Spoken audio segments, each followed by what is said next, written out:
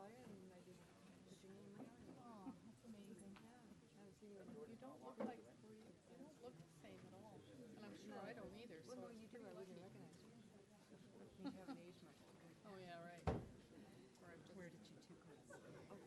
Oh, wow. Lifers, are you? that's right. Okay, lifers. I have no idea. This is the only other. I've only been to one other committee of the whole meeting ever, so and it wasn't this busy. So I have no idea. Good evening, everyone. That's better. Good evening. My name is Councillor Hazel Braithwaite, and I am acting chair tonight for the meeting, which is why I'm sitting in the middle and Mayor Jensen is sitting on the end. So I just want to let you know that we're gathered for the regular meeting of Committee of the Whole for November 20th, and that we do acknowledge that the land on which we gather is the traditional territory of the Coast and Strait Salish peoples. Specifically, we recognize the Lekwungen-speaking people, known today as the Songhees and the Esquimalt nations, and that their historic connections to these lands continue to this day. And I would like to remind everyone that we are video recording the meetings, and they're streamed live and archived on the municipal website. And one addition before we start, and that is that I think in our comments at last council meeting, we neglected to let everyone know that the Oak Bay Light Up is this Sunday from 2 to 6, so we hope to see you all out for the Oak Bay Light Up. So we have a very extensive agenda tonight, so we're going to try and expedite it, and I think Councillor Croft, you might have a comment. Yeah, to you, Chair, I was going to suggest that we move items 12 and 13, plastic bags, and the community engagement report to another agenda item. Part of the reason for that is that staff has not had an opportunity to report to us on the items that are included there. And the other thing that I would like to do is seek direction from Council to release the November 30th date that's been booked at the Monterey Centre. Okay, so that's a motion, I think, to eliminate the last two agenda items and to move them to another agenda. Can I have a seconder? Second. Okay, any discussion? Councillor Murdoch? It's not something we should get to, and if there may be some direction or something on those two items. Granted, there's a good chance we're going to be so late that we don't want to discuss them, but is it necessary to take them off, or can we not deal with it at the time we get to them? That's up to the council. My preference would be to defer if we get to that point and deal with it that time. It would be a very short procedural thing at the end of the meeting. Okay, so any other comments? I just wonder if we could hear from staff if there's any issues if we did that. Okay, Ms. Jones or Ms. Koning.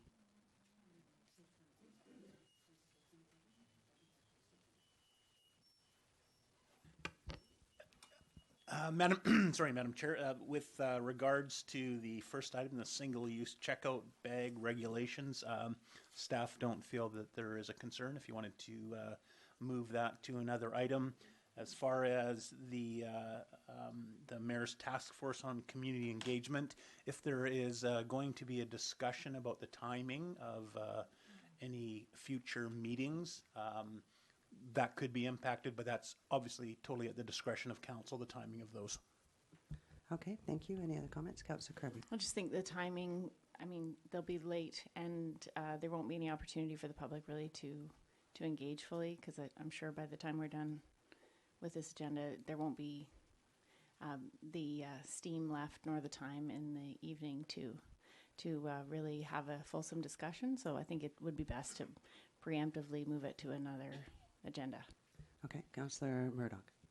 Nope. Okay, so Mayor Jensen. No, I was just going to say something along the same lines. I think it's quite clear that we have a 10:30 deadline that we work towards, and I think a lot of people is going to want to speak on the particular item that's the main part of this agenda. So even if we do get to that at 10:30, I'm not sure we'll be in any condition to have informed and enlightened debate.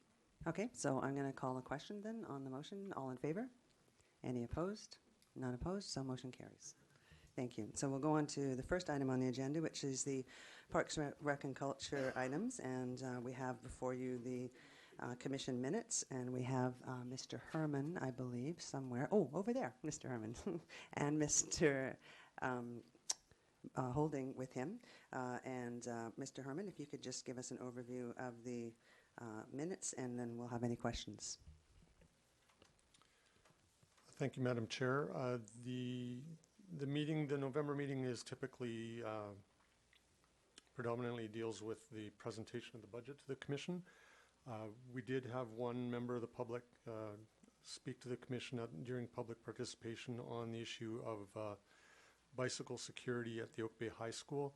He did provide a written document along with his verbal presentation, and that has now been passed along to the principal at Oak Bay High, and I believe they have a meeting coming up.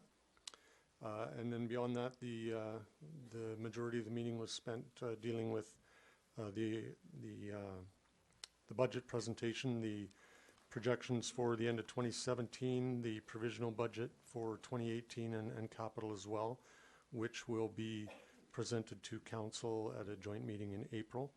So I don't plan to go through that in detail. But I will note that because I know there's been some question, council may be interested to know that the urban forest strategy implementation plan for the first 5 years is included in that budget package, so it'll be coming forward at the same time. Thank you. So, Councillor Kirby. Thank you, Chair. Through you to Mr. Herman, so I'm understanding that you're having a meeting with the high school regarding the bike parking, because I think Mr. Smeltzer raises a good point that there is an incredible need for more bike parking or secure bike parking at the high school, and given that we share that property with them as the co-managers of the neighborhood learning center, wouldn't we have some vested interest in ensuring that there's some adequate bike parking available? Through the chair, we're a lessee of that building. I think we want to ensure that there's adequate bike parking for our purposes, and we haven't heard from our patrons that that's been an issue.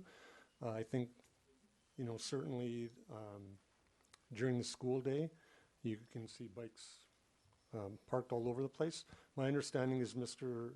Smeltzer has arranged for a meeting with the principal, and that they will be discussing it. We have forwarded the document, so I think for now we'll wait and see how that meeting goes, and if there's any feedback or additional information that is requested from our end, we'll certainly participate in those discussions, but our plan was for now to allow that meeting to take place.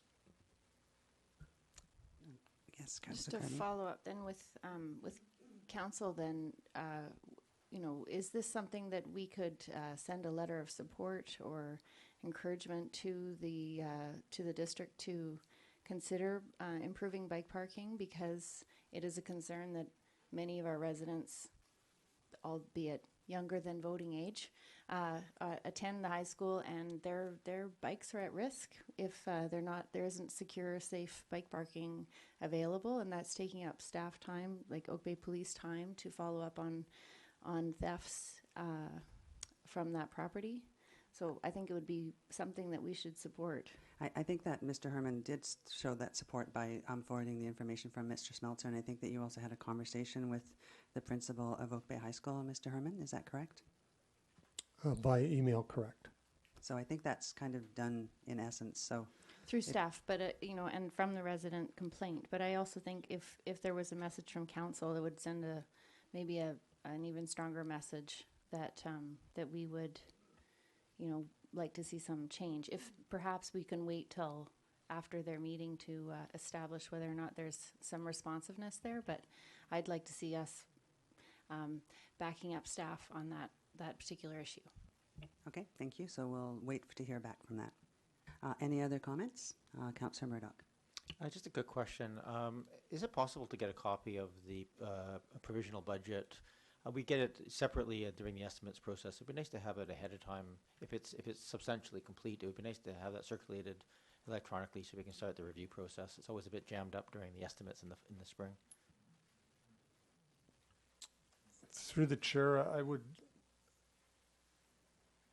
I know that the Director of Finance is doing some work and in fact has asked us for some adjustments in our budget, so I don't know that it's what I might forward could be changed before April. I know the Director of Finance is away and for another week or two. If it works, I could discuss that with her upon her return, and if she doesn't feel that there's going to be any adjustments to our budget, I could forward it. I'll leave it in your hands at that point. From a timing perspective, there's no urgency here. I just think having it as early as possible would be nice. It's a substantial part, obviously, of our operating costs, and it'd be nice to have a chance to go through it. Thank you. Thank you. So there's two motions that we're going to have to address from the Deputy Director of Corporate Services. So I would entertain the first motion. I move that the minutes of the meeting of Oak Bay Parks be adopted, and that the parks. Can I do this all as one motion? Is that feasible? Through the chair, you're welcome to do it all as one motion if you'd like. Typically, we do it as two, but there's no problem with doing it as Yeah, one. I'll do it as two. Thank you. So moved and seconded. Any discussion? Seeing none, all in favor? Any opposed? None opposed. Motion carries. Move that the Parks, Recreation, and Culture 2018 provisional budget and proposed 2018 fees and charges be referred to the Estimates Committee. Moved and seconded. Any discussion? Seeing none, all in favor? Any opposed? None opposed. Thank you. Thank you very much, Mr. Herman and Mr. Holding. We now move on to the second item under engineering services, and this would be the parking regulations in the Oak Bay Village area. And I believe we have Mr. Horan, the Director of Engineering Services, to give us an overview of that item. Yes, thank you, Chair. There was direction that was passed to staff by the Committee of the Whole in April and May 2014, which resulted in a series of actions and activities over the last 2.5 years that are summarized in my report. One aspect of those tasks was a report regarding the existing parking regulations in the village area between St. Patrick and Foul Bay Road, 1 block north and 1 block south of Oak Bay Avenue. So tonight in the report, we've provided a map showing the parking regulations in place in this area and the results of parking survey as well as our analysis of the usage of those parking spots on a typical business day. So the recommendation in the report is that with the exception of parking at Granite and Mitchell to the west towards Foul Bay Road, as discussed in the next agenda item, no changes in the parking regulations are recommended.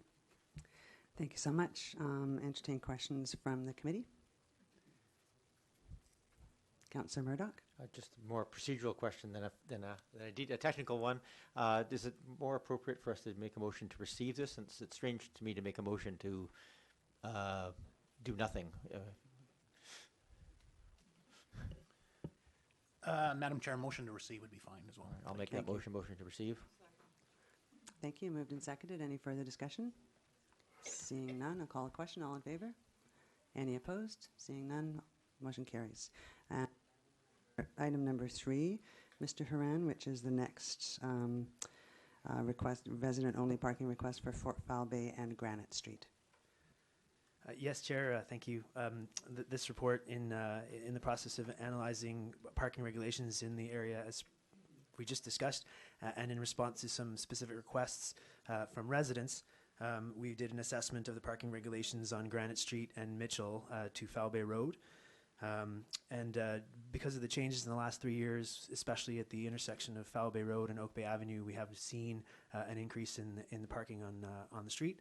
So our recommendation is now we would change the parking in that area as per the map from 9 to 5 p.m. Monday to Saturday, 2-hour parking. Thank you so much. So I'll take questions from the committee and then we'll get some public input on this. So any questions from the committee? Councillor Ney. Through you, Chair, to staff. I thank you for doing this. I know this has sort of been long waiting. And my question, it makes sense to me what you've are recommending here. I do wonder, though, whether there's been an opportunity to consult with the neighborhood on this decision, and if that were to be the case, when that would happen. Yes, Chair. This is treated as the way our standard traffic complaint protocol process works. So not a large-scale consultation, not a large-scale discussion with a there was very narrow scope in terms of what was happening. So in terms of feedback with the residents, it's been specific individual residents that have requested it, and then the feedback we've gotten since it's been on the agenda this week. Through your chair, just a follow-up. So is the feedback receptive to the intervention? Through you, Chair, I wouldn't make a judgment myself whether it's receptive, but all the correspondence we received is on the agenda tonight for everyone to read. Thank you. Any further comments from committee? Councillor Murdoch?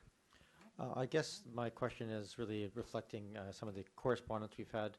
The parking currently on restrictions on Granite and Mitchell between Granite and Oak Bay Avenue, but it's not a very long walk from that position around the corner onto Mitchell, just south of Granite. My understanding of this report is there's no sort of change to parking regulations south of Granite Street on Mitchell Street. Is that correct? Through the Chair, that's correct. Yeah. Okay.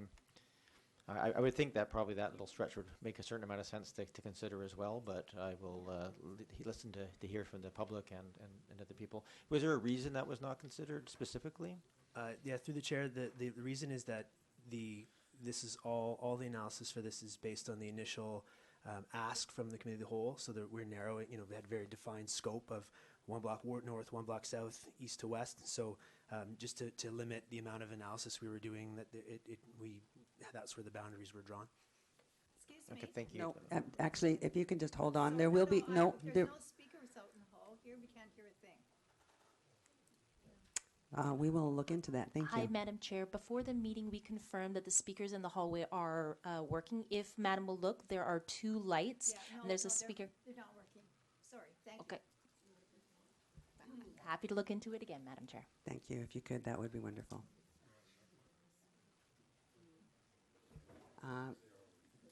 That they're not working. So Mr. Jones will look into it. And so will I just keep on talking to make sure that Mr. Jones can hear me? That would be an exceedingly helpful sound-based I could system. tell a little Hazel. story. Not sure if I have any good jokes that are appropriate at this time. However, no. Talk about the growler over top of Oak Bay last night. Yes. How many people heard the growler over top of Oak Bay? I think Although it was right wasn't above a my growler, house. it was Santa doing a trial run. Yeah. Or a CF-18, whatever you We're prefer. not sure. Yeah. It was quite loud, though. Could you hear it? They are working. Okay, thank you so much for checking. Okay, so any further comments from committee before I move to the public? So seeing none, I'm going to ask the public to come forward. And if you come forward, could you please write down your name and area where you live? And then if you could please speak into the mic. We can adjust the mic for your height, but please address Thank you very much. You're welcome, Ms. Butler. Please address the committee and speak into the mic so that it can be recorded. So thank you, and if you can introduce yourself, and Sure. if you can hold your comments, if you've already written a letter and we have received it, if you can hold your comments to about 3 minutes, as we have a very full agenda, that would be very appreciative. Thank Well, you. I'm just going to speak extemporaneously from the 2 reports that were Just prepared. introduce yourself Diana first. Butler from Granite Street. I'm sorry you received the previous report so quickly because there's no action going to be taken. And quite frankly, not all the issues that we have been asking council to address since about 2003.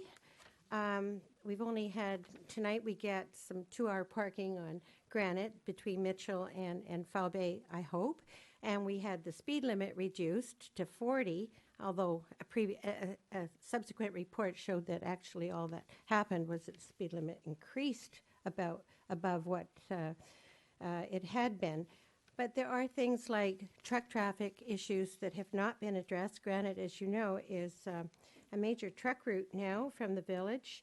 But I am hopeful that you will undertake something that was promised in May of 2014, and that is that a report of Committee of the Whole regarding the existing parking regulations in the village area between St. Patrick and Foul Bay will actually happen, and we don't have to wait another 3.5 years. In terms of the new parking regulations between Mitchell and Foul Bay Road, it's fair to say, I think that probably you wouldn't find anyone on Granite who would be opposed to that. We might prefer residential-only parking, but we'll go with 2-hour parking if that'll help the situation. And it's a case of better late than never. I mean, it's really been a long time that we have been patiently, well, you might not agree, but we've been patiently waiting for some change on the street. And so I welcome it. And, you know, I want to thank Mr. Horn personally. He has listened to many of us. You've got 2 letters of correspondence, but believe me, there have been countless emails. There have been countless visits and meetings with him over many, many years to try and get this situation improved, because this street has been really assaulted in terms of the traffic that comes out of the village. There's a huge number of street closures in the village that mean that Granite is constantly parked up. 18 now. When I first moved to Granite Street 40 years ago, 3. So it's a huge imposition on the residents who live there. And it's nice finally to see that somebody is going to do something of at least a portion of it. But you need to address the bigger issues. Thank you. Thank you, Ms. Butler. Mayor Jensen? I'm wondering if Mr. Horan can address one of the first points Ms. Butler made, and that was to do with commercial traffic. Through you, Chair, could you... I think Ms. Butler thought it hadn't been addressed. Did you get a chance to address it? Sorry, I'm still Commercial stuck on commercial vehicles? No, what I mean is that I understand the commercial vehicles part, but in terms of the... what I'll say is this, is that in the report, I went through to the action items from Committee of the Whole 2014, the 2 April and May, and tried to address each one in the report to say what was done and what was not done for each of those. So I'm a bit confused too right now about the question you're asking me. Well, I thought I heard Ms. Butler say it hadn't been addressed, the issue of commercial traffic along that line. Well, at the time, when we talked to members of council, and I think specifically you at a particular meeting, we said somebody needs to address the amount of truck traffic on Grant Street at all hours of the day and night, even when you can shoot a cannon down Oak Bay Avenue. That's it what comes I'm down asking, Granite. asking And Mr. Horan. so at the time, there was a suggestion that there be created a single new commercial parking spot on Oak Bay Avenue. And the Oak Bay BI Business Improvement Association, or whatever, said no.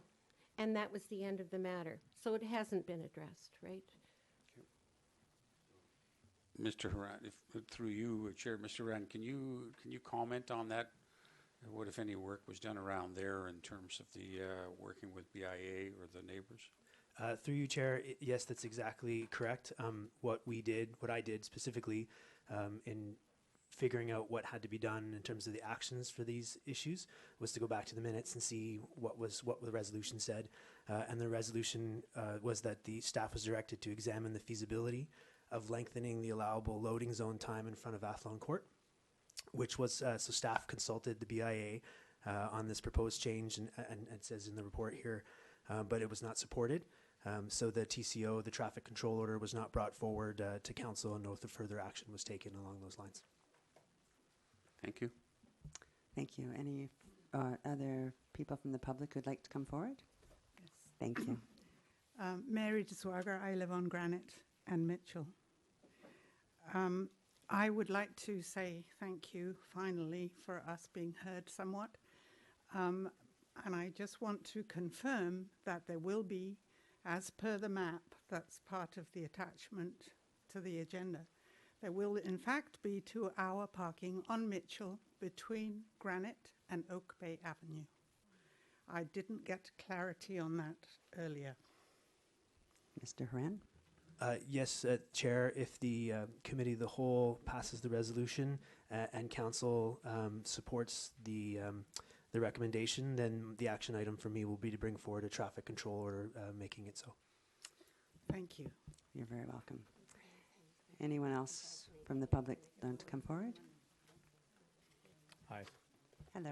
My name is Leo Martin. Can you speak into the microphone? That's correct. And can you write your name down in your area of where you live?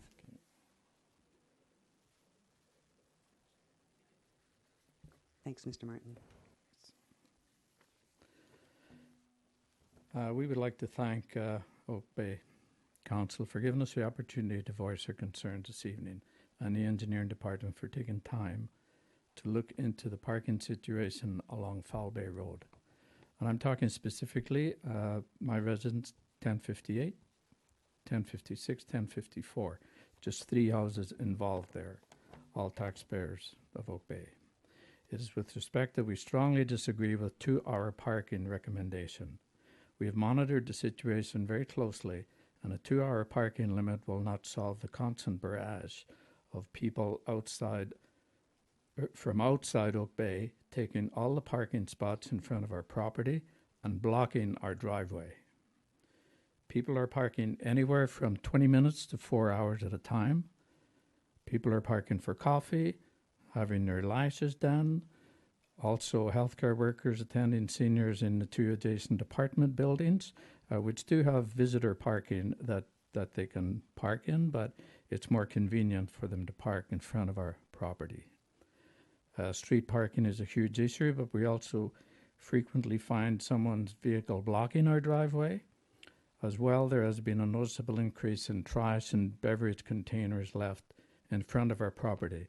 Taking note that we do not have sidewalks in front of our property, that ends up in our yards.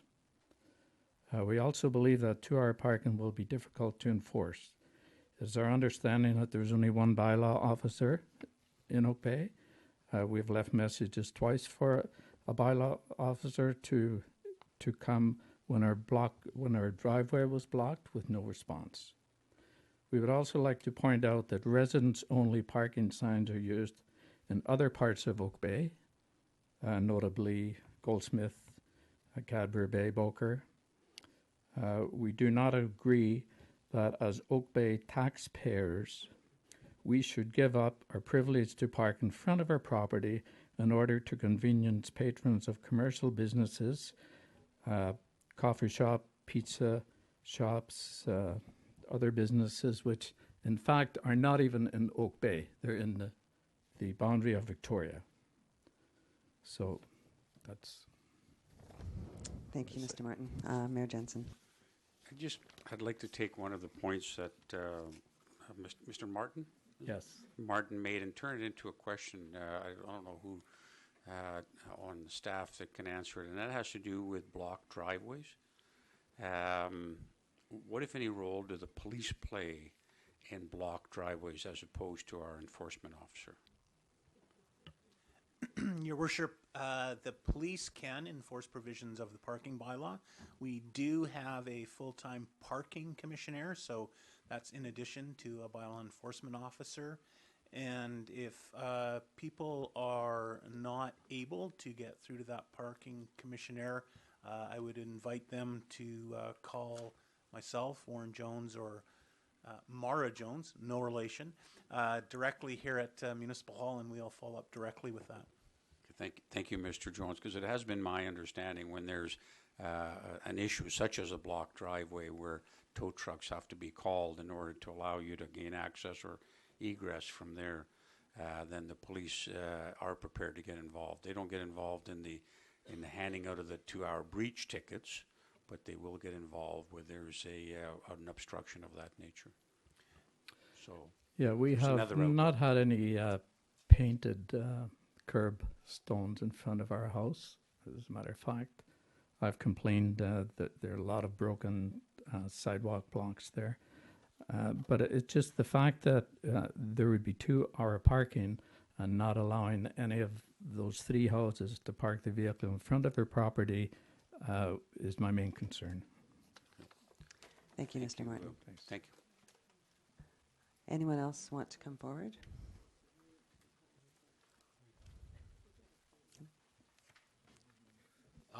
Hi, Mayor, Council. My name's Curtis Hobson. I am a resident of Granite Street, and I live directly across from Mary at the corner of the southwest corner of Granite and Mitchell.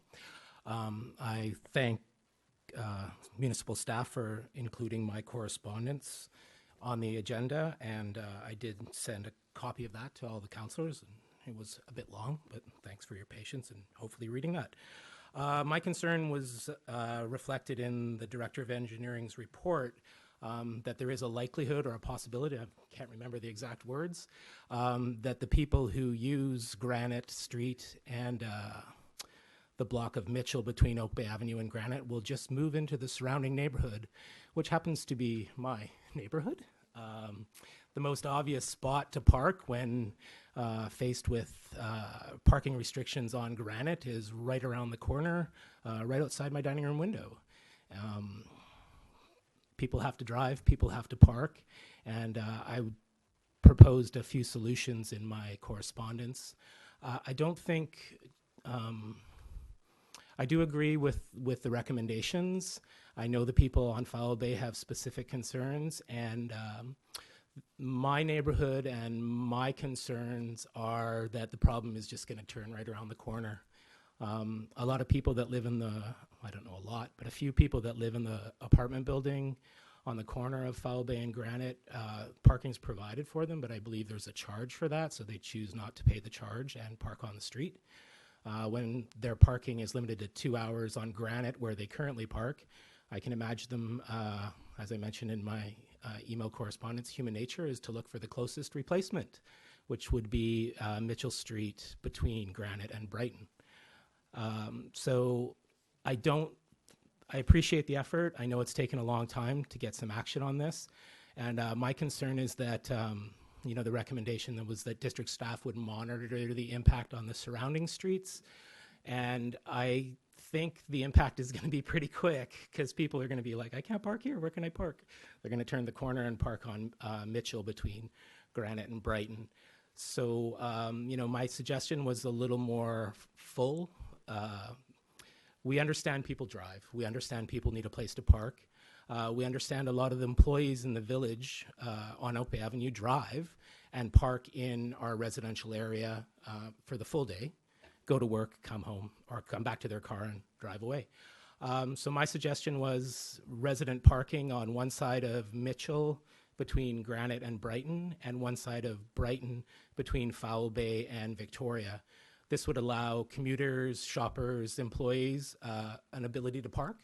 It would also allow residents to have access to their street, guest parking for their guests. Our particular case at our home is a little bit different. We have an old-fashioned driveway. It's very short, very stubby. The actual garage is in the house, which, it's probably not wise to drive a internal combustion engine inside your home. And so frequently we do have a driveway that we use, but frequently it's blocked. Or people park so close to the edges of the driveway that it's impossible to get in and out of, particularly if people are parked on the other side of the street. So you have cars on both sides of the street. It's really, really hard to turn in. So I know there's 3 recommendations from Mr. Horn, and I would strongly suggest that the 3rd recommendation, council provide other options or feedback, that perhaps Mr. Horn could give the neighborhood some guidance, and the neighbors could come up with a solution that works for everybody. Oh, and I can tell you what happens if someone blocks your driveway and the parking commissioner is not around. You can phone the non-emergency number. The police will come, and they will look up the license plate number of the offending vehicle, and they will call that person and get them to come and move. So that was the results we've had a few times. There's no tickets have been issued. No one has been towed. And the most common reason for people blocking your driveway is I didn't know it was a driveway. Thank you. Thanks, Mr. Hobson. Anyone else like to come forward? Ask one. This is about the parking for Foul Bay Road and Granite Street. Nope, no, you'll get a chance to talk about other things coming up. If no one else has any comments, then I'm going to look to committee, Councillor Kirby. I just had a question for staff. Mr. Haran, might we include painting of curbs when we put the signs up for the 2-hour parking? Could we paint the yellow curb lines around people's driveways to draw attention to the fact that there are driveways there, and to assist the fellow across the street across Foul Bay that mentioned the same thing, a blocking of driveways? It seems to have been effective across from Willow School, where I know there was an ongoing issue there on Dalhousie Street. Through you, Chair, normally, we have done this throughout the district, and it's usually done based on resident request. In this case, for Mr. Hobson, I wrote a note that we would go and have a look at the stretch of Mitchell south of Granite to see if there's any areas there where yellow paint on the curbs would help solve some of those issues. So I think that's the answer. I took it as an action item to go off and have a look separate to this. But I think for Mr. Martin's street, he said he didn't have curbs. Is that correct? I think, Chair, he said he didn't have sidewalks. Oh, sidewalks. Okay, thank you. The curbs were broken. That's what I Right. heard. Yeah. Okay. Broken and they haven't been painted in the 7 years that I've been living there. I'm So sure I it's will on take- Mr. Haran's list now as well. So I will take that as an action item as well. We'll check what paint is supposed to be there and then put it in the work plan to address. Thank you. Sir, did you want to come and address council? You'll have to come up to the microphone if you want to address council. Just a question. No, we have to be able to record it. I'm so sorry. Councillor Murdoch. While he's coming up, I'll ask a quick question, just for my clarification. If there's 2-hour parking in front on a street, the houses that reside on that street, the residents can't park there for longer than 2 hours. Is that not correct? Through you, Chair, Monday to Saturday, 9 a.m. to 6 p.m., it's 2-hour parking for everyone. That's my understanding. Although I think Ms. Jones I might be wrong on that. Madam Chair, yes, I will just do a quick clarification there. My understanding is that those who are residents of that particular property may actually park in excess of that time period. Those interested, I'd encourage them to attend the Municipal Hall and acquire a residential parking pass. Thank you. Thank you. Thank you, sir. David Williams, just a matter of clarification. The parking that is being discussed also includes that section of Granite that is west of Foul Bay Road? Is that correct, Mr. Haran? Yes, Chair. There's I'm just looking here. Attachment 2 has a map that shows exactly where precisely where the signs are going to be. Actually, is where it is, and then it also covers if I go by memory, the north side of Granite Street, west of Foul Bay Road. Thank you. Right. Yes. That's it. Thank you, Mayor Jensen. Yes, I'm just looking at here. The south side will be no parking. So if I got my directions right, the north side will be 2-hour limit. That's according to the map. Is that correct, Mr. Rand? Have I read that correctly? Through you, Chair. Yes, that's correct. Thank you. Yeah. Okay. Any further comments from committee? Can I just speak for one more thing? Certainly, Mr. Hobson. Thank you so much. I was wondering if, as suspected, the parking is passed as is, and people park, as Mr. Horn has suggested, that the problem will just be displaced into other residential areas. District staff will monitor that. I wonder if, I know this is a hypothetical, but if we could get some sort of timeline on that, because this has taken almost 4 years to monitor the change. I think the new regulations, the changes that will take place will happen fairly quickly when people go to park where they normally park and can't park there anymore. I was wondering if there's a process or a timeline to monitor the impact of the changes. Thank you. And Mr. Haran, do you have an answer for that? Through you, Chair, the answer is it depends, and I didn't include it in the report, but part of the reason why we're making the recommendation about Mitchell and Granite to Foul Bay is there has been a change in the last 3 years. So when we initially assessed this question, at first the recommendation was no change required, but now we support the change, and that's due to recent changes in traffic patterns and parking and so on. So I would suggest that as it happens throughout the district, as residents notice changes or see things that they would like us to address, that they drop us a note or come into the hall and make their concerns known, and we'll move as fast as we can. Thank you. So, Mr. Hobson, does that answer your question? Sorry, as fast as we can on this issue has been 3.5 years. So a time frame as fast as we can seems a bit vague. Thank you.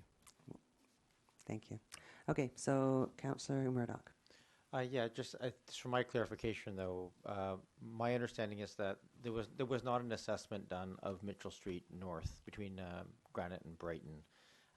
For the purposes of this report, that wasn't looked at specifically in terms of an assessment. It was essentially, that was not part of the original request. Is that correct? Through you, Chair, just I think a correction at Mitchell Street South, right? Mitchell Street south of Granite. That's correct. It was not looked at as part of the recommendation we're making today.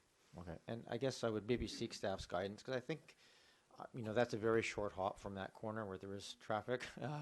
And logically, I think that's the first thing people will peek at least around the corner and see if there's 2-hour parking extending down that road, and if not, turn there and park. So is it, I would probably look to just some sort of wording here that perhaps staff, between the time that this is here at Committee of the Whole and comes back to Council for the change order piece, that be looked at least in a some sort of perfunctory way, and maybe some recommendations for wording that would give guidance that if staff see it as a problem, they can go ahead and make those traffic use changes without having to come back through an order process. Through you, Chair, unfortunately, one part of the reason why this takes time is that these parking regulations are not delegated to me as Director of Engineering Services. They remain as under Council's authority to make the decisions about the traffic control order. So unfortunately, I will still have to come back with a report recommending the change for your approval. Okay, thank you. Thank you. Okay, so I would entertain a motion from committee if there's no more comments. Well, I'll move the recommendations that are in the report. I'll second that. So moving the recommendation to enforce 2-hour parking from 9 a.m. to 5 p.m. Monday to Friday. Any further discussion? Councillor Kirby. I just wanted to quickly mention that given that last bit of information we just received, I would maybe add that to the list of red tape reduction items that I know staff are working on, and it may be already there, but given that it takes a very long time and it adds to an agenda that's already very full like this, I think that would make a lot of sense. Thanks. Thank you. Good comment. Any further comments? Seeing none, I'll call the question. All in favor? Any opposed? Seeing none, motion carries. Thank you. Next item is item number 4, asset management update. And again, we have a presentation by the Director of Engineering Services. And as Mr. Haran comes forward,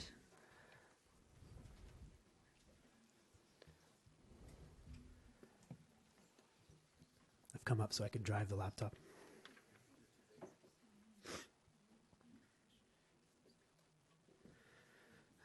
Good evening. So my aim tonight is about asset management is to update the Committee of the Whole on progress related to Council's strategic priority to develop and maintain and protect our infrastructure and preparing an asset management plan to achieve that aim. So what are our assets that we're talking about? We're talking about municipal facilities, buildings, roads, sewer, water, parks and recreation, lighting, sidewalks, pathways, and fleet. Asset management is also known as infrastructure management, capital management, and it's managing the infrastructure life cycle. We get the best value from our assets at the best cost from acquisition to disposal, from cradle to grave. So how are we going to do that?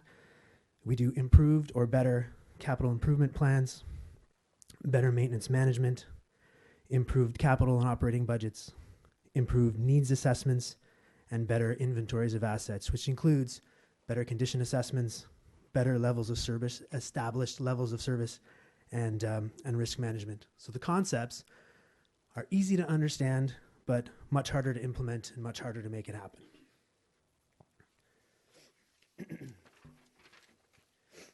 So much of the information that I'm talking about, that I'll be talking about tonight and showing, were talked about in the March 2017 Committee of the Whole. So tonight is essentially an abridged version, an update on the progress we've made in these areas.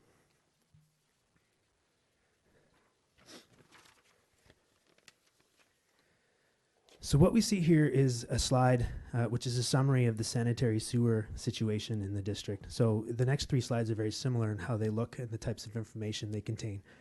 The table at the top left shows a summary of all the assets that are related to sanitary sewers, which in this case is about 100 kilometers worth of sanitary sewer mains with an average age of about 74 years, with an average useful life for an asset like that to be about 75 years. Underneath, you see about 1,300 manholes are also part of the municipal assets, and about 36 kilometers of laterals, which I will point out are not municipal assets. They're owned and maintained by residents. The bottom left, you see that pie chart there, which is showing you essentially that a good proportion of the condition of the sewer mains in Oak Bay are in poor or very poor condition. So how do we know what our targets should be to have a sustainable replacement program? So what we do is we essentially take that red circled figure in the top there, which comes from our best estimate at this time, which is based on what we know about the conditions, age of the sewer mains, so this is a good target to be sustainable, what our costs likely need to be in order to have to compare it against our current budget levels.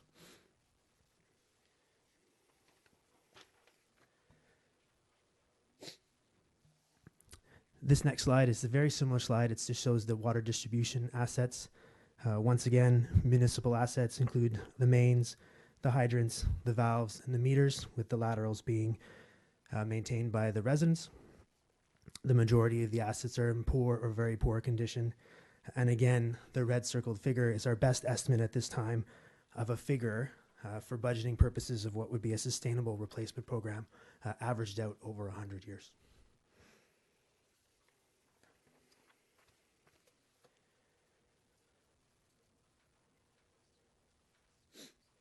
The last of these groups of slides that look like this is the storm sewers. And once again, just pointing out the condition based on what we know. A good proportion are in poor, very poor condition. And again, how do we know what our target should be? Based on our best information, our estimates, our best knowledge available at the time, it's likely that over the course of 100 years, our average annual replacement cost needs to be closer to that red circled figure than any other number we could choose moving forward.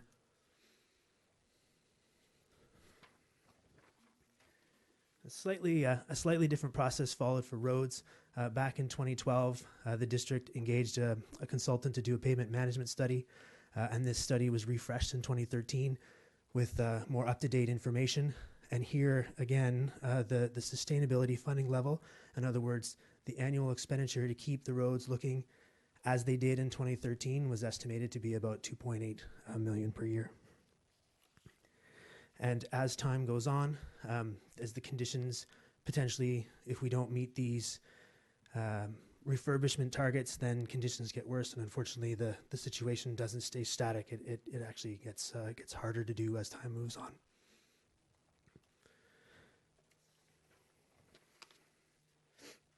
So this last slide, which I just noticed I neglected to include where the source was. This is from the Moore and Associates reports done on municipal buildings.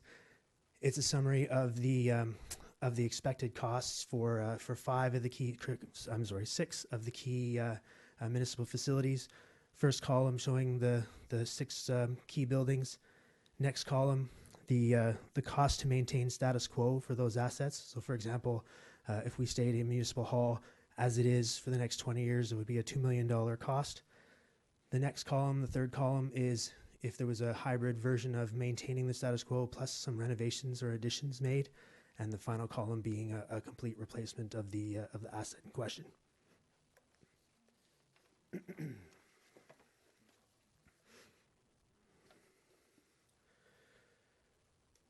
So what do we need to do? So what is involved in preparing an asset management plan to meet that council objective in the strategic priorities? So the first one is the condition assessment program. We already have that we're in the second year of a 3-year contract of about $120,000 a year for the closed circuit television assessments of storm and sewer, and a 5- and 10-year program, which is a good thing. And then staff have to come back with some recommendations about how to increase our data management capabilities and our condition assessments for all the assets. The next thing is we need to build a way to better see out 20 years what it is we need to be rehabilitating or replacing along with those for those assets and infrastructure. We need to develop a better 20-year financial plan to figure out how to fund this capital improvement program. And finally, we need to capture council's expectations and intent around sustainable service delivery, then the management of these assets going forward. We would do that formalizing it in policy and strategy documents endorsed by yourselves.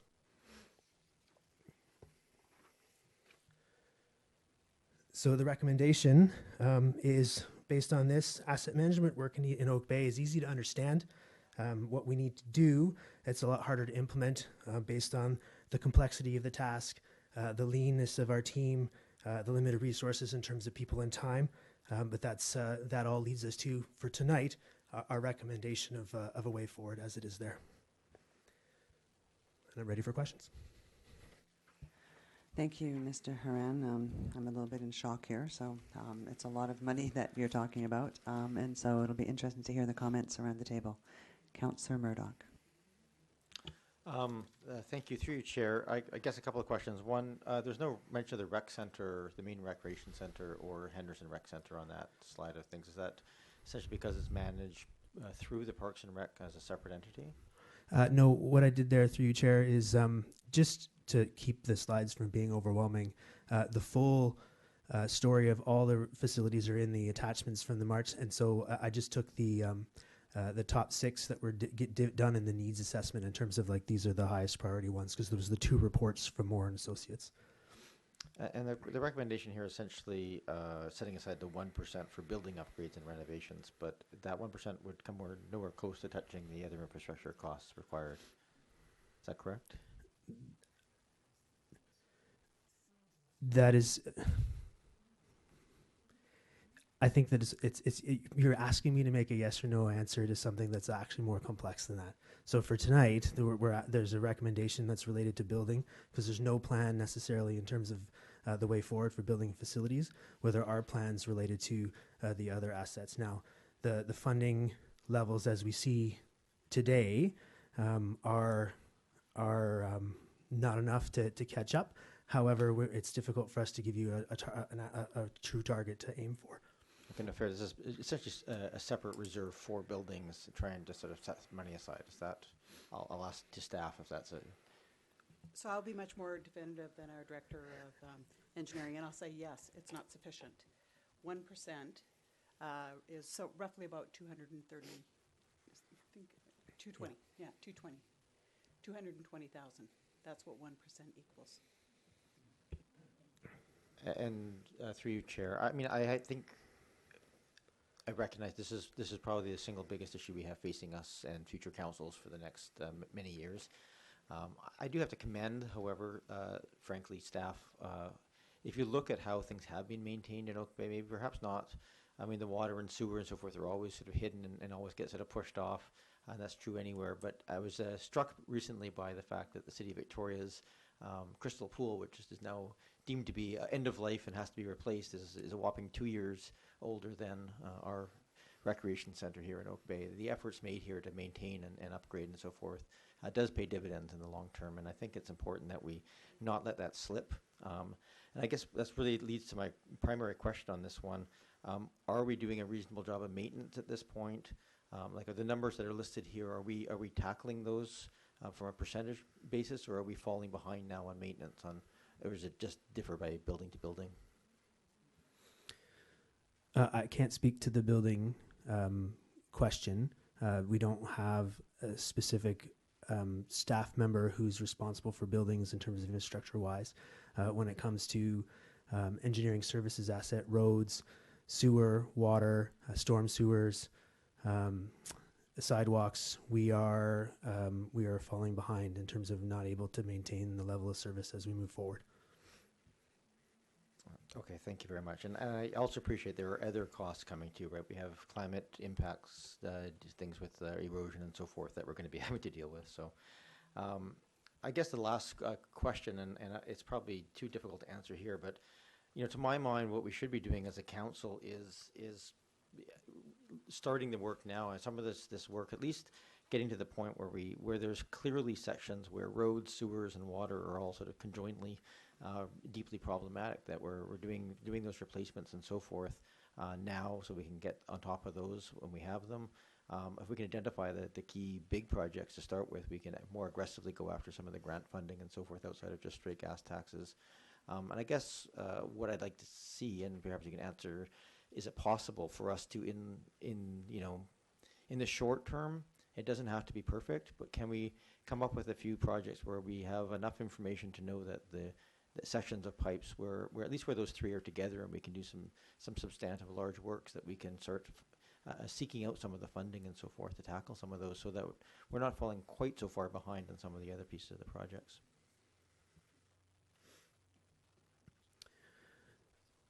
Through you, Chair, we have been working very hard since my arrival, because I can only speak to what's happened since I've been here, just in terms of my own personal experience, to get out ahead in terms of having shelf-ready projects, both for budgeting purposes, but also for grant application purposes, and for just good engineering construction practice, which has been a struggle based on the amount of effort it takes to do survey design in-house. So all of our capital projects, both last year and this year, we've been struggling to be ahead of the game the way we would want to be. So we are also, in terms of this asset management work, trying to be planning farther ahead than 1 year ahead, which is a struggle with the resources we have. So the answer to your question is we are working very hard to try to do that, but it's been a challenge. Thank you. Thank you. Councillor Kirby. Thank you, Chair. I just wanted to make a quick comment or question about the difference between the water main and the sewer and storm main. The pie charts looked a lot better. I mean, still not great, but I think a lot better on the water main than sewer, especially, and storm. Is that because of the grant you were successful at receiving this last year for the Henderson water main? Through you, Chair, sorry, was the question, can you just repeat the question? Well, just that, the pie chart looked a lot better for the water.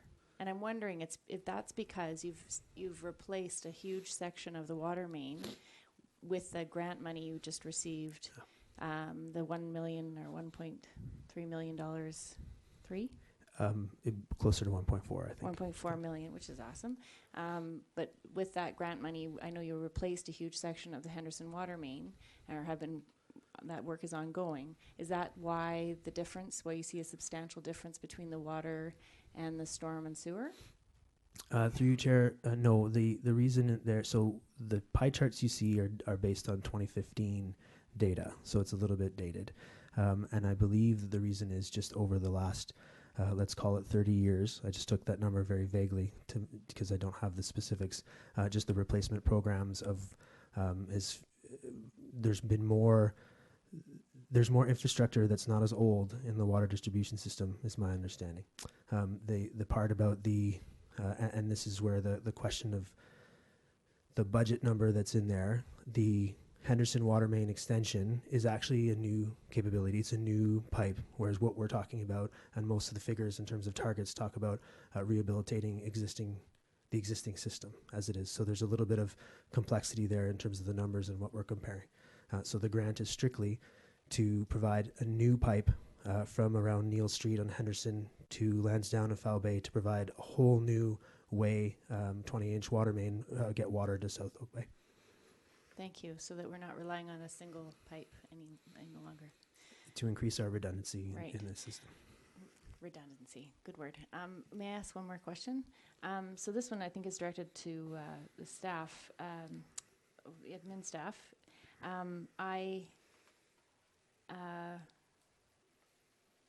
1% is not mentioned in the final resolution, nor is any specific number. The recommendation is to issue an immediate annual funding program. And I'm wondering if we need to be more specific than that, or why there was an omission of a specific recommendation, or is that because it's something that we should discuss in our budget deliberations? I think that's what the intent was, is to move this to the estimates and for council to consider that. I think that there has been, I'm not sure if it was in Mr. Haran's report this time or the last time, there was some mention at that time about a 1%. That was a recommendation from staff.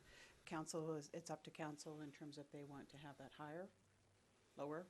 I believe that 1% falls under the analysis part of Mr. Haran's report. Right, I'd seen that earlier. I just thought that that there's no specific recommendation, and I'm just fearful that if we don't give more precise or clear direction, that it might be inadequate for staff to know what direction we're looking for. They're looking, what is council saying exactly by providing immediate funding? That seems vague to me in something as specific as this. And I'd also, it would be nice to have some comparison of what we can achieve with each percentage, so that we can show the public well in advance of our budget deliberations what a tax increase of more than 1% would do to put a dent in this problem. And I'm so pleased that there's such a crowd out tonight to hear this discussion, because now you're all going to be well informed before the budget deliberations. It's awesome. Thank you. Mayor Jensen. It seems quite clear that Oak Bay is, given its age, has fallen into that category where we often hear from the federal government of infrastructure deficit. And we also know that that there's a number of different ways of funding the infrastructure renewal. One would be to save, which is being discussed here, is being proposed here. One way is to borrow. For instance, we borrowed to renew the library. We borrowed to renew the rec center. And another way, of course, is to be aware of the grants. It's quite clear that the federal government has a very different approach to the infrastructure deficit, which strikes cities right across Canada, that they are pouring millions, if not billions of dollars into that program. So I think one of the things that we have, and I know the engineering department is working towards this, is have that shovel-ready programs for when the grants are available. And so we've been quite fortunate, as just was mentioned before. We have the $1.4 million grant, but we need to be ready for all of those grants, and we may well see something equivalent at the provincial level. So I think we need to look at that, look at funding on all three levels, but certainly the recommendation here is a good one, and it might be, just to address what Councillor Kirby says, maybe we want to put 1.5% into this budget this year. So I think that's something that can be determined in estimates. I know we get already, I think it's close to $700,000 from the gas tax rebate, which many communities use to rebuild infrastructure, and that's something that I think we used a bit last year. So,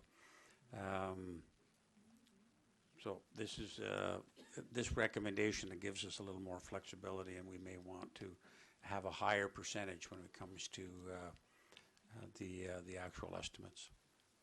Thank you. I think that, obviously we tried that this year at estimates. We tried to put in 1%, but that was voted down by the majority of council. So it will be refreshing to be able to see that something like this could go forward, because I know that in past councils, and I'm talking from 6-8 years ago, where it was suggested that we add money onto taxes to address these problems, and it was turned down because people didn't want to add a percentage onto the taxes, and it's not the right move. We have to add this money onto our taxes so that we can take care of our infrastructure problems. So, any other comments from council before I go to the public? Okay, so, staff, Ms. Koning. I just wanted to add on to when we were talking about the grants, and the experience has been that in the last 10 years, grants haven't been as steady as they have been in the past. The other important thing is that grants all come with a stipulation that there will be a contribution from the municipality. And so using other forms of grant funding like the gas tax, can't always be leveraged. And so we need our own sort of source funding to come up with our portion of the grant. Thank you. The other part I wanted to mention is many of the grants that are forthcoming will also require that a municipality has an asset management plan in place as a component. Right, thank you. Those are good points. Thank you. Okay, so I'm going to go to the public. Mayor Jensen, if you could turn off your microphone. Sorry. If you come forward, please state your name and the municipality you live in and write your name on the sheet. Thank you. Thank you. I'm Corinne Green. I live at 1059 Roslyn Road in Oak Bay. Welcome, Ms. Green.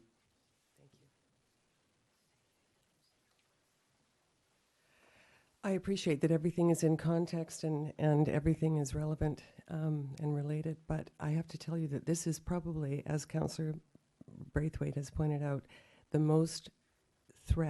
greatest threat to Oak Bay's future. And my question is Oak Bay sustainable into the future? If we tax at the rate that would require us to meet all of these outstanding issues in deferred maintenance debt, I think we'd be looking at tax increases of 30 to 40%. I'm very concerned. One of the things I'm concerned about is that the Opus report was completed in June of 2016, but not released to the public until March of 2017. So you have been aware of this for almost 18 months.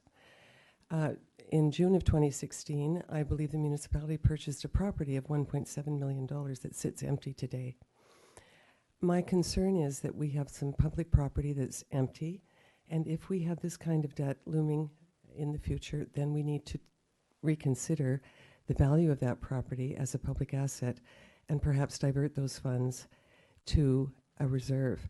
My other question is that Oak Bay, in terms of its reserves, needs really to look at this in a very hard way. I don't think going along to get along is going to work anymore. And I'm, as a taxpayer and as a resident, I'm really concerned about the future. And the reason I'm concerned about the future is that 97% roughly of our tax revenue is based on property taxes. So it is all of us who will bear this burden into the future and also coming generations. So I think this is your biggest priority. I'm sorry, I think everything else pales by comparison. And I do appreciate the staff's efforts in all of this as well.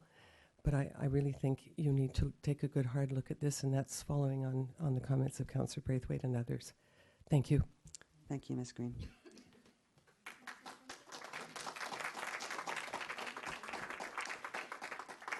If I could just ask everyone, if we might put someone else off if they want to speak, like contrary to what Ms. Green was saying. So if you could just hold your applause, that would be really appreciated. Thank you.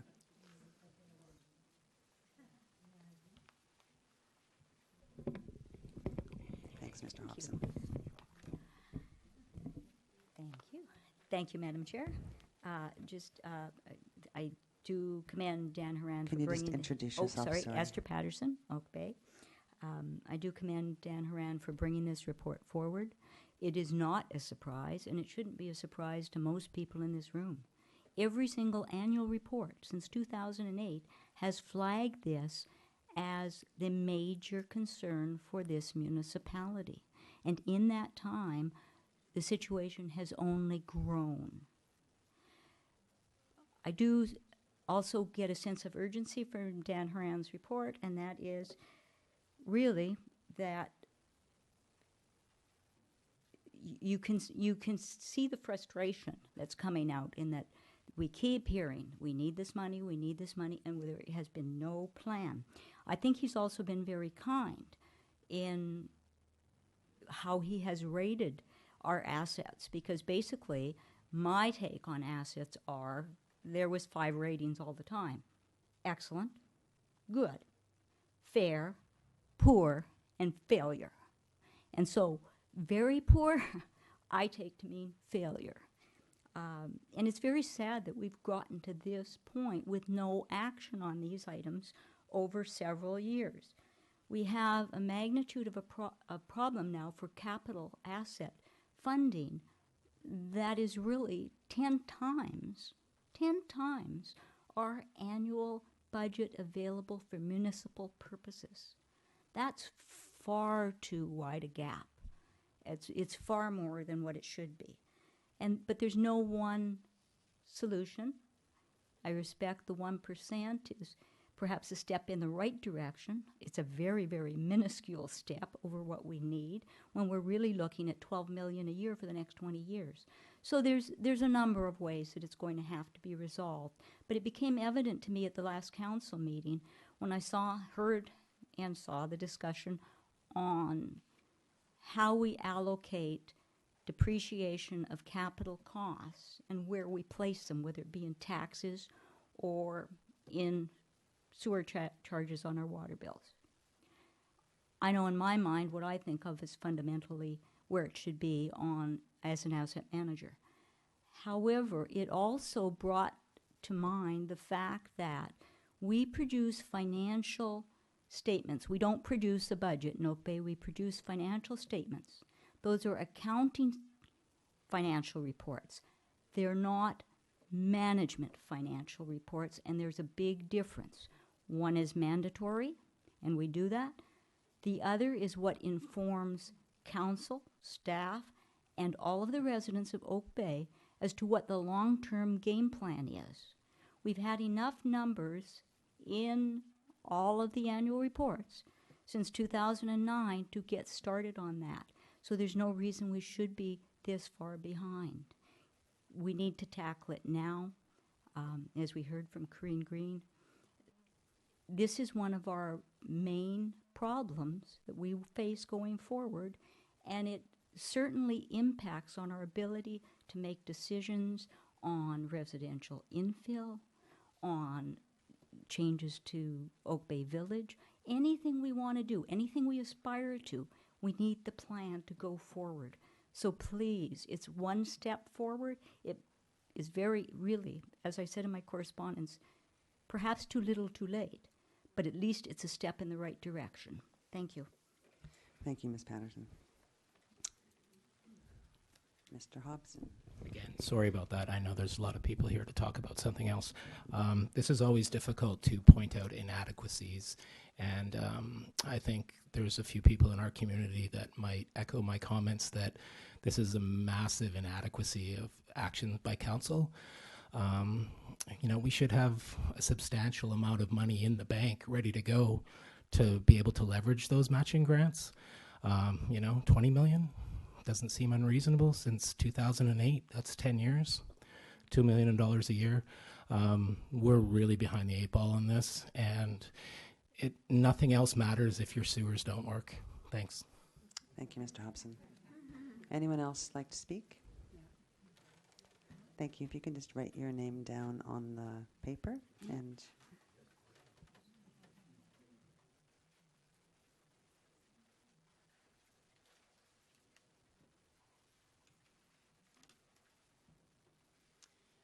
My name is Rachel McDonald, and I live here in Oak Bay. I think you as a council owe it to every single one of us to start charging developers development cost charges. And although this isn't anything, it is absolutely related to our debt. If we're in so much debt with our sewage, I really think that this needs to be done now, not yesterday or today, whatever, just now. There's every other municipality charges developers for their development cost charges. We could have raised so much money by now, and I think it's extremely important that you realize that you're carrying the upper hand here. You've got the higher deck. The developers will develop no matter what.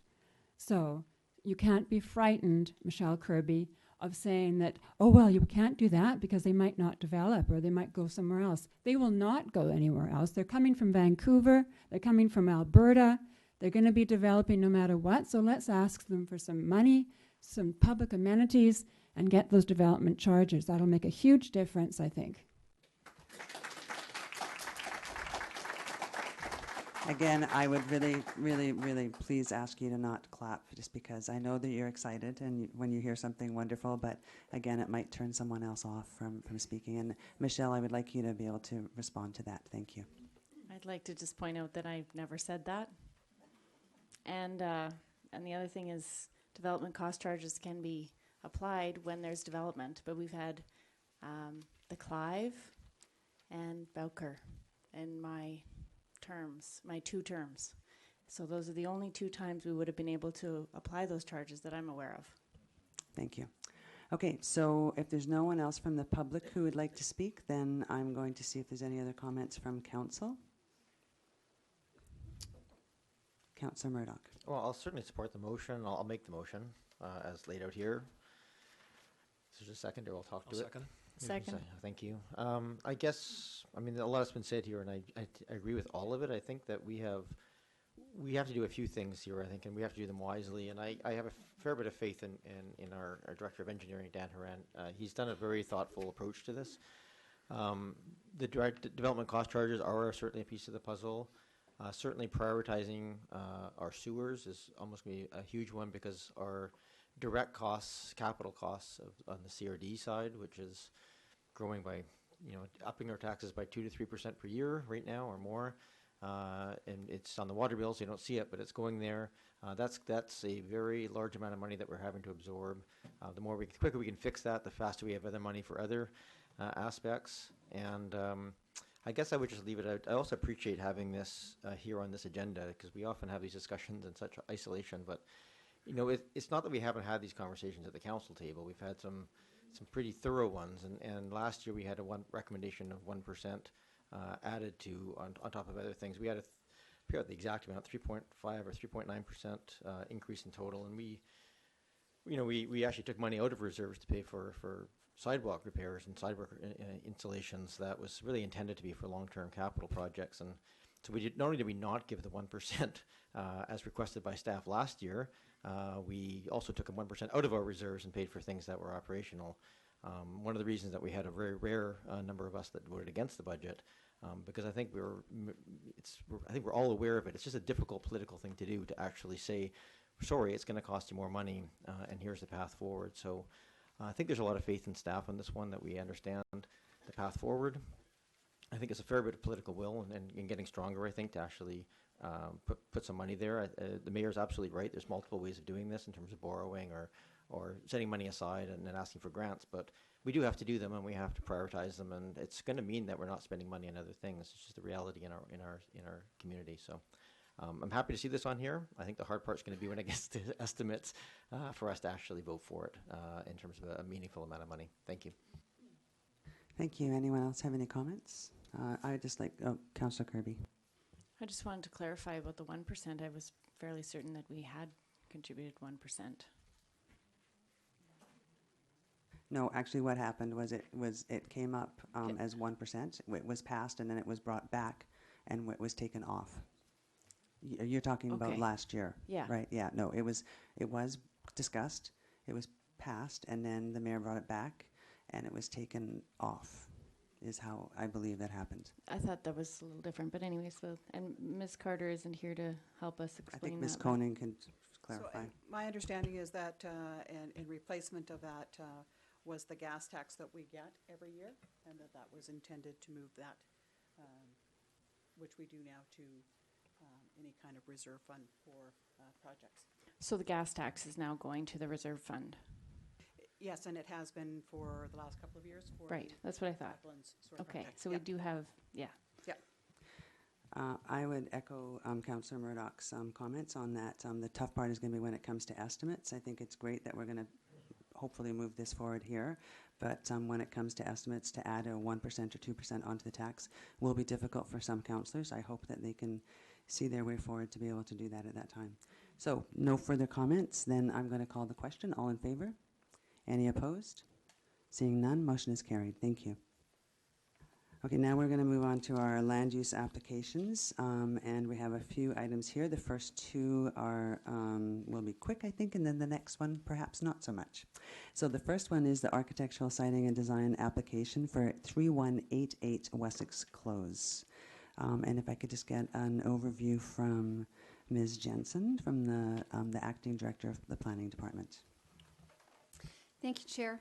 As the committee may recall, a siting and design application for this property was considered and approved in March of this year. That previous application was to construct a covered front porch, covered deck, and at-grade patio, as well as replacing windows, siding, and some stone cladding. This all required council approval, as the home is protected by a statutory building scheme that is registered in favor of the district. Construction is now underway, but the applicants would like to incorporate several design changes due to some construction challenges.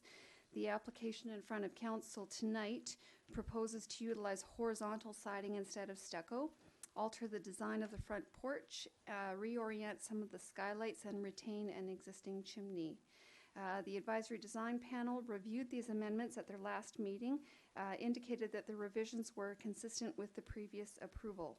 The panel did recommend some design changes specific to the revisions, including widening some trim boards and constructing a pillar at the corner of the porch.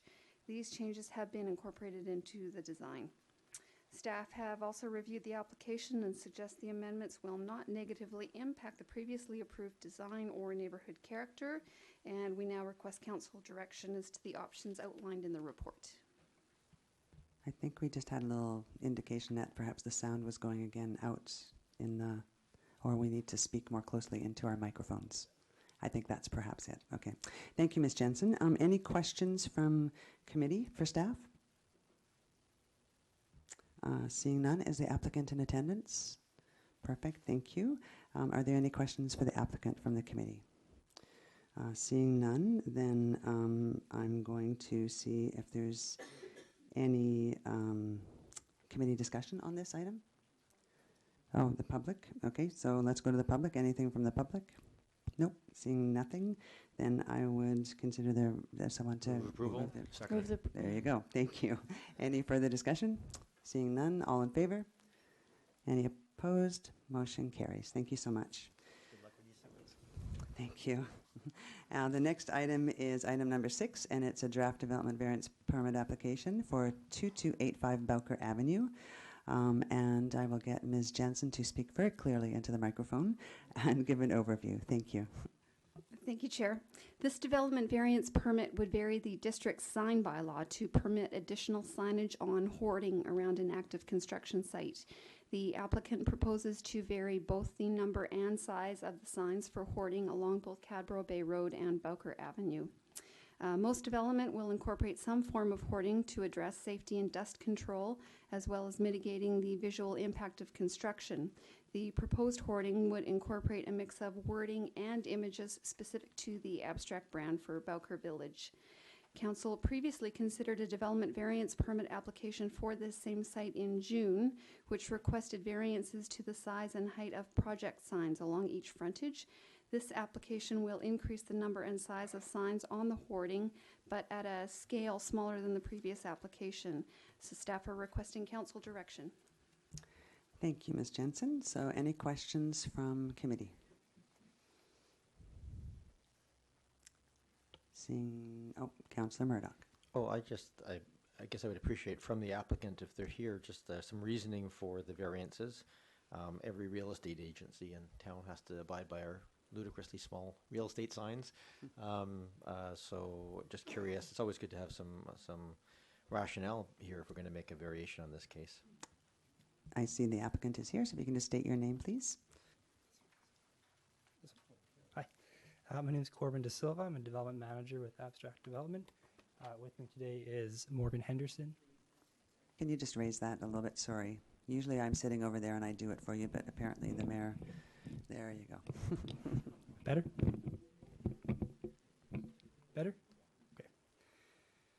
Sorry, and the question was again, specifically the rationale for the... Yeah, if you could just give some explanation as to why it's reasonable to give a variance in this case. For sure. I guess I would actually come back to, variances are not inherently a bad thing. They give council the ability to consider extraordinary circumstances for extraordinary sites. And I would actually refer back to the last time we were here. I believe a few councillors referred to it as your quirky little sign bylaw, which I think gives you guys the opportunity to actually give oversight and the ability to actually look at these more larger sites, which are probably few and far between in Oak Bay, and provide a critical eye that what we are proposing to really aesthetically screen the site. We're only asking for 11 of the 40 panels we're proposing. The rest would just be at our cost. Excuse me. Solid green to help screen the site right now. Currently, it's kind of exposed. It's got a heavy grade to it, a lot of dust getting kicked up. And you mentioned the example of kind of real estate signs. And I think that and realtors. I think that exemplifies the difference between, you know, a 4-story, 2-year construction project that's going to do extensive digging and have a significant impact on the neighborhood versus a, you know, a realtor sign, which really serves a completely different purpose. And our request here is just kind of a reflection of kind of a lack of ability for us to provide those through traditional hoarding, which we've done on our other sites across the region. Thank you. Does that answer your question, Councillor Murdoch? It does. Thank you. Okay. Mayor Jensen. Just, I assume that this is to enhance marketing, these signage. It serves a number of purposes. One of them would be that. Yes, of course. Okay. Like, but have you done, I mean, how does it enhance? I mean, there's, I'm sure you've advertised in lots of other places. Why is sure. it necessary here then? It's just, is there a lot of drive-by traffic that people say, oh, I see the sign, I'm going to buy? Or? Certainly there's a portion of a buyer group that actually associates the location itself with, and a lot of times people go, oh, that's where that site is. And they don't even really realize. They know it's in Oak Bay. They know it's this major project that's happened in the past. And it kind of helps really ground a site and something that's going to be there for years. And I would go a step further that even people who aren't potential buyers, it helps provide information when they do walk by. You know, our redevelopment signs are being moved around now and are less informative than they were in the past because it's, you know, approved, I think, and taken down, I believe. So without those, it's just a big construction site. So now, right at the corner, you have 2 of our, we think, nicer renderings. So it gives you a chance to see what is going to come. And even if you have no interest in buying, our lovely sales staff are happy to answer any questions on the project to anyone purchasing or otherwise about the project. Thank you. Any further questions? I have one question of staff, actually.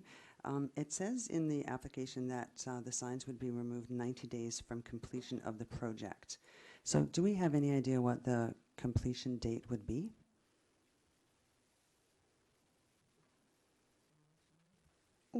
Really, we are just at the very beginning stages. To date, we have issued an excavation permit and foundation permit. With respect to the completion date for the entire project, it would be hard for me to estimate. Okay, I'll ask the applicant. I'd be happy to jump in. A project of this scale with the kind of underground and concrete aspect, we'd be looking at 22 to 24 months, I would say, normally. That said, this last summer with the labor shortages we had, we basically experienced anywhere from 3 to 4 month delays on all of our projects. So it's just the nature of doing business in the region right now, and whether or not that extends for the next couple of years, that we can get some more trades back on the island, it's hard to say exactly. So it could be at least 2 years. At least 2 years, probably more like 30 months. And then it says here that they would be removed 90 days from completion. So really, we'd be looking at those signs for 2.5 to 3 years, probably-ish. You would have hoarding on the site for 2.5 to 3 years, as opposed to bare fence, I guess, would be the alternative. Okay, thank you. I'm going to go to the, if there's no more questions from committee, I'm going to go to the public. And I think there are some people who would like to ask some questions or make some comments. So please come forward and write your name and state your name and area of where you reside. Thank you. My name is Sherman Midas. And we're just going to get you to move the microphone down. Yes. Or just take it right out and then just hold it. How's that? There, that's better. Okay. My name is Sherman Midas, and I live in Oak Bay. This sign problem just came to my notice this morning. And I would like to point out that not only does this applicant want to put way more signs than he's entitled to, for example, vary the maximum permitted number of project signs along Cadbra Bay from 1 to 7. He's also going to increase, he wants an increase over the square footage of the sign up to 58 square feet, where in some cases you only allow 2.7 square meters. Also, he wants to, instead of the allowable 20 foot between each sign, he wants to reduce that to 0. So basically we're going to have wall to wall all around on that corner. Now he's trying to disguise it as he needs some sort of dust net to prevent construction dust from coming out in the road. To me, that's, you can put up a net and you can put up the signs that you're allowed to put up. And that's what I would like to see in this case. I would like to see, just for once, some of these variances. I mean, the bylaws are put in place for a purpose, and just for once, I would like to see people doing what they're told to do. Thank you. Thank you so much. And I know, Mr. De Silva, if you, again, please, Mr. De Silva, I know that I saw you wanted to make a comment on that, because I believe that the signs will not be one panel after the other. There will be regular hoarding in between. Is that correct? Yes, certainly I would encourage everyone who wants to speak to certainly have a look at what's in the council package. It is, as I said, only 11 panels out of 40 in total. Will have signage, most of which are some of which are just a B with a circle around it, like literally just a logo. The others, I believe, 2 of them are just red panels with the abstract logo on them, typical construction signage you'd see on any sign. And then 2 of them are just the word Bowker Collective. So it's not chock full of wordage. It's not fulfilling a lot of kind of what you would traditionally associate with a sign. You know, it really is hoarding that has to unfortunately be discussed as a sign. And I even recall in the last time we were here, that was one of the questions that came up, was like, well, would that even count as a sign? And unfortunately it does for us in this situation. Thank you. Anyone else from the public wish to come forward to ask a question or make any comments? Okay, seeing none, then I go back to committee for any further comments. Councillor Murdoch. Looking at my finger, and you just call my name. That's how this works. I mean, I hear the concern about it, and I share them. Certainly, I didn't didn't vote to approve the last ones, mostly because they were high up and they were very large, almost billboard-sized pieces. I've got to use my reasonable brain on this one and look at the actual drawings of the piece and the scale of them to the site, and the fact that the wall's going to be there anyway. I don't think that the signage that's in this case is actually detrimental to the look. And while I would probably, given my druthers, cut these in half and make them comply with the bylaw, I don't think there's enough here to be so concerned about it that I'm going to have any concerns about the application. I think there is reasonable concern about giving variances for everything all the time, but the signs, if I look at this also, it's 5 fairly substantive lots included in here. If I sort of took our bylaw and said there would normally be allowed 5 and allowing 7 isn't that far off of that. So I'm okay with the application as it is. I'm not thrilled with it, but not going to hurt anybody in the end of the day. So I'm okay with it. Actually, I'll move the motion to approve the variances. Second. Moved and seconded. Any further comments? Mayor Jensen. I really don't see there's any persuasive arguments why we should vary the bylaw in the way it's being suggested. So I don't see there's any gain from, I haven't heard anything in particular. They wanted to brand the site, but on the other hand, we do have these, the restrictions. So I have not heard anything from the applicant that would persuade me that this is a good idea. So thank you. So I'll vote against the motion. Thank you. I would agree with you. I don't think there's been any persuasive arguments. I do believe that if there's an issue with our bylaw, our sign bylaw, then we should change our sign bylaw. We shouldn't vary willy-nilly as we tend to do. So I would tend to agree with Mayor Jensen, and we'll be voting against this motion. Does anyone else have any comments?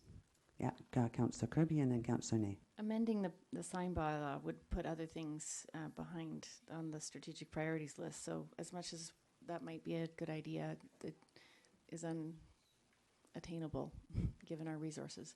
And I see no objection to this motion, and that's why I seconded it. And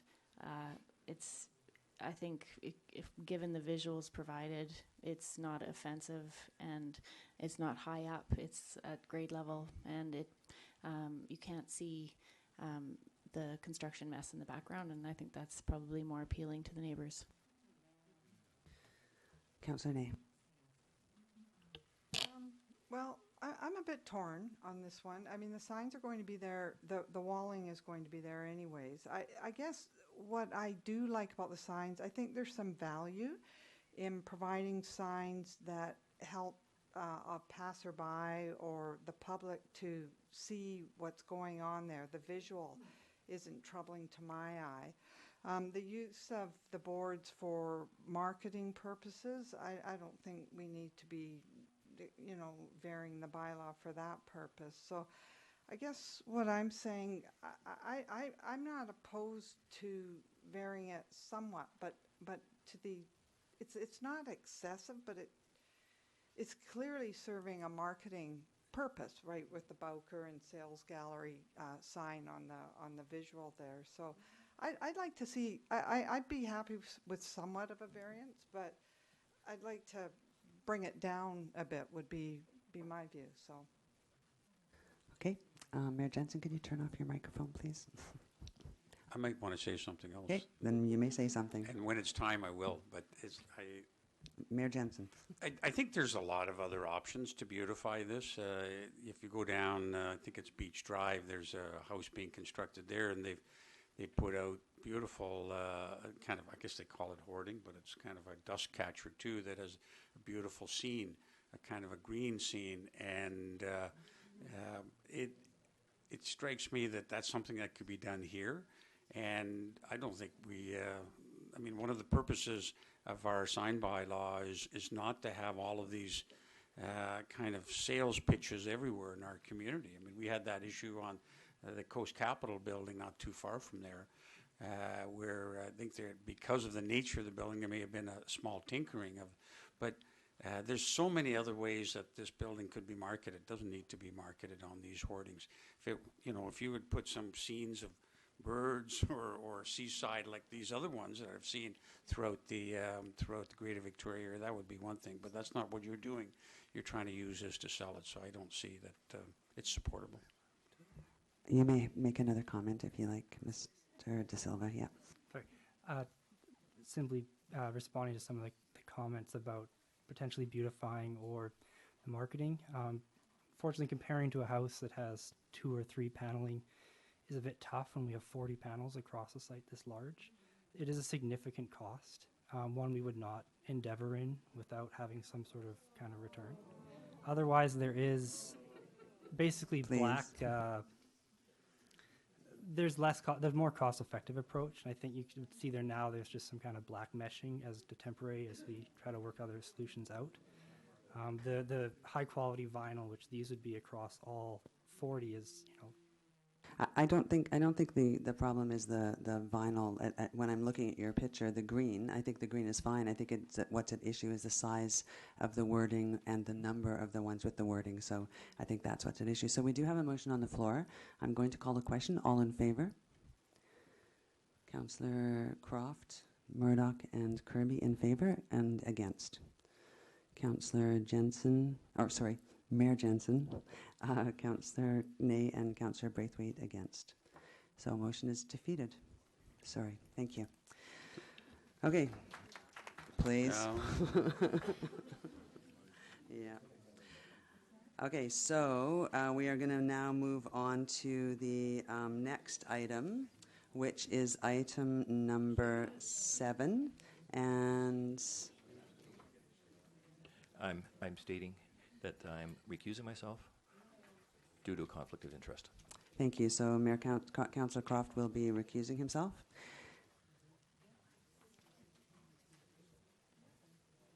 Oh yeah, you have to say why. Oh, I'm sorry. I'm recusing myself because the Largent company have been clients of mine in my day job as a realtor. Thank you. Okay, so the next 4 items are in reference to an application for a zoning amendment and a development permit. At this time, the committee is being asked to determine if a zoning amendment bylaw should be prepared, which would then come forward to a future committee of the whole. So it's very important that people understand that's basically what we're looking at tonight, is that if we're determining if a zoning amendment bylaw should be prepared, which would then come forward to a future committee of the whole. There are going to be a lot of people to speak tonight. So when we get to that point, I again would really really ask you to be very respectful of each other, and please do not clap. I know it's hard not to do, but to be just respectful of everyone who comes up to speak. How this, I think, is going to go is we're going to have an overview from our planning department. We will have any questions from committee first, and then the applicant will do a presentation. And then I think that what we'll do is we're going to have to take a bio break in there somewhere, I think. I'm not sure where, so we'll look at the timing. There will also be an availability for another presentation, and then we will also have time for questions and comments from the public. So we're going to start off with an overview from Ms. Jensen, from the Acting Director of Building and Planning. Ms. Jensen. Feeling the spotlight. Everybody turns this direction. This proposal includes both a zoning amendment and development permit application in order to construct a 14-unit multifamily development at 2326 Oak Bay Avenue. This would remove the existing single-family home and place the new multifamily development between two existing apartment blocks. The 5-story building itself would include 4 levels of residential units, with the 5th story housing a fitness room and rooftop terrace. Units range in size from 67 square meters for a 1-bedroom unit to 106 square meters for a 2-bedroom unit. Underground parking includes 18 parking stalls and 10 bicycle parking stalls with access directly from Oak Bay Avenue. The Advisory Planning Commission and the Advisory Design Panel reviewed the application. Both committees indicated support for the development, noting that the site was appropriate for density and the design was good. There were concerns regarding tree preservation, affordable housing, and enhancing green components of the development. Staff have reviewed the application with respect to OCP policy, neighborhood context, proximity to transit and Oak Bay Village, green space, and design. Servicing requirements are still under review and would be addressed through an off-site servicing agreement. The proposal is generally supportable in context of this review, but staff continue to have concerns on some key items. First, the building as proposed would significantly impact a mature Gary oak tree located on the adjacent property. Staff estimate modifications to building design and a reduction in the size of the underground parkade may improve tree survival. Second would be the proposed community amenity contributions. Of the proposed $194,000, staff estimate no more than $75,000 would be attributable to improvements within the public realm. While this includes $25,000 proposed toward the Heritage Conservation Area process that's underway, should Council choose to move forward with the application, staff would work with the applicant to determine appropriate community amenity contributions. The applicant has also agreed to enter into a housing agreement that would not restrict rentals, but no specific provision has been made to address affordable housing. A full listing of the amenity contributions is included with the staff report as attachments 4 and 5. Staff are now requesting council direction as to the options outlined in the report. Thank you, Ms. Jensen. So I am going to entertain questions from committee for staff. Does anyone have any questions for staff?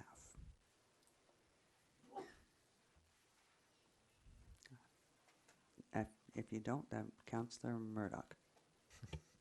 Well, I guess the question I would ask of staff, and I'll probably ask it of the applicant as well, is is really around the setbacks of this application.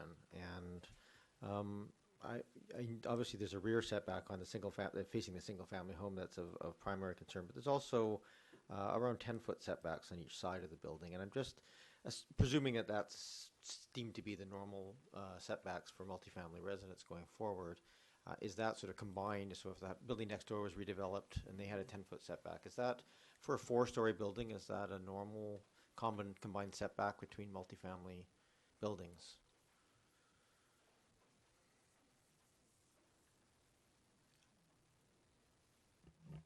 There are a number of different zones in the district zoning bylaw for multifamily developments. Some of those vary in terms of what the distance is for the setbacks. What's proposed here is very specific for this site and would be addressed through a new zone looking at those setbacks as well. The applicant may be able to give you more information as to the rationale behind those setbacks. I guess I'm just trying to get my head around from a planning perspective.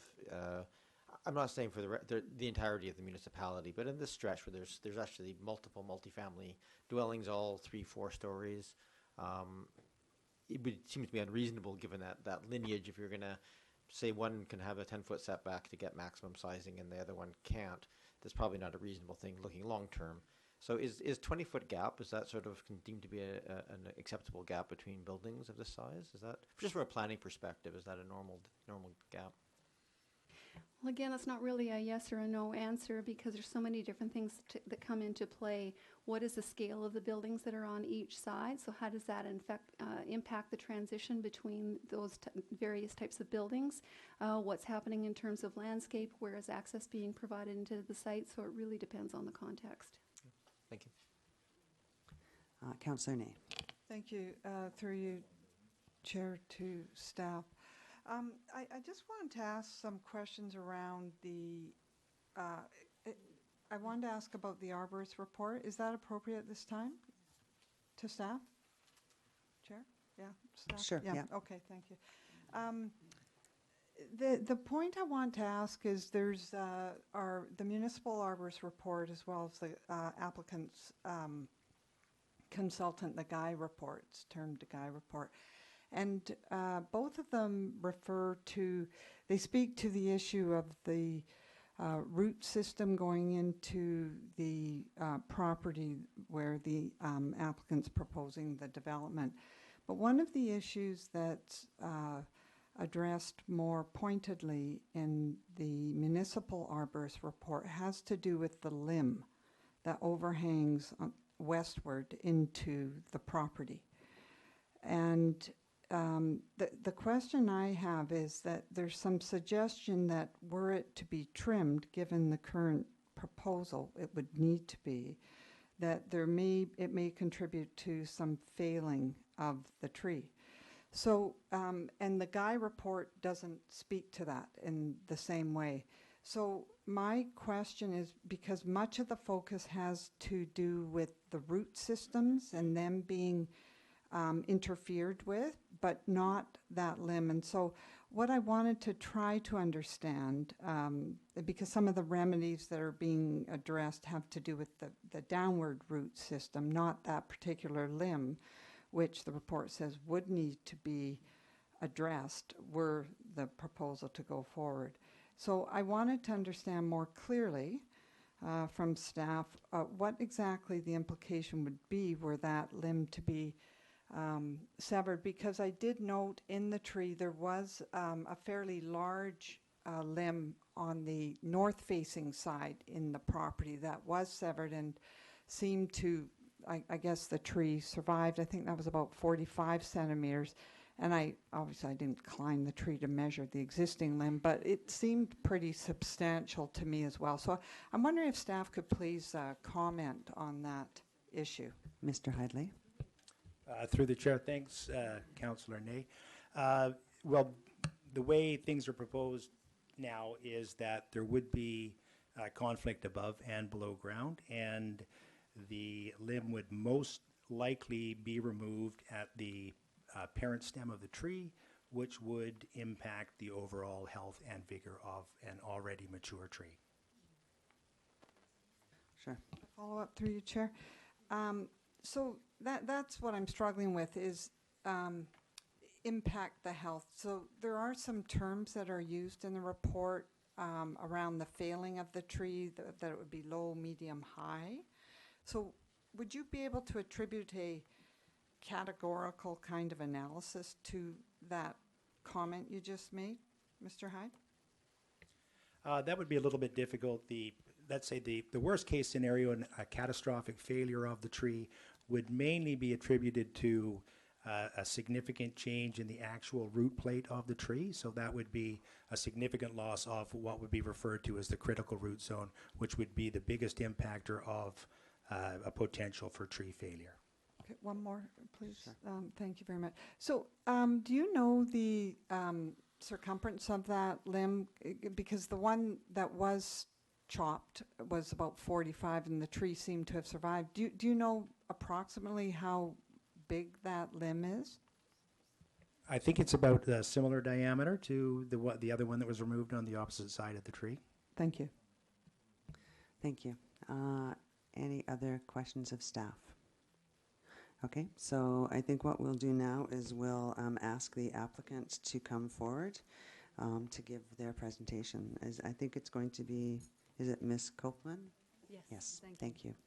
Is it loaded? Is there a, is this the, Yeah, we'll help you out with that. thank you.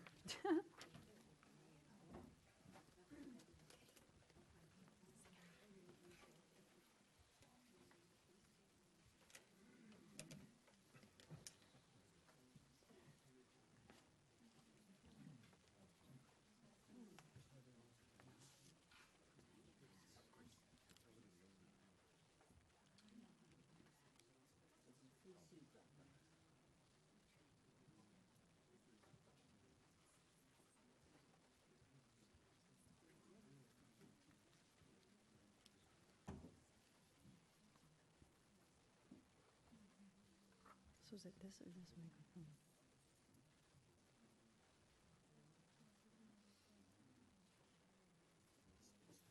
This is it. And now do I? Just hit the button forward. This one, forward and back? Okay, got it, thanks. Thank you. Is it this microphone? Yes, it's that Okay. microphone, yes. And if you could just introduce yourself and the municipality that you live in. My name is Kim Coltman, and I live in Oak Bay Border on Bank Street.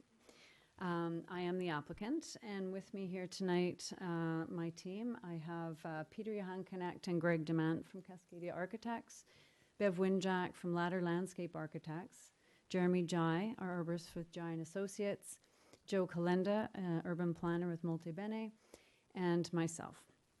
I just also wanted to show you on the slide there that these are our other team members that have been involved with producing the proposal that you have before you. For the presentation today, Peter is going to take you through the context, the land use, building design, and how that aligns and so on with the OCP. Bev will then explain to you about the landscape plan. My other colleagues will be here to help answer any questions that you may have as we go through. I'm just going to begin with an opening statement briefly about the project. Like many other municipalities in the region, Oak Bay has a responsibility to accommodate a large population growth over the next 10 years. We know that according to the regional growth strategy, that Oak Bay needs to plan for 900 new residents. And by contrast, in the past 10 years, we've only been able to invite 779 residents to integrate into the community. This is a large discrepancy over what is needed and what was possible in the past. So what's been done about this? Well, in 2014, you all went through the OCP updating and planning, where you incorporated new policies and objectives to address this growth challenge. This new OCP, it's very contemporary. It's a comprehensive plan that's been produced. It's based on reasonable and well-planned growth. It provides policy around managing this growth, as well as policy around land use and development decisions. I like to think also at this time it's important to highlight that during that time when you were redoing the OCP, that it was a very collaborative process. There was input from the community, and as a result, it is a community vision. Specifically, the OCP spells out the need for infill and an increase in housing supply. It speaks to residents needing housing to downsize. It encourages sustainable and environmentally responsible design, and our building is a LEED Design certified building. It asks for placemaking and healthy living options, and the quest for healthy living is the name of our project. And there are many aspects of this project that support that name, and Peter will go through that when he does his presentation. The OCP also asks for innovative design that follows existing land patterns along the street.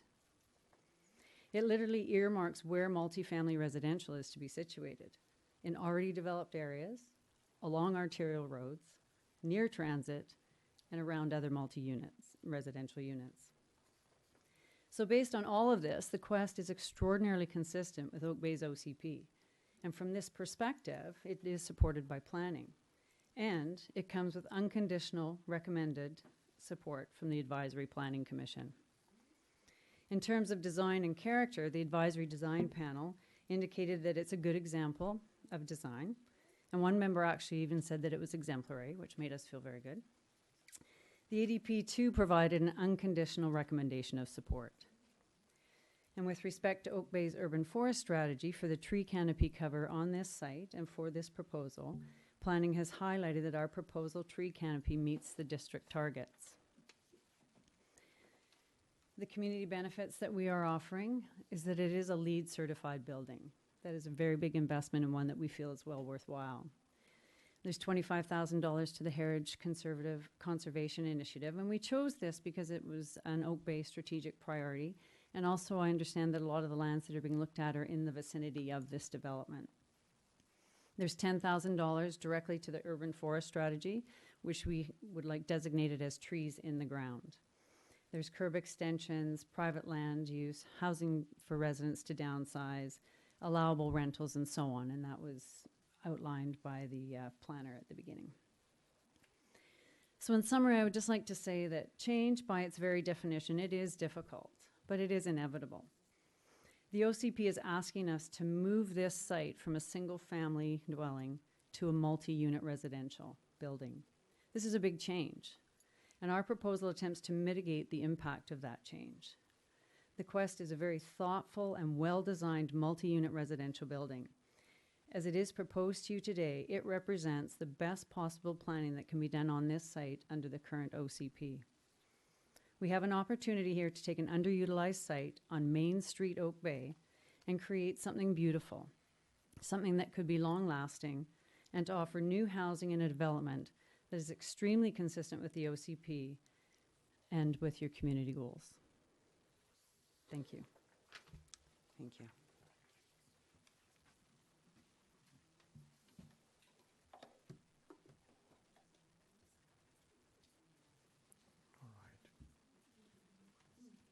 I think we just need to switch the application here, the presentation. Have someone behind you that's going to help. Okay, wonderful. So in the meantime, good evening, everyone. My name is Peter Johanknecht. I'm a principal with Cascadia Architects. And like Kim mentioned, my partner, Greg Demand, is also here. I'm also a resident of Oak Bay, live on Bing Street. So, you know, projects that we do within this community are very close to our heart. And we try to do our best here. Before talking a little bit more in detail about the building itself, I think we need to understand that the urban context where this proposal is placed has defined our OCP as we currently have. And like Kim mentioned, it is the most contemporary policy that we actually have within the CRD. And the location here on the map, you can see on the top, Oak Bay Avenue and Newport. All along in blue are the actual commercial uses, and in pink are the multi-residential uses. And all the little white squares are actually the single residences. And in the map down below, it's overlaid where the various zonings actually identified. And you can see in between, in red, the site for the Quest. And it really is that missing tooth that has been identified by the OCP specifically for a higher density, as currently is occupied by a single residence. So it really is designated for a multi-residential use. And that is mainly because of its close proximity to the commercial uses. It's very walkable.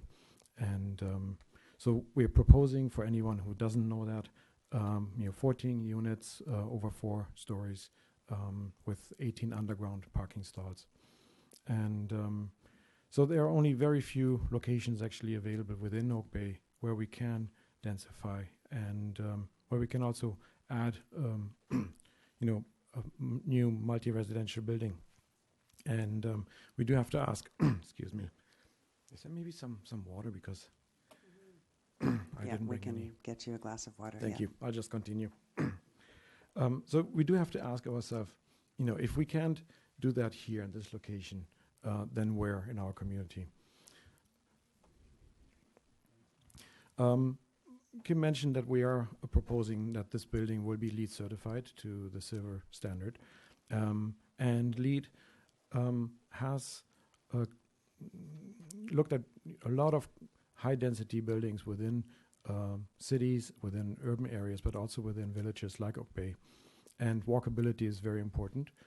So when we look at location, we also look at the walk score. Ideally, there are about 12 amenities located within the walking distance of a radius of 800 meters. And 6 of these 12 are considered minimum. We're actually within all 12, and it just is a fantastic location because of that. I tried to keep the presentation close because when I ran it earlier, it's about half an hour, and I know everyone we want some opportunities for questions and comments. So, but the OCP, since it is such an important document, and we waited for the new version, with the revisions that we have done from the original submission in 2014. Now, the OCP is recognizing it for the use we are proposing. Some of the broad policies that are actually identified are definitely to encourage a modest population growth up to 0.5% annually, and that seems very small percentage, but it's actually quite a lot over the years, and Oak Bay is unfortunately behind with that. We have to consider infill development like this one. We have to accommodate for future growth. We have heard that residents like to have housing options, in order to downsize or to move into a new condominium or rented out condominium. So infill OCP strategy is to densify along main arterial roads, and clearly Oak Bay is one of these. It should also be near other multi-unit residential buildings, and we are flanked by 2 older 4-story residential buildings. And support sustainable and compact community is key. Thank you so much.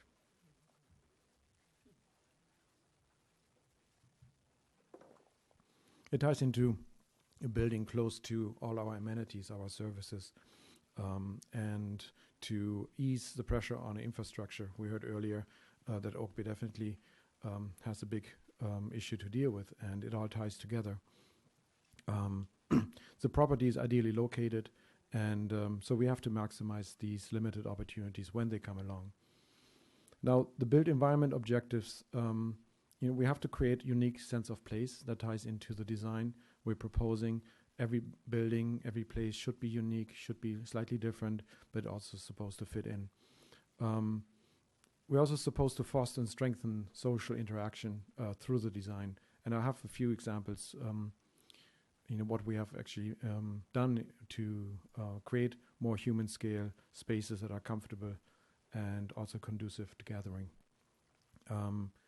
Now, retain existing trees over other vegetation, natural features, and topography where possible as a reflection of Oak Bay's character and for the environmental value. So that's obviously important when we talk about the tree. Where these areas are disturbed, encourage the installation of new features and landscaped areas that contribute to the streetscape and are consistent with other well-developed landscapes in the neighborhood.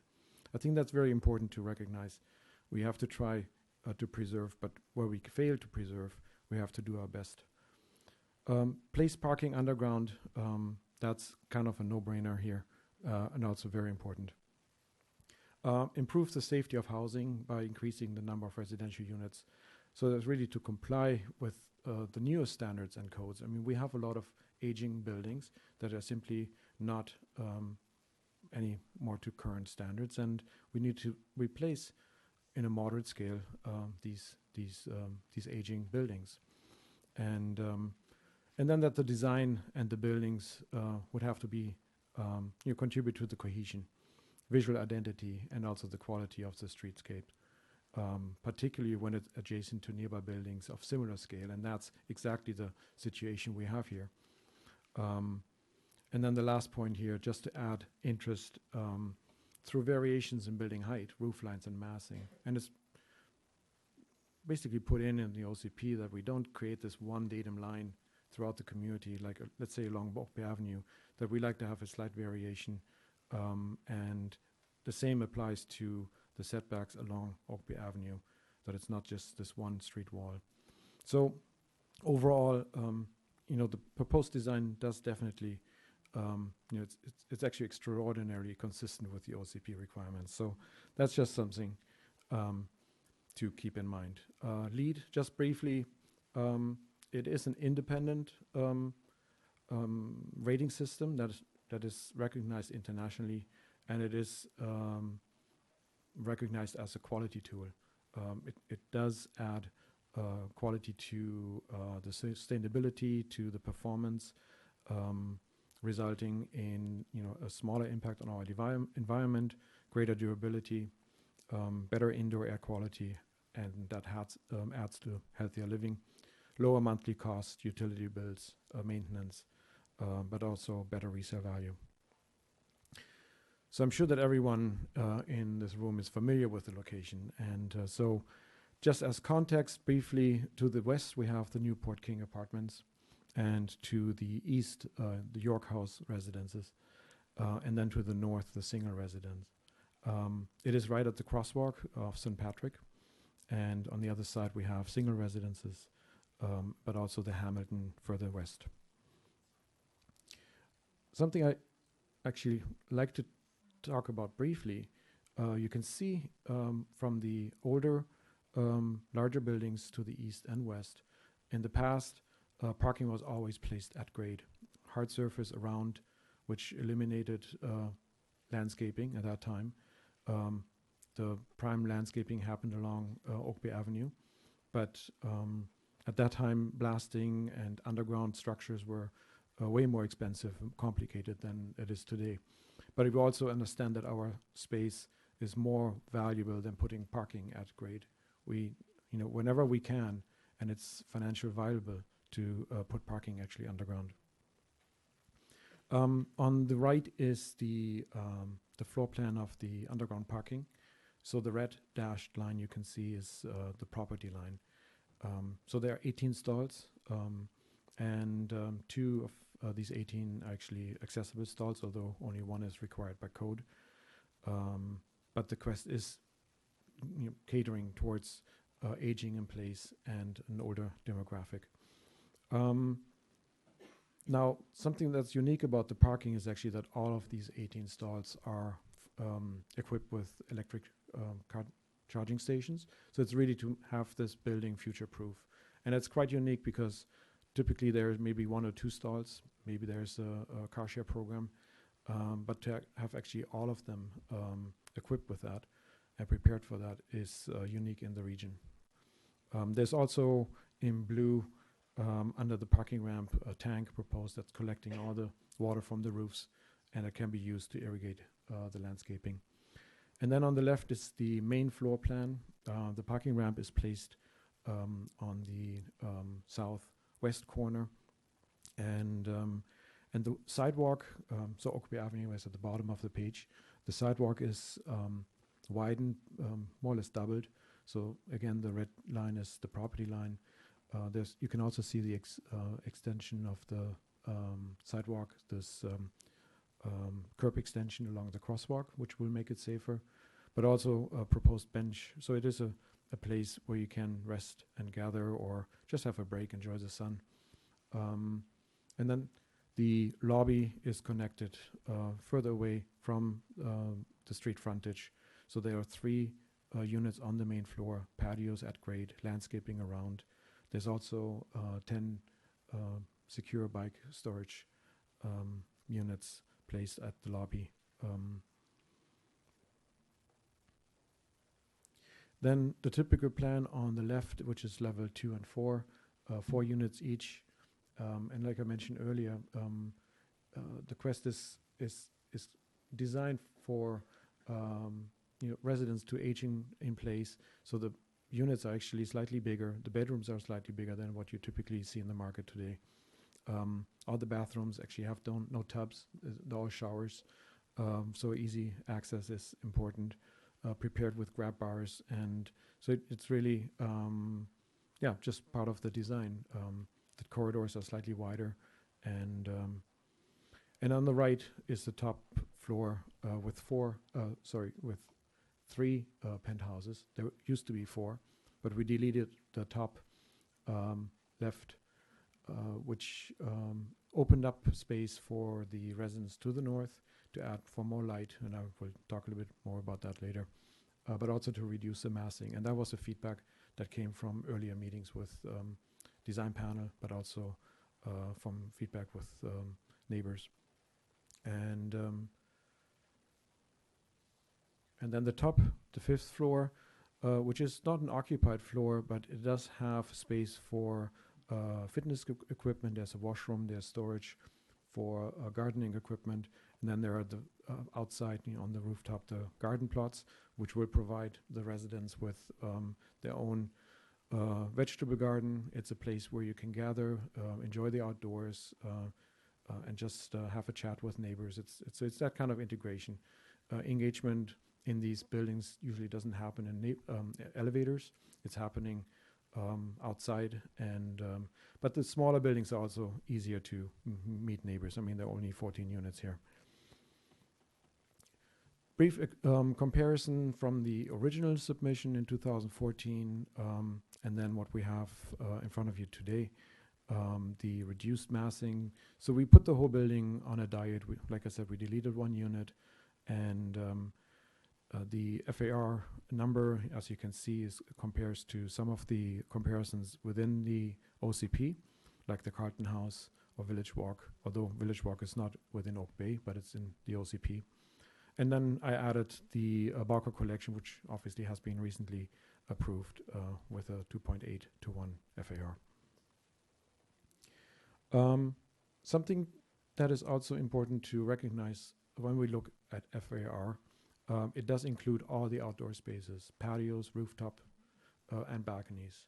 So that is different than, let's say, in other municipalities. The elevations on the top, you can see the Oak Bay frontage. So the building definitely is focusing on Oak Bay Avenue. The avenue itself is sloping down towards the water, and you can see the relationship to the neighboring buildings on the west and the east. And so the roof line, kind of the continuation, the OCP talked about adding a little bit sort of like a height variation, which we have done on this southeast corner with that roof, so like kinking up, opening up, like the counter slope to the avenue, but also is capturing beautiful views, most likely up there. Great sunlight. But we also worked with the tree because we recognize that it is definitely a feature for everyone. Now on the bottom is the cross section, and I'd like to point out there that the grading actually is quite different from Oak Bay Avenue up to the York Place resident to the north.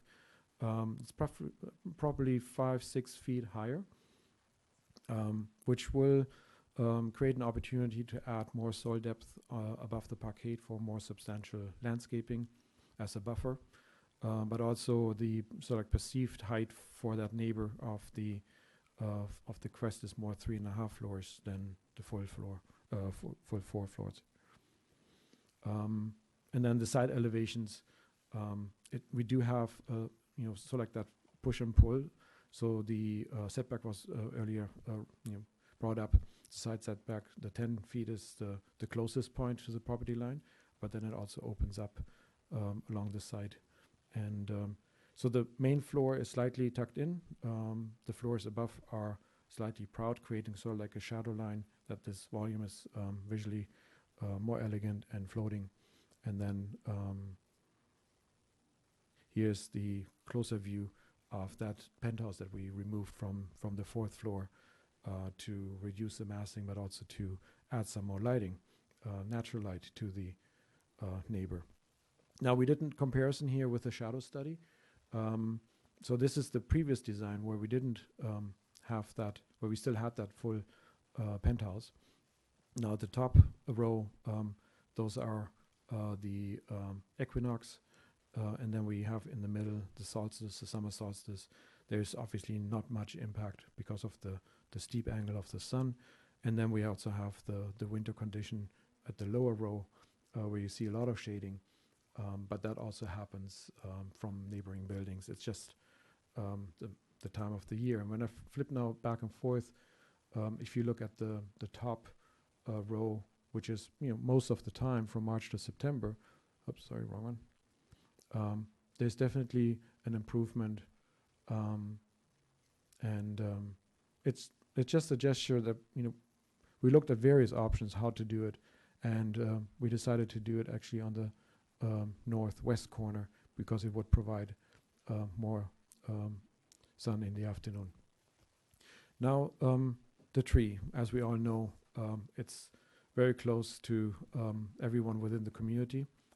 It does belong to the York House neighbors. It's not on our property, it's not on Oak Bay's property, and it is a much-loved tree within the community. I think it's also fair to say that the tree is sort of like the last standing, a remnant tree, the only tree left when the York House site was developed many years ago. So its root system is constrained on its side by the apartment building and on the south side by Oak Bay Avenue, the sidewalk. Now this simply means that the tree has leaned upon the soils on the Quest side for much of its critical habitat, so over the last 50 years approximately. I think it's also important to say that any multi-residential development on this site will have an impact on the root zone of this tree. So according to our arborist, construction of the proposed design would not destabilize the tree, but will likely shorten the safe useful life of the tree. So that's one scenario we need to talk and discuss. But we also have heard in numerous meetings we had with your staff, Oak Bay's manager of parks and arborist, that there are definitely some precedents within the community where we had development close to large mature Gary oaks, and without any apparent impact to the health. And I think that just emphasized that we can do a lot of research and on-site investigation, but at the end we don't know how the tree will do. So our core principle, after spending a lot of time with this, is still that when considering the preservation of a large mature tree during significant land use change like this one, then either retain the tree well or not at all. So if you cannot retain the tree well, then replace the full value lost by the removal of the tree through replanting. But we also recognize replanting doesn't mean that we have a tree of this size. That will take long, long time, and it's just, that's nature. But we have an option either to keep the tree and build the building. We've heard that the tree will be stable enough, and we can observe, we can wait.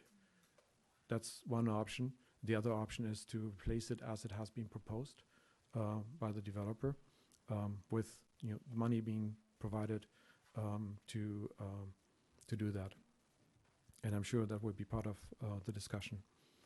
But we as a development team are definitely prepared to adopt all the best practices available to date to limit impacts to the tree during the construction of its proposed parkade and as currently designed.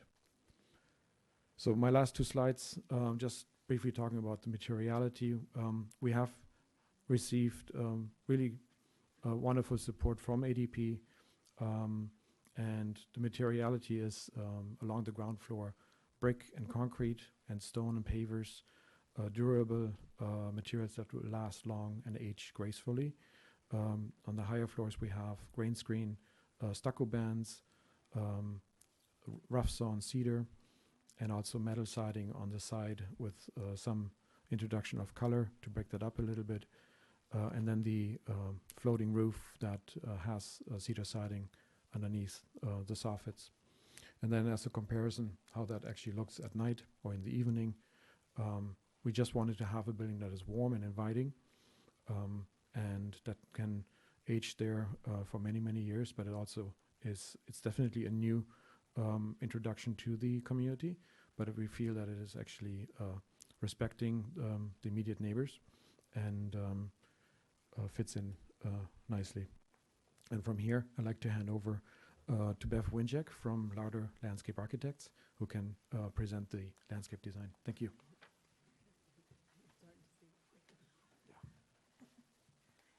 Thanks. Sorry for the small image there. Bev Winjack, I'm the principal of Ladder Landscape Architects, and I, like Kim, live on the Oak Bay Victoria border. I'm on Madison. Peter has already done a really good review of the layout of the landscape, so I'm just going to go over the plants and the textures and tell you what it's going to look like if you're walking by. So our design approach for the project was to create a contemporary landscape using plants and textures so that there'd be a beautiful environment along Oak Bay as well as sustainable, and an amenity for the residents that are going to live there as well as for the community as a whole.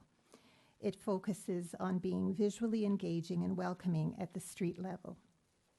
The entrance, which I'm sorry you can't see well, but at the entrance, the pedestrian entrance off of Oak Bay Avenue, there's a two-tiered water fountain, decorative plants, raised planters, decorative paving. So it's quite a contemporary and animated entrance to the building that has sound and scent from the flowers and the trees that are growing there, as well as a lot of color and texture. And then there's, again, I apologize I can't see, but there's a real effort at that entrance into the building to make the difference between the inside and the outside disappear. So it's completely glazed. There's a extra long bench that appears to go right through the glass so that really what's outside is what you see inside when you're walking along, with lots of lighting to keep it open and airy.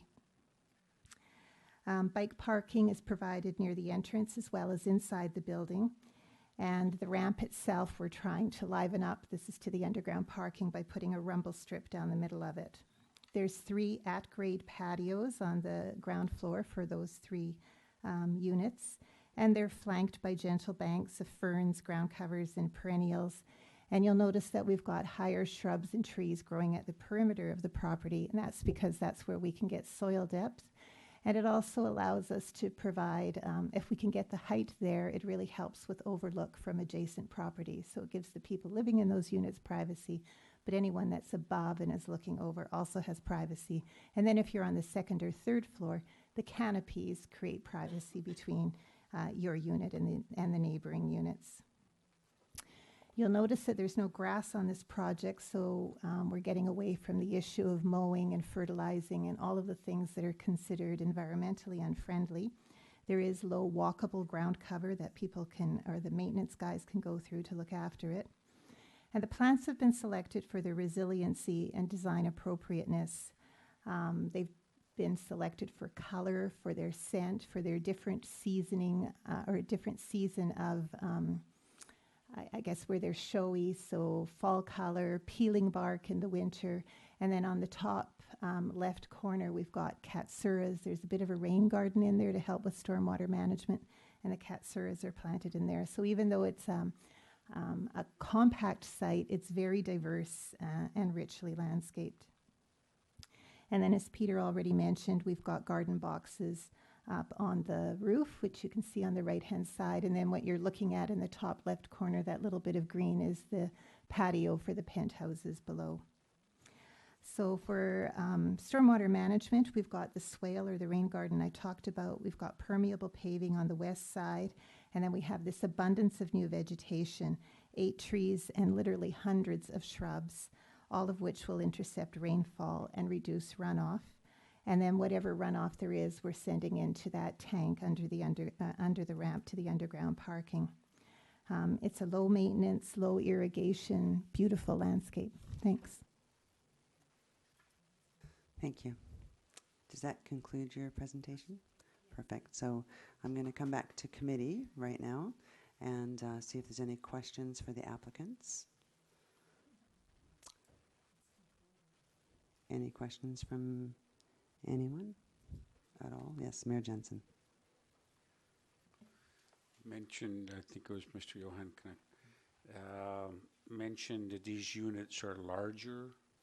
So can you give us the range of units, and could you please give us the range of value for the units? Now the value, I'm the wrong one for that, but I can give you the sizes.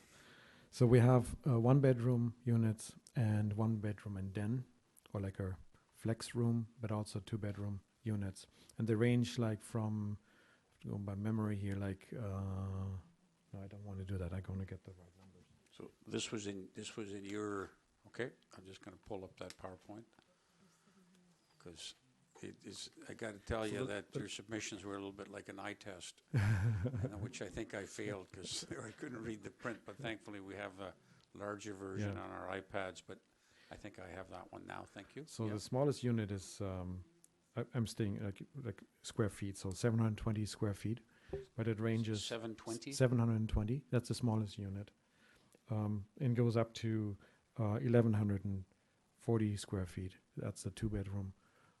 So that's kind of the range of size. Now value, like I said, I'm the wrong one for that. Okay. There's probably someone on the team who could help. I can help with that. In terms of value, of course, again, that's a depends question. The target is for to be high-end condos. High-end?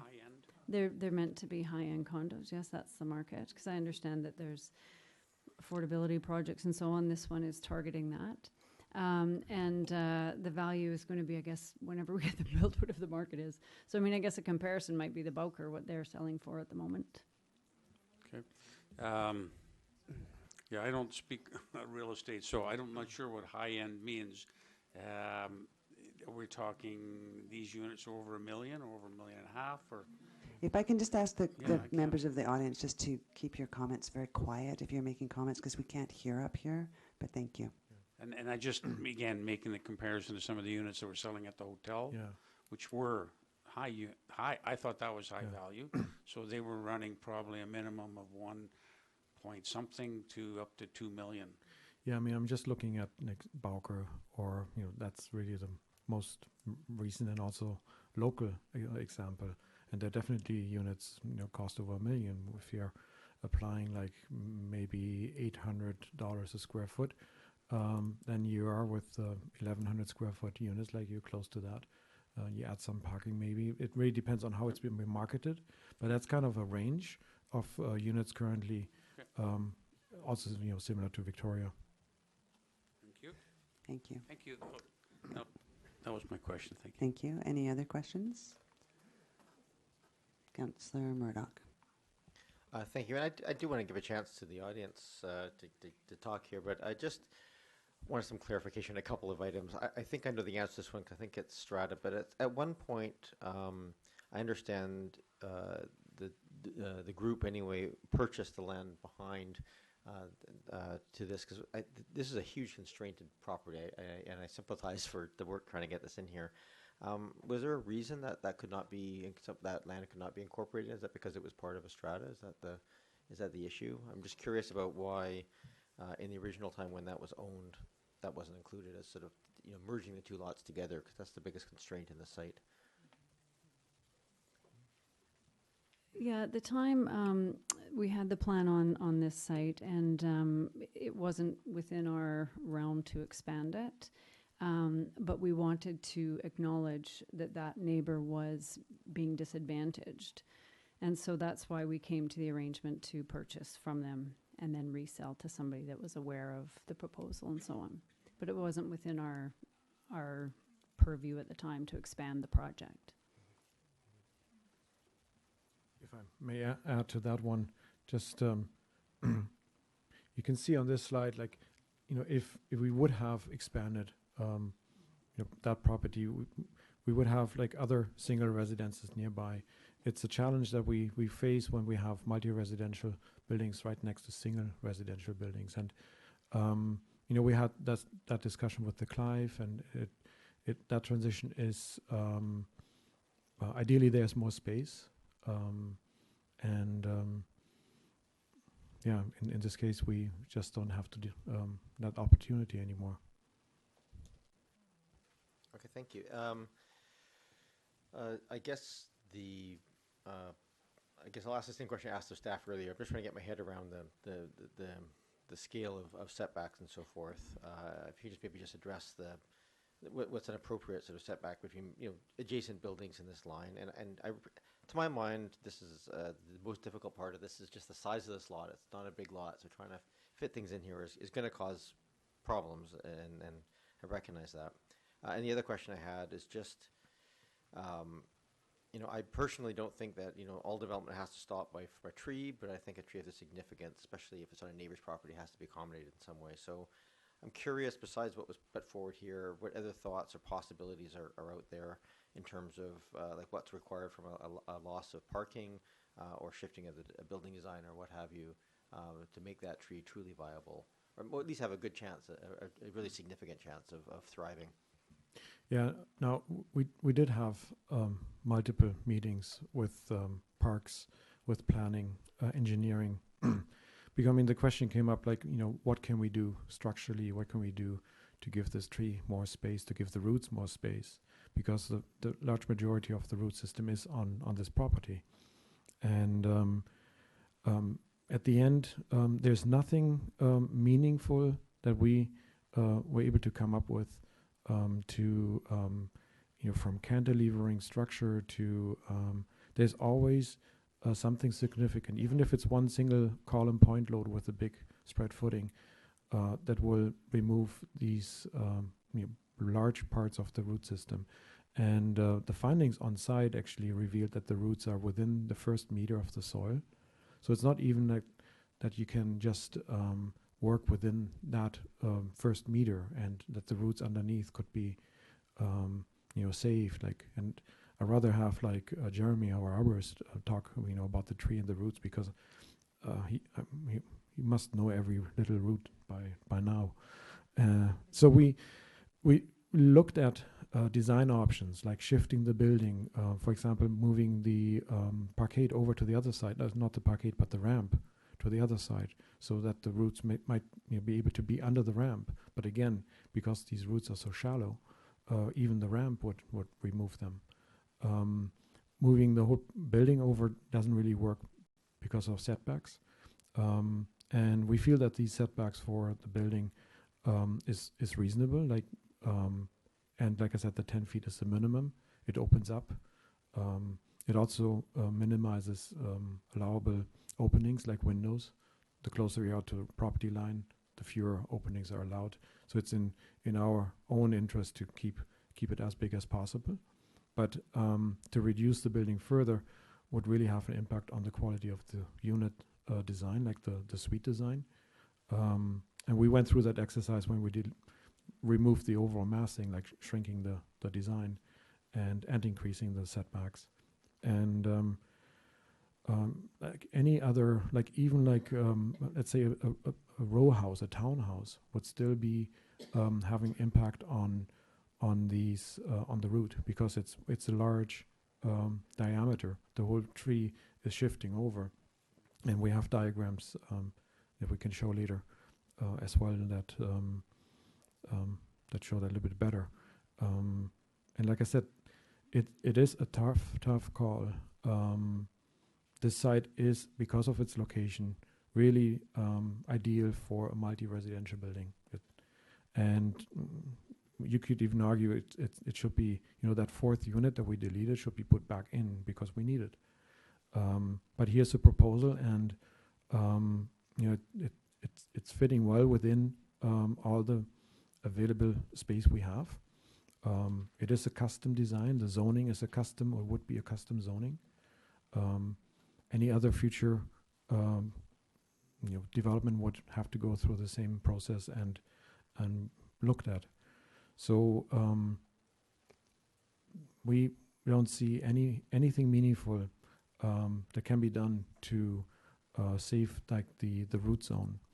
And it is the difference between the tree being not destabilized, the whole language around what is a safe tree, but with all the information we have, that the tree will most likely go into a decline long term. That might take 15 years, 20 years.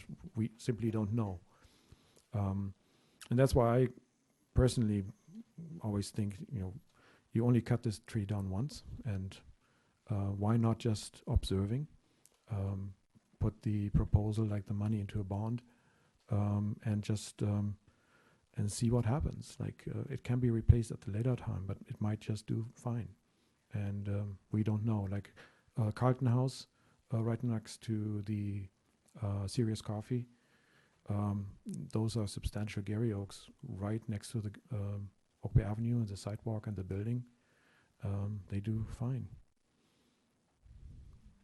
Thank you. And I'm going to leave other questions of specifics to the building just for now. I think it's more important for us to get to the broader questions of massing and setbacks and so forth before we start delving into the details of the building. So thank you very much for the presentation. Thank you. Councillor Ney. Thank you. Through you, Chair. To the applicant, just to follow up Councillor Murdoch's query more generally, I'd just like to ask a very pointed question, if you don't mind. Because one of the reports actually makes a suggestion, one of the arborist reports, the municipal arborist suggested taking out for the parking lot. So you've spoken to, that any possibility, that any, that there are no possibilities of rearranging this for the tree. But I really would like to hear you or one of your team members speak to that suggestion that's embedded in that report, because I could ask staff this, but that is the most recent arborist report, which I'm not sure if he had access to the applicant's arborist assessment, but that was his, included in his analysis. So, thank you.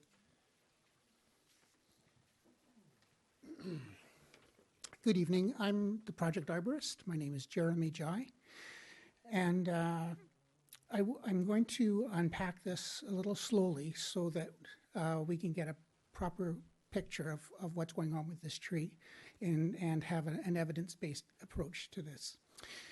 Your own guidelines for protected root zones suggest that a tree that's over 1 meter in diameter, as this one is, should have a protected root zone of approximately 18 meters in radius, which almost fully occupies the adjacent site. When we come into a situation like that, what we'll often do is put aside the sort of planning guideline and actually go and start looking at the soils and looking at the roots. And what we found was that the actual root extent of the tree is about 13 meters in radius. And it goes down about 1 meter before it hits soils that are absolutely like concrete. And we didn't find any evidence of root growth below that. So you've got this sort of pancake around the tree. It's about 13 meters in radius. And the recommended, I'm going to have to get into some numbers, apologize. I'll try and keep it fairly simple. The recommended root radius for a tree of this size is 530 square meters, if you drew that circle around the tree. What we estimate we actually have, once we take away the portion of the root zone or potential root zone that's currently occupied by the York House apartment and by Oak Bay Avenue to the south of the tree, is about 380 meters. The estimated amount of that the root area, that the parkade footprint would take up, is 150 square meters. So this would leave us a residual root area of 230 meters, which is roughly 43% of what's recommended for a tree of this age.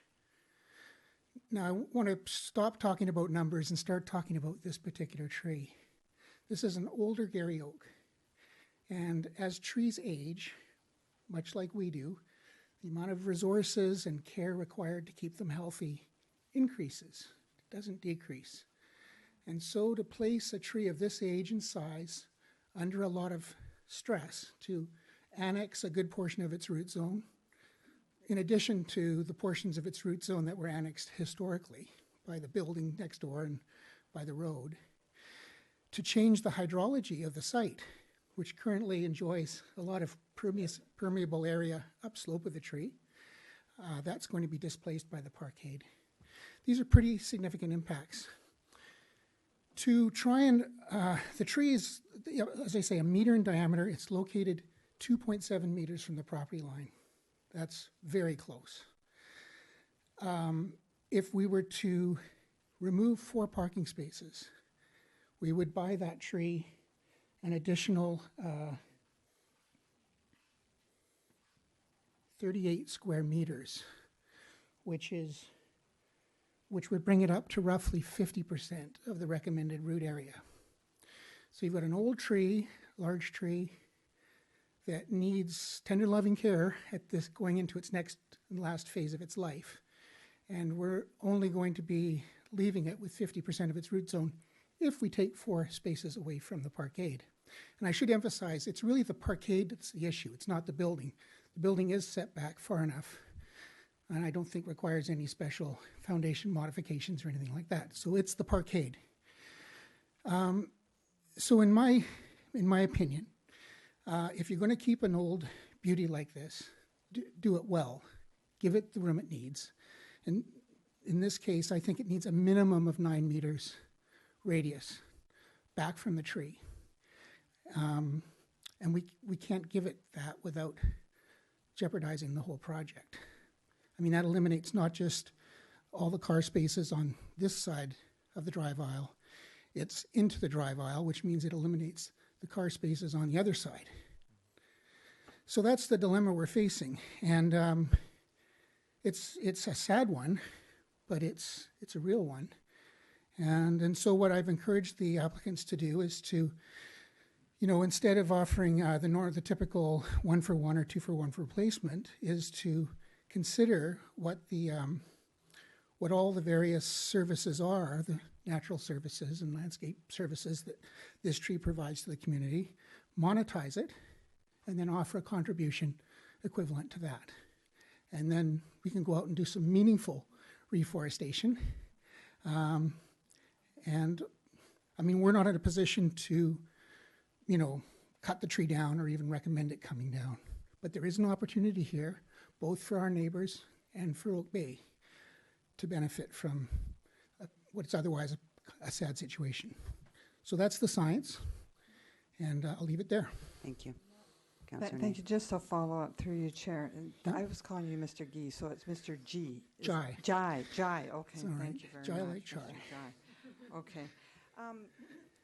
That's helpful, thank you, in spite of all those numbers. I think I followed the gist of your argument. So the point that you made right near the end of your overview was the requirement of at least the 9 meters from the property from the tree. Okay, yeah. And you could answer this, or anybody from your team, and I think you're right to say that if you were going to stay within that, you would lose a number of the parking spaces. We had a suggestion come before us about possibly reducing the width and or the length of the parking, and also another possibility of pushing the parking closer on the west side to make the ramp just for 1 car as opposed to 2, and in doing so, then it would leave more space for cars to come up to those southwest side parking spaces. That's not available right now. We're one to honor the 9 meter from the center of the tree, and I'm just wondering if you may comment on that idea. Yeah, so there are 3 slides to this. You can see on this first one, the green circle is obviously the tree canopy. The root zone, and the tree canopy is shifting over to the side. So that's the green circle, the solid green circle. And if we overlay in yellow the area that shows actually the minimum root habitat that would be needed to sustain the tree long term, I think that's where this number of 4 or 5 stalls comes from. But it's already cutting into the drive aisle, and that's the actual area that would have to be preserved, which means we would have to dig away from there to order to have that completely undisturbed, so meaning no foundation wall could be close to it. And in order to build then a wall for the parkade, it would actually be in the drive aisle, which would remove effectively up to 12 parking stalls from the project. And that's where this creep, this area creep comes in. So it's not just deleting 5 stalls. It's what's needed in order to preserve this yellow rectangle. It's way more, which makes it simply not feasible for an 18 car stall parkade to remove 12. And we've heard concerns about parking in the community. So we feel that we can do something substantial enough that is meaningful enough to provide this tree with enough habitat to live long term. Sure. Sorry, yeah, and then just that idea of making the ramp more narrow, would that the explanation you've just given still be the same? Yeah, the ramp, it's the core of the building. It's a scissor stair. Shifting that does not work with the layout of this on site with the unit layout. Having a single a single ramp would not really solve that problem. And even if we flip it, it's the same. Again, we are in that root zone. And even if we would remove, let's say theoretically, 12 parking stalls, we would still have columns from the building above that are in that area and footings that would, again, be in this root zone. So believe me, like we spend a lot of time looking at options. Like I said earlier, we like this tree to be part of this proposal as well. It's a feature, and it's not anything that we like to be removed or come down. So we really think that we have done our best to come up with options that, well, we haven't come up with options. That's really it. We couldn't come up with a design for this building that will provide enough root zone protection. Okay, I'd like to be able to go to Mr. Tiffany's presentation. I believe he has a brief presentation for the public, and then we're going to go to the public, keeping in mind that at about 20 after 10, I'm going to have to call for an extension of the meeting. So if we choose to extend the meeting past that time, and perhaps after Mr. Tiffany's, we may need a bio break. I'm not sure how everybody feels about that. Okay, so we'll have Mr. Tiffany's presentation. Yes, my name is John Tiffany. I live on York Place in Oak Bay, and I'll sign in.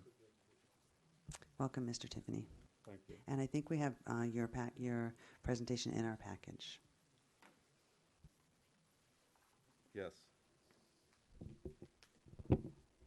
I'm here not just representing myself, but a group of neighbors from York Place and Oak Bay Avenue.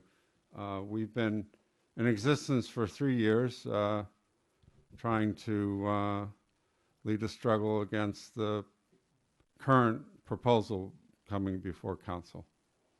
We feel the building is too... that is an interesting question. The mayor's having technical difficulties. That's okay, Your Honor. That's okay. It's late.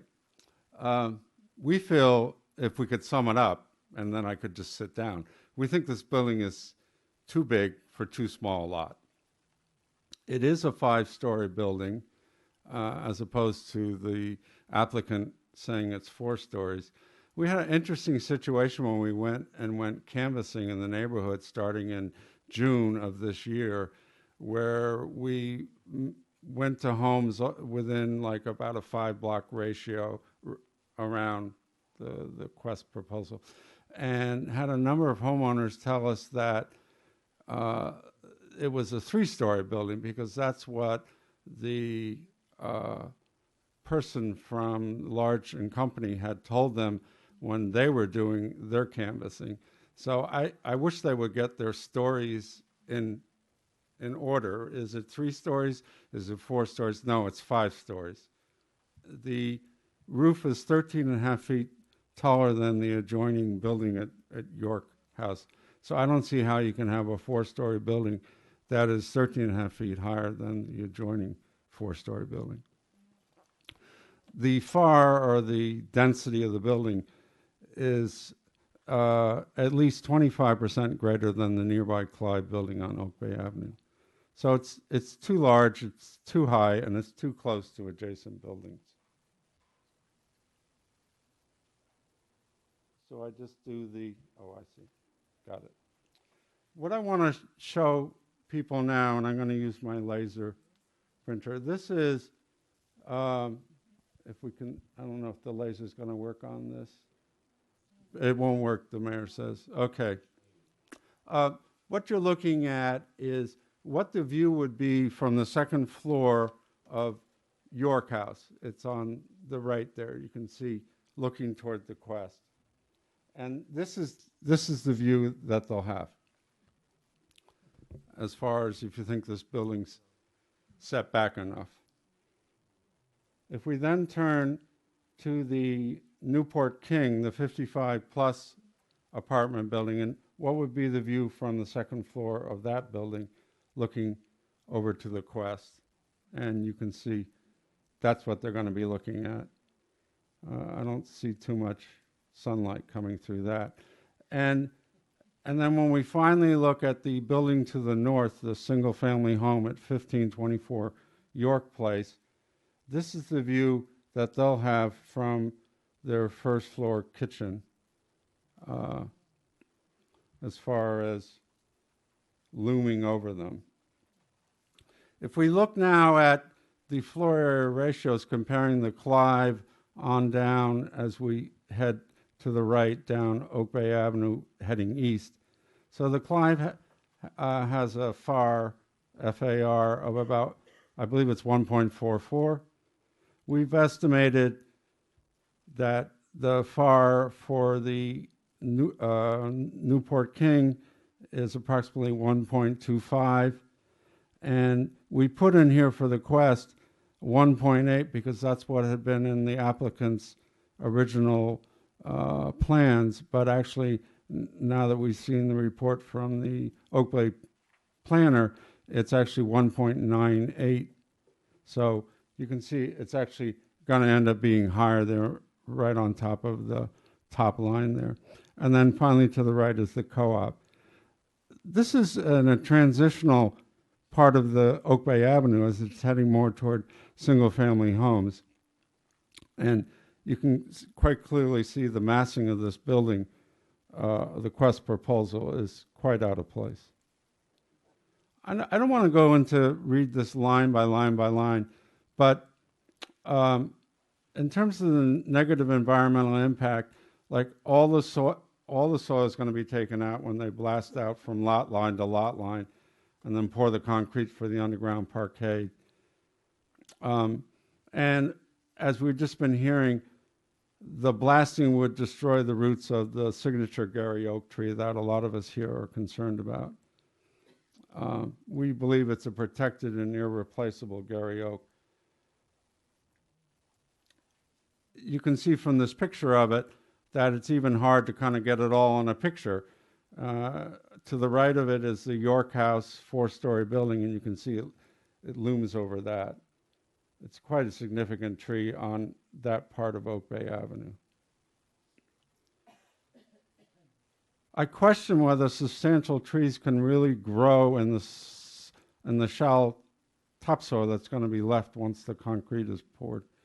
Also, the natural hydrology, it's on a hill coming down there, so there's a slope as you come down on Oak Bay Avenue. And so there's going to be water coming in all into that area there with not too much of an ability to absorb that. Of course, also we're going to not only just lose the Gary Oak, but there are going to be trees in 1524, the home to the north. There are trees right on the property line that will be lost as well that haven't been mentioned yet, along with a significant shrub that runs between the Quest and Newport King. That will be lost as well. We believe that it violates many OCP guidelines, such as respecting neighborhood character and streetscapes, minimizing the need for cut and fill and major blasting, provide landscapes that include vegetation and rainwater management, consider the impact of new construction on adjacent residents. And I put in the actual part of the OCP where it comes from, as you can see with the numbers there. Respect the privacy of adjacent properties, limit shadowing on adjacent properties, retain, these are all quotes, I'm not making these up myself, retain large front setbacks where there's substantial green space and trees that contribute to the character of the landscape. And then it talks also about absorption of rainwater, which I mentioned before. So we really feel this massive 5-story luxury condo building does not meet the goals of the OCP. As I mentioned before, we've been working on this, a group of us, for 3 years. And we started circulating a petition in June once we got the final plans for the Quest. When I made up this PowerPoint, we had over 600 signatures. We're now approaching close to 700 signatures. There were a number of letters sent to council, which I'm sure you had a chance to read all of them since Friday. There actually were about 120 letters, of which these numbers are incorrect, and let me correct those. There were 16 in support of the Quest, and there were 111 that were opposed to it.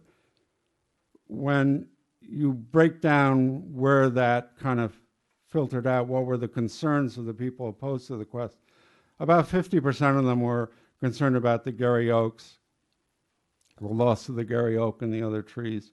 The other 50% was it's too big for a small lot, it violates the OCPs, and construction consideration, including the long-term blasting.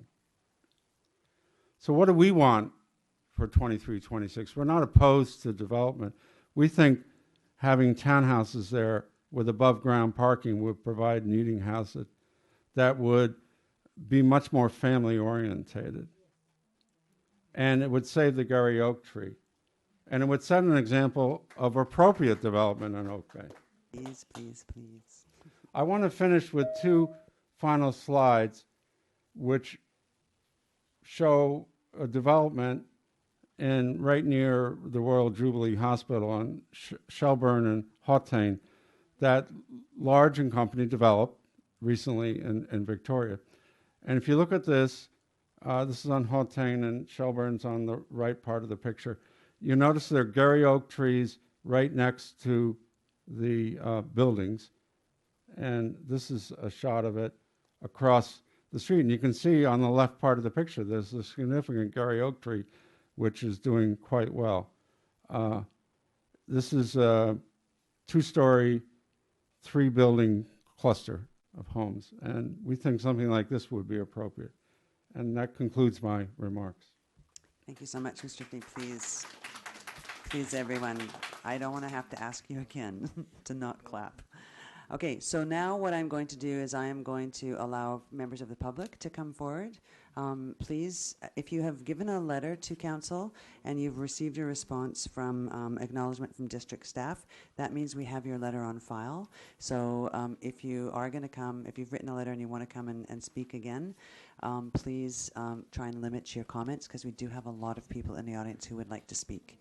So when you come up, please state your name and the area where you live and write your name on the piece of paper and we'll try and get through this as quickly as possible. And again, please keep your comments respectful, and please do not clap afterwards. Thank you. And we may take a bio break in between. I'm just going to let you know that. I don't dare try and do this. Turn it? Yeah, there. Okay.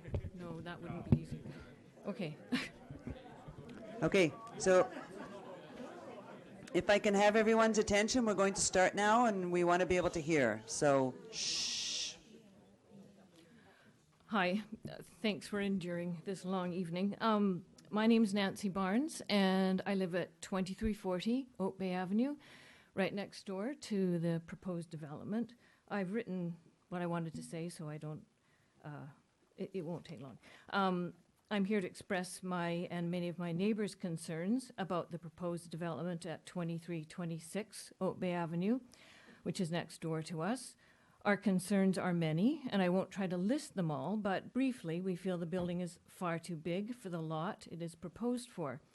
If it went ahead as is, it would kill a majestic Gary oak tree on our side of the property line. We don't want to lose this tree. The building would also take away sunlight and privacy for many adjacent neighbors. The proponent has previously described this proposal as representing a choice between housing and, quote, an old tree. I think a more accurate description of the conflicting values council is being asked to grapple with here are those between individual profit and community values. Oak Bay has an official community plan which describes a wide range of values. The OCP paints a picture of a beautiful community which respects the aesthetics of established neighborhoods and the natural landscape features. Increasing density is meant to be moderated by the many community values explicitly identified in the OCP. One of the many examples of these values is described in detail in Oak Bay's urban forest strategy. Much thoughtful work has gone into developing the urban forest strategy, and I'm very grateful for these efforts. We are fortunate to have in our community citizens and a parks department who truly appreciate and understand the value of trees, both for their own sakes and for how they improve the quality of life in our community. There is much detailed scientific information in the urban forest strategy. In his report to the Advisory Planning Commission on February the 2nd, 2016, Parks Manager Chris Hidlay observed that the loss of mature tree canopy cover in Oak Bay is, quote-unquote, alarming. Between 1985 and 2005, Oak Bay lost 20% of its mature canopy cover. He stated that it is important to retain large trees on development lots and get away from elements of, quote-unquote, ornamental horticulture. He also noted that mature trees, quote, cannot be replaced at all, end quote, and that it is, quote, imperative to protect soil on building sites, end quote. When the proponent of this development met with a small group of residents in July 2013, many of us commented on the excessive scale of the proposal. I mentioned that while we anticipated some increase in density, there were nonetheless limits to growth. The proponent responded by saying, quote, "No, there isn't. I've just come back from Manhattan," end quote. I mention this exchange because I feel it perhaps explains the huge disparity between the ambitions of this proposal and the vision that Oak Bay residents have for this community. I think Oak Bay can be proud of the work that citizens have contributed to developing the OCP and the urban forest strategy. I hope that all the hard work and commitment that has gone into creating those documents will not be thrown out the window to accommodate this excessive proposal. I think there are genuine alternatives for this site that could respect the many values expressed in the OCP. This kind of environmentally destructive way of increasing density simply isn't necessary. I think something can be designed for this site which is respectful of the neighborhood and the natural environment and streetscape. We can do a lot better than this, and I sincerely hope Council will agree. Thank you. Thank you, Ms. Barnes. Please don't clap. Just smile. There you go. Next. Hi. My name is David Godfrey. I live at 2101 Kings Road. I was intrigued by the presentation, I must say. I I felt quite sorry for the participants who were clearly forced to produce this building almost against their will because the OCP required it of them, and presumably they were suffering horribly. And I found this whole disingenuous approach really started to grate, particularly the point where they said, well, even a single house would impact on the tree, and this is true, a single house would impact on the tree. However, it wouldn't have a full-height garage extending underground over the entire site.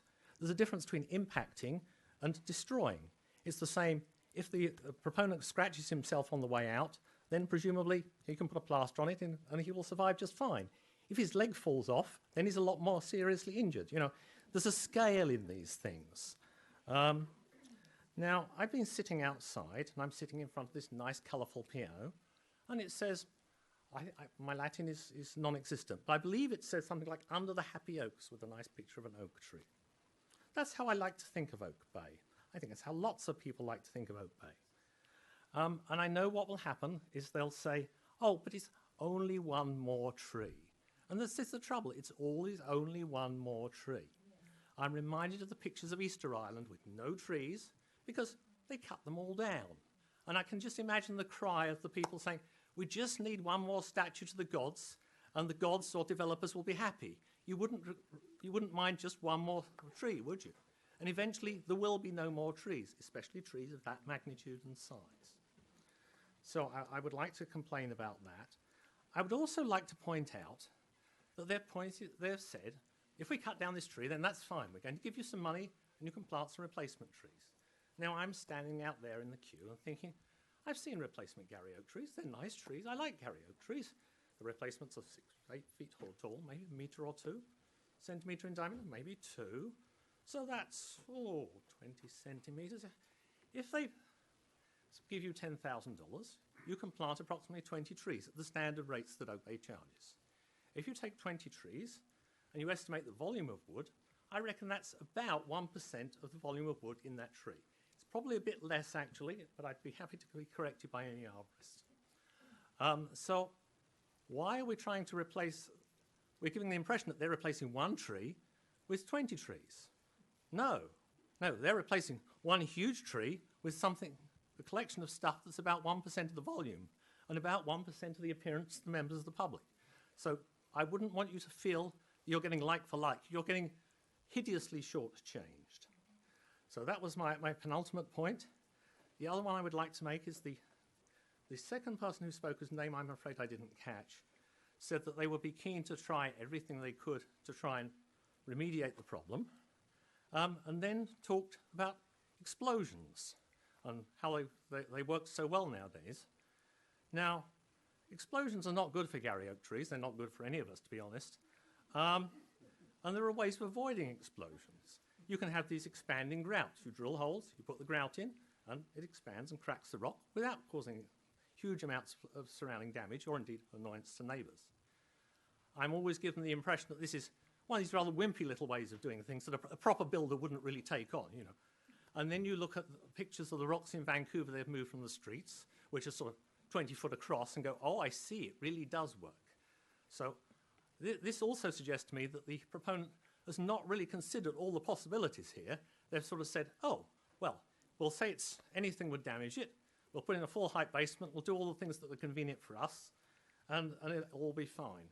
I think this may be why, in my mind, the long name, which I don't quite remember, has become translated to the quest for quick profit. So that's all I have to say. I really, on behalf of the trees, wish you would look after them. They're the only ones we've got. If we cut them down, us lot are never going to see trees that size again. Yes, our grandchildren may, and yes, we should plant for them. But what about our children? Well, you know, all the trees will be 15 foot high then. Well, we cut them down because there was always just one more tree. Okay, thank you. Thank you, Mr. Godfrey.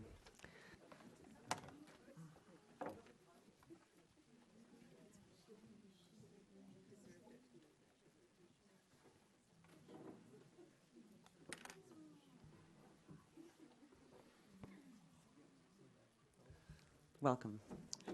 And just state your name, please. Yeah. That's on my list here. Good evening, Mayor Jensen, and good evening, Council. My name is David McDonald. My wife and I live in Oak Bay. We can't read my writing.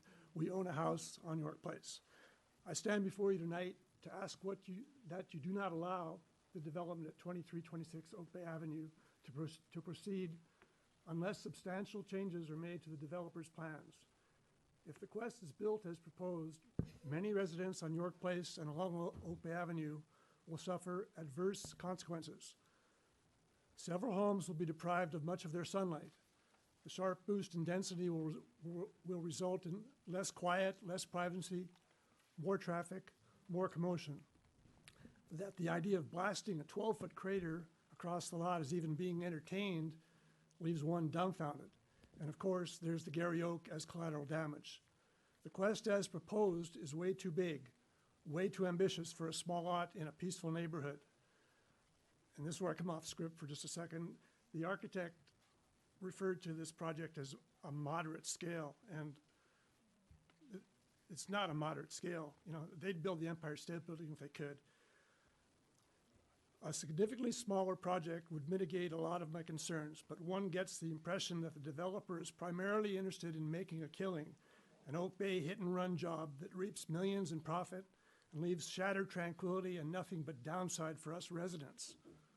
We are depending on you to protect our cherished neighborhood from this Quest disaster by compelling Large & Co. to submit a more appropriate building plan. Please do not allow the Quest as proposed to proceed. Thank you. Thank you, Mr. McDonald. No applause, please. Just smiles.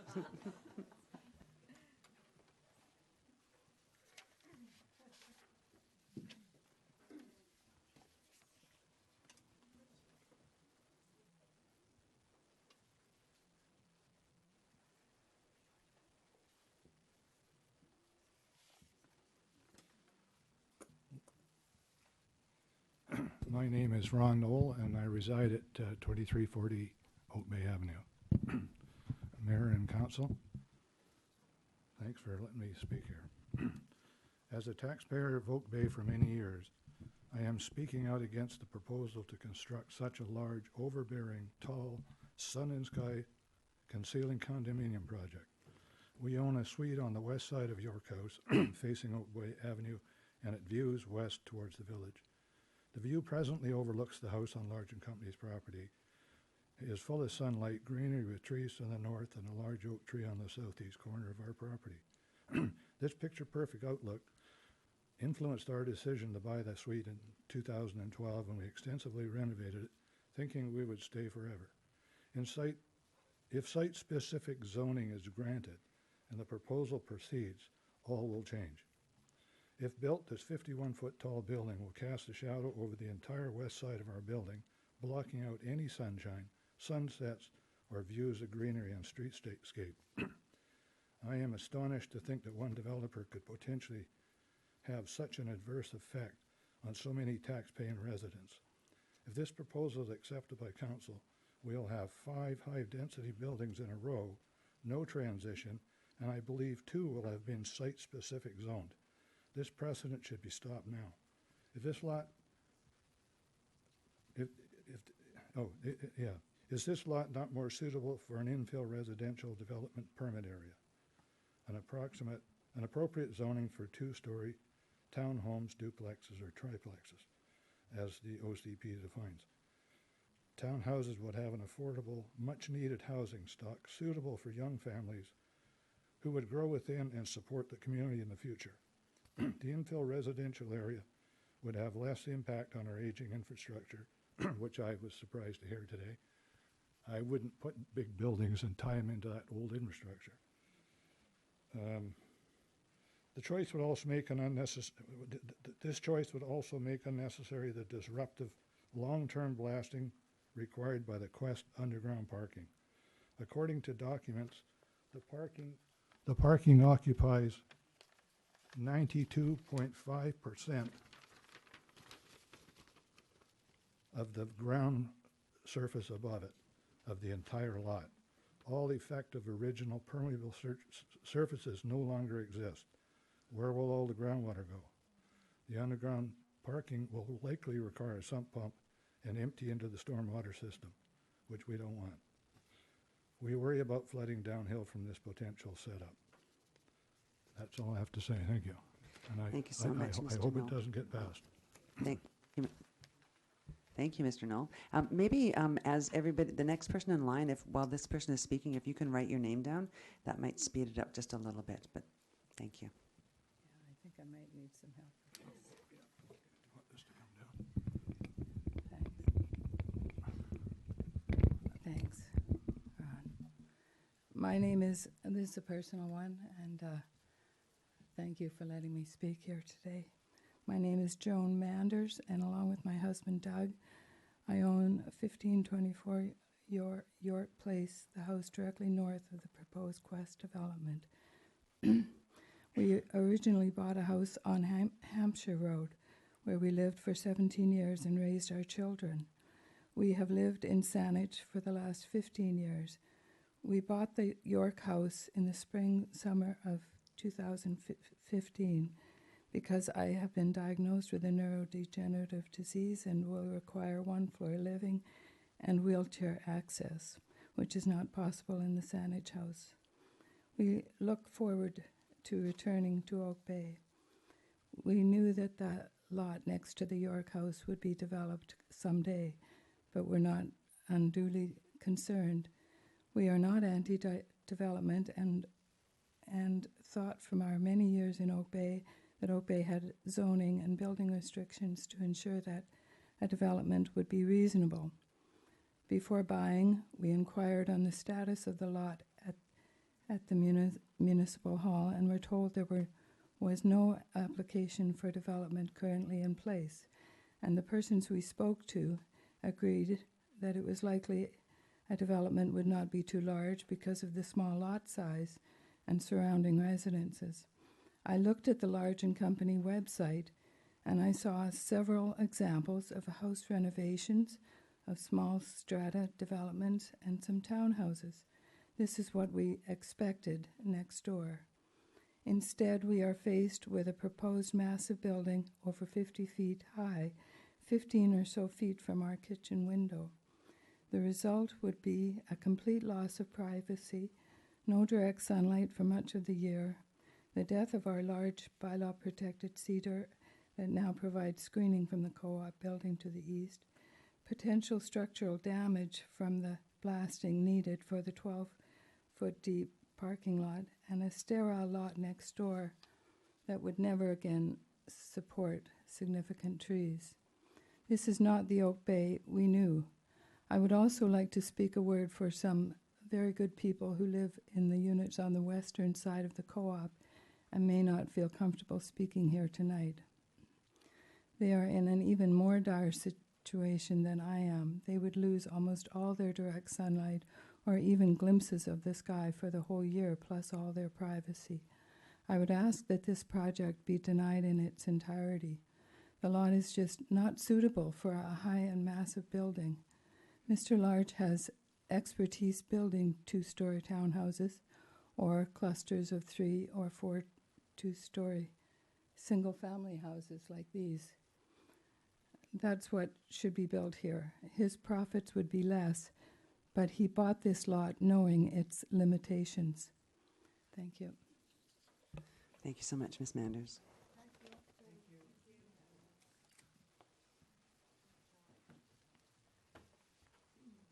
Good evening. I'm Marilyn Noel. My husband Ron and I lived in Oak Bay many years. We raised our family here. We now own and reside in one of the 12 suites at 2340 Oak Bay Avenue, directly beside the proposed Quest development. 4 long years ago, Mr. Earl Large approached our building and requested a meeting with all of us. The purpose of the meeting was to inform us that he had purchased the adjoining property and had plans to erect a large 5-story condo there. He told us it would have underground parking with sufficient space to even allow garbage trucks to enter. He told us he would be breaking ground in a couple months, with construction beginning soon after. He also said that he had spoken with the mayor and council members individually, and that they supported his plan as they wanted more tax dollars. We were later informed when we came up to see the mayor that this was in fact not permitted and was not true. Now at Mr. Large's meeting, we asked him about zoning and bylaws. His reply was to the effect that he would obtain spot zoning and therefore eliminate any and all problems in that regard. After repeatedly asking him about the effects of construction on our oak tree, he blithely said, "Perhaps a $5,000 donation to your contingency fund would compensate you." So, for 4 years, we've been burdened with the unhealthy stress due to uncertainty of whether or not this project would be permitted on the inappropriately sized lot beside us. For 3 years, our concerned neighbors group has been meeting regularly. Many hours have been dedicated by our group as we diligently researched and networked in an effort to bring about a sensible and equitable compromise, one that eliminates the extensive blasting and excavation, lack of respect for the OCP, including respecting the impact of construction of adjacent neighbors, tree and other bylaws. I'm asking you to take into consideration how our lives will be affected if the current Quest proposal is approved by you. We are a seniors building, and the reality is our remaining good years are limited. They're fewer. So it seems unfair that for several months we will be constantly disturbed by the extensive blasting and deep excavation, drilling machines, dump trucks, day after day, all day except Sunday. We'll be subjected to extreme air pollution and traffic congestion. Not to be taken lightly are the dangers of blasting when in close proximity to occupied residences. We will have to arrange to have all appropriate measures taken to ensure our safety and to detect the occurrence of adverse effects. Carbon monoxide monitors, interior and exterior photos, insurance consults. Some damages, such as loosening of pipes causing slow leaks, do not even become apparent until much later. Blasting insurers may then deny responsibility and extended conflicts ensue.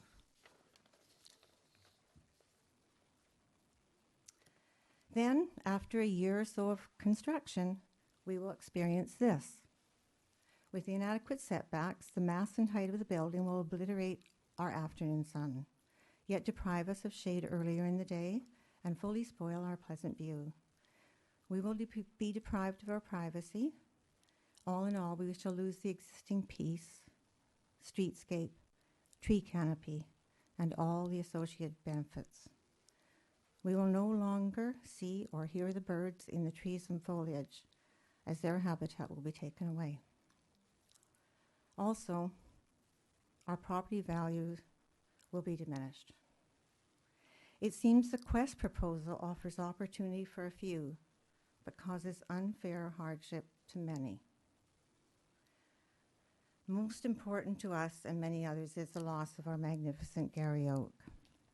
As owners of the land it grows upon, we must abide by bylaw 4326 concerning tree protection, as should all residents and developers.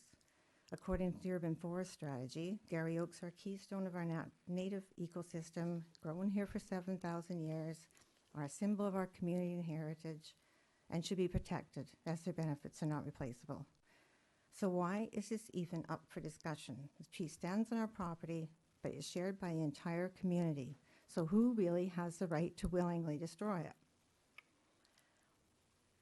I won't bother with the scientific evidence I've got here because of time as to the value of trees, but in closing, I would like to say the property of at 2326 is a single family size lot in a transition zone. It suits a modest multi-family development that respects the OCP guidelines, bylaws, and existing neighbors. We hope for one where extensive blasting and removal of all foliage and death of trees is avoided. Modest townhomes would meet this criteria and provide a more affordable housing for young families, which we need in Oak Bay. Please, let's seek harmony between development and nature, value Oak Bay's natural beauty, and maintain its desirability as we move forward in a changing world. We can have a balance. Thank you. Thank you, Ms. Noel. I'm just going to entertain a motion from council, please, to extend to 11:30. Move to extend. Second. Call a question. All in favor? Any opposed? Okay, thank you. We've now extended the meeting to 11:30. And the next speaker may come forward. Thank you. Is that right? Okay. I wasn't actually planning to speak this evening because I'm Karen Nelson, by the way. I live in Oak Bay, not on the borders, but right in it. And the council members and the mayor have my letter already. And to tell you the truth, every single thing I was thinking of saying has already been said much better than I could do it by other people. So I'll be really quick. I would like to see us as individuals, individual neighbors, individual council members, individual developers, stick close to the custodial function of our wonderful OCP that other people have referred to.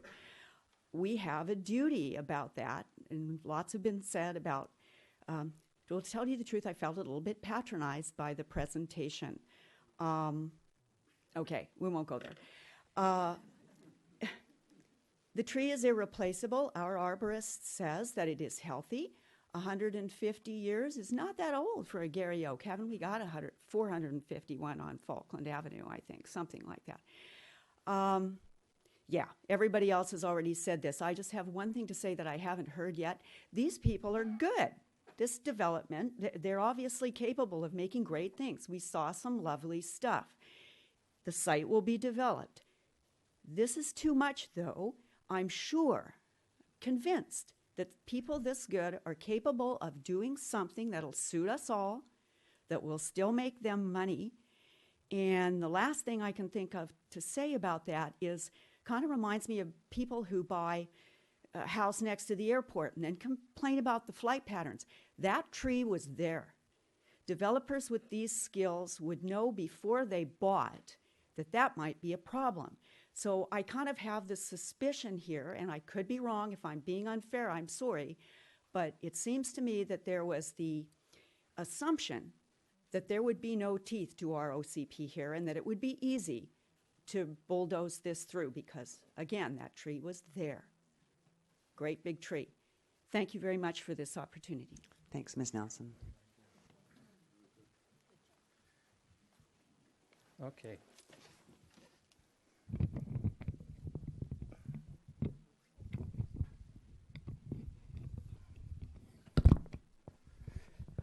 How's that for beginning? Huh? Welcome. Game show here. Hello, my name is Doug Manders, and I'm the husband of Joan Manders, and we bought that house, and I won't make any comments about us but supposedly knowing about particulars of this project or anything because I just hope the rest of their presentation was more accurate. Now this, I have a, my talk is about the OCP, and I've written it down to keep it shorter so I don't get carried away. And my wife told me that, you know, you're interested in the OCP, but not too many other people really want to get into the particulars in the evening. So I did some booklets here with the quotes and things that I included in my OCP. I my talk tonight, so I can sort of skim through it. And if I could hand these out, just reading isn't required. Can I do that for you? Absolutely. Thanks, Janet. I can speak at the same time. Okay, here you go. So, and excuse me, could you see that Eric gets this? Okay. Thank you. Here goes. Okay, I'll be quick. The Quest has two strikes against it before we get to the OCP. First, it was one less unit. It has one less unit, but it remains substantially the same as Quest 1, which was not approved by the 2014 council. From press reports, council thought this building was just too massive for the small lot. This council is not bound by the decision of the previous councils, of course, but this is a red flag that I think should be warning there may be a problem. Second, the Quest is too massive to meet any of the existing zoning in Oak Bay. I understand that the majority on council is no longer necessarily enforcing existing zoning or building bylaws against developers. However, this building wouldn't get off the floor in the old days, and again, this is a red flag. It suggests there may be a problem with building mass and size. The OCP, which I didn't know anything about until this came along, I've got quite interested in it, and I really quite like it. It introduces a major change in the housing policy of Oak Bay, a shift away from expensive single-family homes and luxury condos to more affordable and inclusive housing. The OCP points out that a viable and sustainable community requires diversity in its population, including young families. The OCP has been approved by council, and as you know, it's legally binding upon you. The OCP cannot be spot zoned out of, and all decisions by council must be consistent with the OCP. That's the law. The OCP states that, and I quote, "It will guide decisions by council when considering applications." I'm starting to shake here. It will also guide the decisions of private landowners and owners and developers. So really, the developers have responsibility too to read the OCP and try and follow the guidelines, one would think. The Quest is non-compliant with at least 3 major directives of the OCP, and I believe any one of these 3 breaches is sufficient in itself to be fatal to the Quest application. First, the Quest does not deliver the type of housing needs. The prime housing policy of the OCP is to increase the number of inclusive and affordable housing units, primarily through infill, in both multi-unit and residential areas of the municipality. This theme is repeated consistently and clearly throughout the OCP. Now, this is an aside. I think the problem council has is that the big profits are in luxury condos and big houses, and I think that there's going to be a lot of pushback on this OCP, but I hope if you're firm and you try and push it through. The OCP mentions that modest densification has some benefits, but it is wrong for developers to say that they're meeting an objective of the OCP simply because they're increasing density. It is the type of housing that creates the density that counts. The very reason the OCP gives to have a multi-unit residential area is, I quote, "Multi-unit residential development in Oak Bay will provide affordable and inclusive housing options." Very clear, no wiggle room. These categories do not include luxury condos. In fact, the OCP says, in the long term, if nothing is done to provide a wider range of housing options, Oak Bay will continue its shift towards an older and wealthier population as a growing wave of baby boomers retires. The Quest would add more luxury condos. We're told tonight these are upper-end luxury condos. These add to the problem, not the solution. People with the money to buy these sort of condos, they'll be able to afford housing somewhere. As many people, other people have said today, the developer should be encouraged to build the type of housing that Oak Bay actually needs. On John Tiffany's slideshow, he showed a cluster of homes up there. I kind of like that.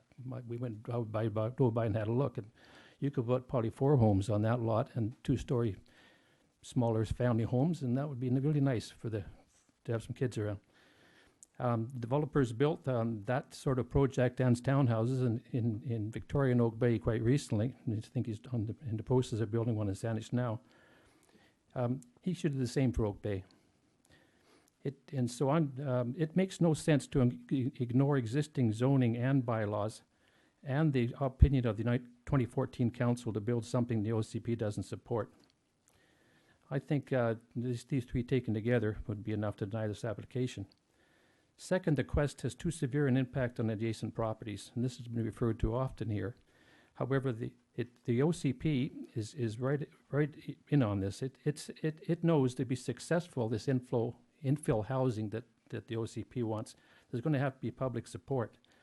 So the OCP instructs council and developers that, quote, "Successful infill housing is carefully planned to minimize potential impacts on adjacent properties." The word used is, again, no wriggle room. The Quest proposal, of course, as we all know, I won't go on, it's going to be a massive building, it's 12-foot deep, parking lot, to kill my trees as well as the oak. It to be a building much higher and more massive than its neighbors, thus maximizing shadow and loss of privacy. I believe by any objective view, the request would cause more of a negative impact on more adjacent properties than any other project the council has considered for a long time, if ever. Because in the old days, they wouldn't even be allowed to get before council. I believe this profoundly negative impact, contrary to the clear directive of the OCP, is also enough in itself to reject the request. Finally, the request does not substantially comply with the OCP guidelines. The OCP has numerous guidelines for multi-unit development which will guide decisions by council. Their aim is to protect adjacent properties, neighborhoods, Oak Bay character and environment. They're sort of the building bylaws of the OCP. These guidelines can be divided into two categories: building design and lot suitability.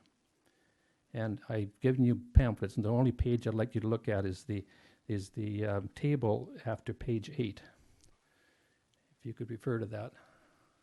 Hope I didn't wake you up to. Okay, this table considers the compliance of the request, the existing multi-unit buildings at either side of the request lot, and the hypothetical 2-story townhouse development. As you can see, the Quest building design is probably okay. I think they, I agree with somebody earlier said they designed a nice building, the looks of it. But the lot is completely unsuitable. By my calculation, lot suitability fails at least 10 of the 12 OCP guidelines. And I don't think you'll ever again have an application where the lot chosen is so inappropriate for the building designed. It certainly does not come close to the legal test of substantial compliance. The OCP guidelines clearly support the opinion of the 2014 council that the building's okay, but the lot is too small to support such a massive built structure. I believe that the degree of non-compliance with the OCP guidelines is also sufficient in itself to require rejection of this application. And I just threw one last little thing in here, and that is, I was reading a planner's report, and she recommends that this project be referred back to staff to continue negotiations. Please don't. This project is not consistent with the OCP, and the Crest has a fundamental problem that no amount of negotiations can overcome. This fundamental problem was discussed in the planning report of 2014, identified by council in 2014, is obvious from Oak Bay's existing building bylaws and zoning, is objectively shown in the graph of the FARs on this section of Oak Bay Avenue, as shown by John Tiffany earlier, and is the cause for the failure of the Quest to meet the guidelines of the OCP. The problem is that the building is just too massive to fit on the lot. The planner has signaled in her report that with further negotiation, she will probably just suggest that fewer parking spaces to save the oak and or ask for a greater community amenity might be done, and then send it back to council as Quest 3. Please, no more. I think my neighbors and I can all say this has gone on for far too long. The humane and sensible option is number 3, that the application be denied. The last note is the Quest has long been underdeveloped while its neighbors have 4-story buildings. That's been mentioned here tonight. It's an empty tooth or something, somebody said. The reason is lot size. The Crest lot is about 10,600 feet. The developed lot to the east on the corner of about 14,400, and the one to the west over 20,000 square feet. The Quest lot is and always has been too small for a large development. There's a reason why that hasn't been done. The developer knew this when he bought the lot. Thank you. That's my talk. Thank you, Mr. Manders. Okay, so I'm going to ask your indulgence because I have at least 3 councillors up here who are really requesting a bio break. So if you could give us 3 minutes, we will take care of business, as it were, and be right back. 3 minutes, and let the councillors go to the washroom first, please. Sorry it takes so long.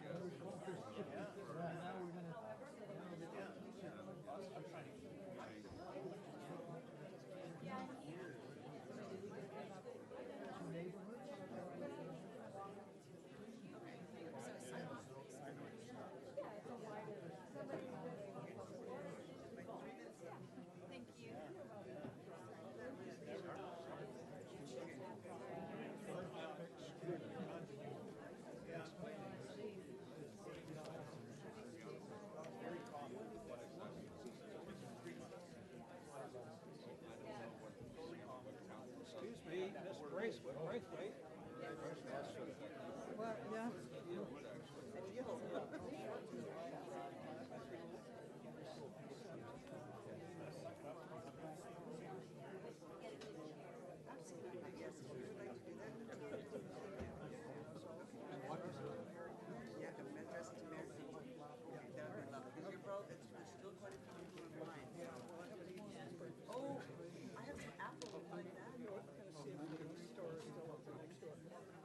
Oh, no, it's closed, is it? I have food in my bag. Would you like some? I have grapes. No, I have grapes. Look, I have grapes right here.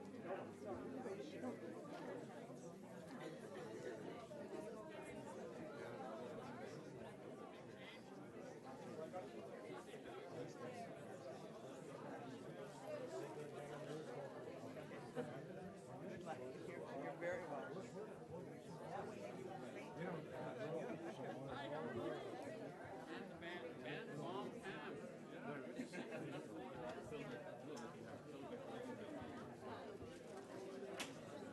You get the toothpaste back in the bottle.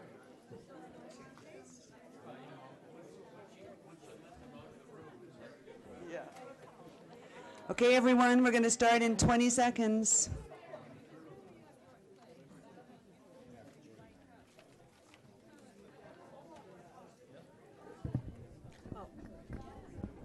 Thank you. It's a little low. That's good. Does it work? Yeah, it works. Thank you.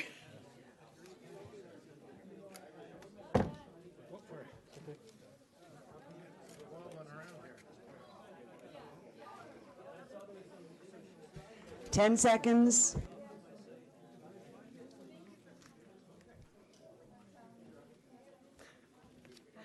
Good, thanks. I see we've lost a lot of speakers now. That break scared them. I was going to take a bio break late in the evening. Yeah. Down the number. You know the system. We only get to determine. Yeah. Not the, what do they call in real estate, the Dairy Queen? Okay, everyone, I'd like to get started. If you could be seated, please, or leave, or whatever you'd like to do. Yeah, they're the real hardcore here now. Okay. Ready? Welcome. Thank you. My name is Kathy Robinson, and I live in Oak Bay. And I just wanted to read a remark by the Planning Department in 2014 when this project was presented to Council.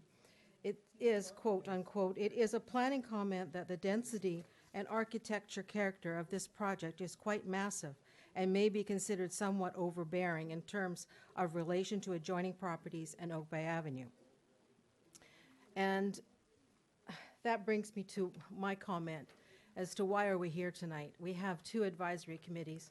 We have the design committee and we also have the planning committee. Now they each have meetings a month apart. June 6th they had the design committee made up of 5 architects and 1 realtor. And they basically gave a technical sort of overview of the building, and they had checklists and they checked everything. And then a month later it goes to the planning committee, and their mandate is to look at the OCP. I'm just reading what's on the website. And Can I just interrupt for 1 second? People out in the outer foyer, can you please keep your noise down because we can't hear in here? Thank you. I feel like such a big bully tonight. It's a rough crowd. I apologize. Please go ahead. That's okay. Back to the, so I can see where the design committee would probably rubber stamp it. It's a nice looking building. It meets a lot of criteria leads and all of that. And but when it gets to the planning committee, they don't seem to spend a lot of time talking about it. They don't bring up the OCP. They do make some vague reference to that it doesn't add more affordability to Oak Bay, and they also say that it's the FAR is 1.8. But they still go ahead and say, we approve it. We want to approve it. We want to send it to council. So if they had looked at that and looked at the planning comment in 2014, and even the planner today for Oak Bay has said it needs to go back to the drawing board. It's too much. So why are we here 5-6 hours? If those committees had done their job and as far as I can see, we wouldn't all be here, because they would have been saying it doesn't really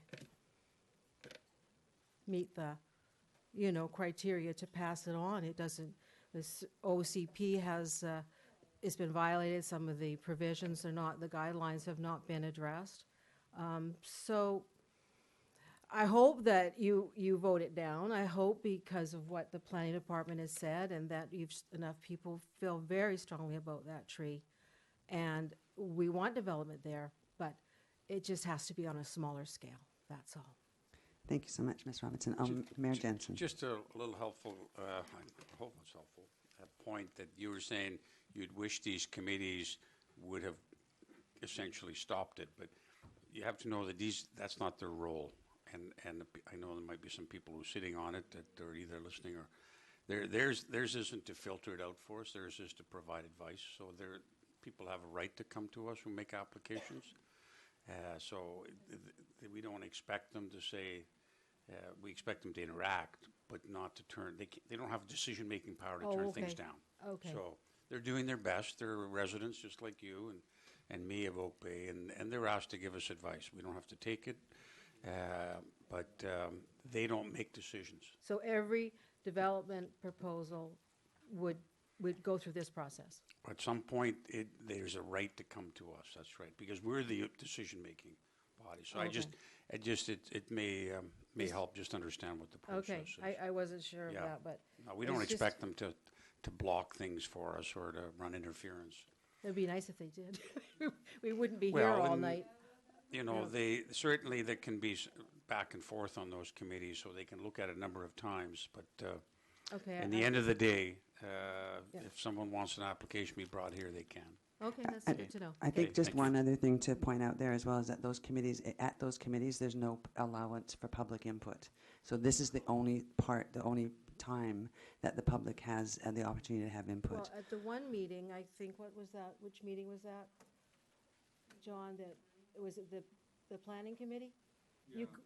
The proponent could give their opinion and their project, but the public could not, even though there were wrong things maybe said.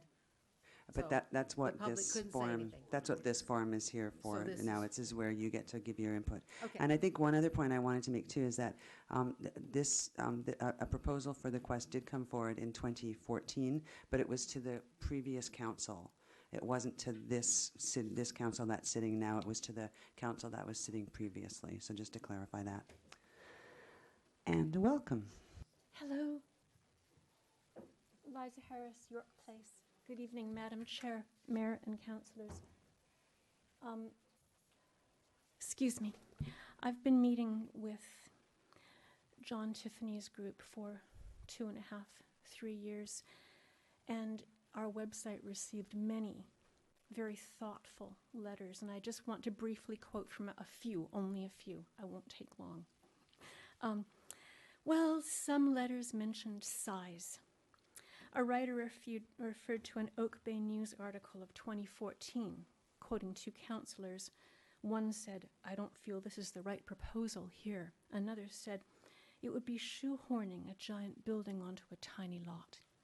Another letter quoted the planning report of 2014, January 2014, which Kathy Robinson just quoted.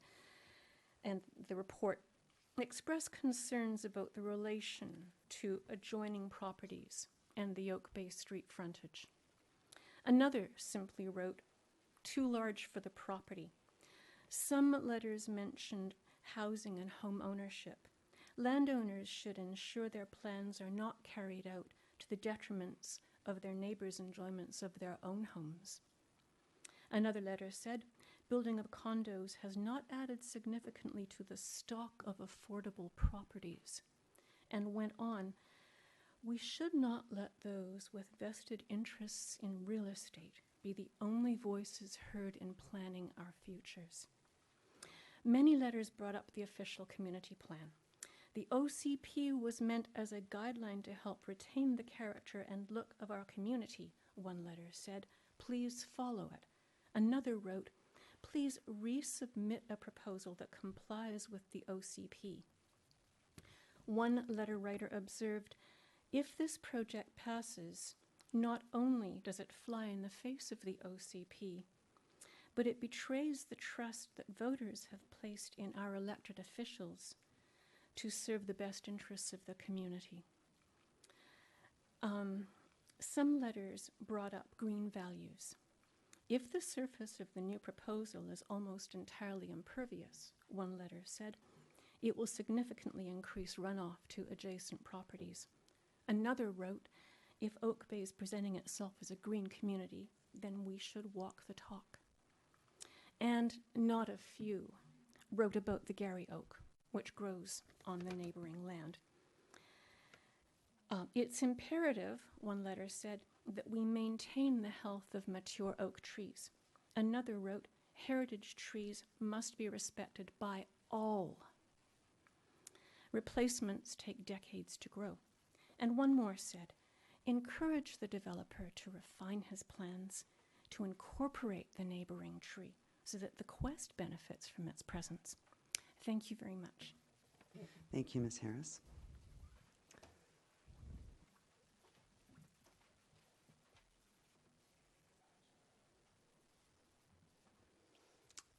Welcome. Thank you.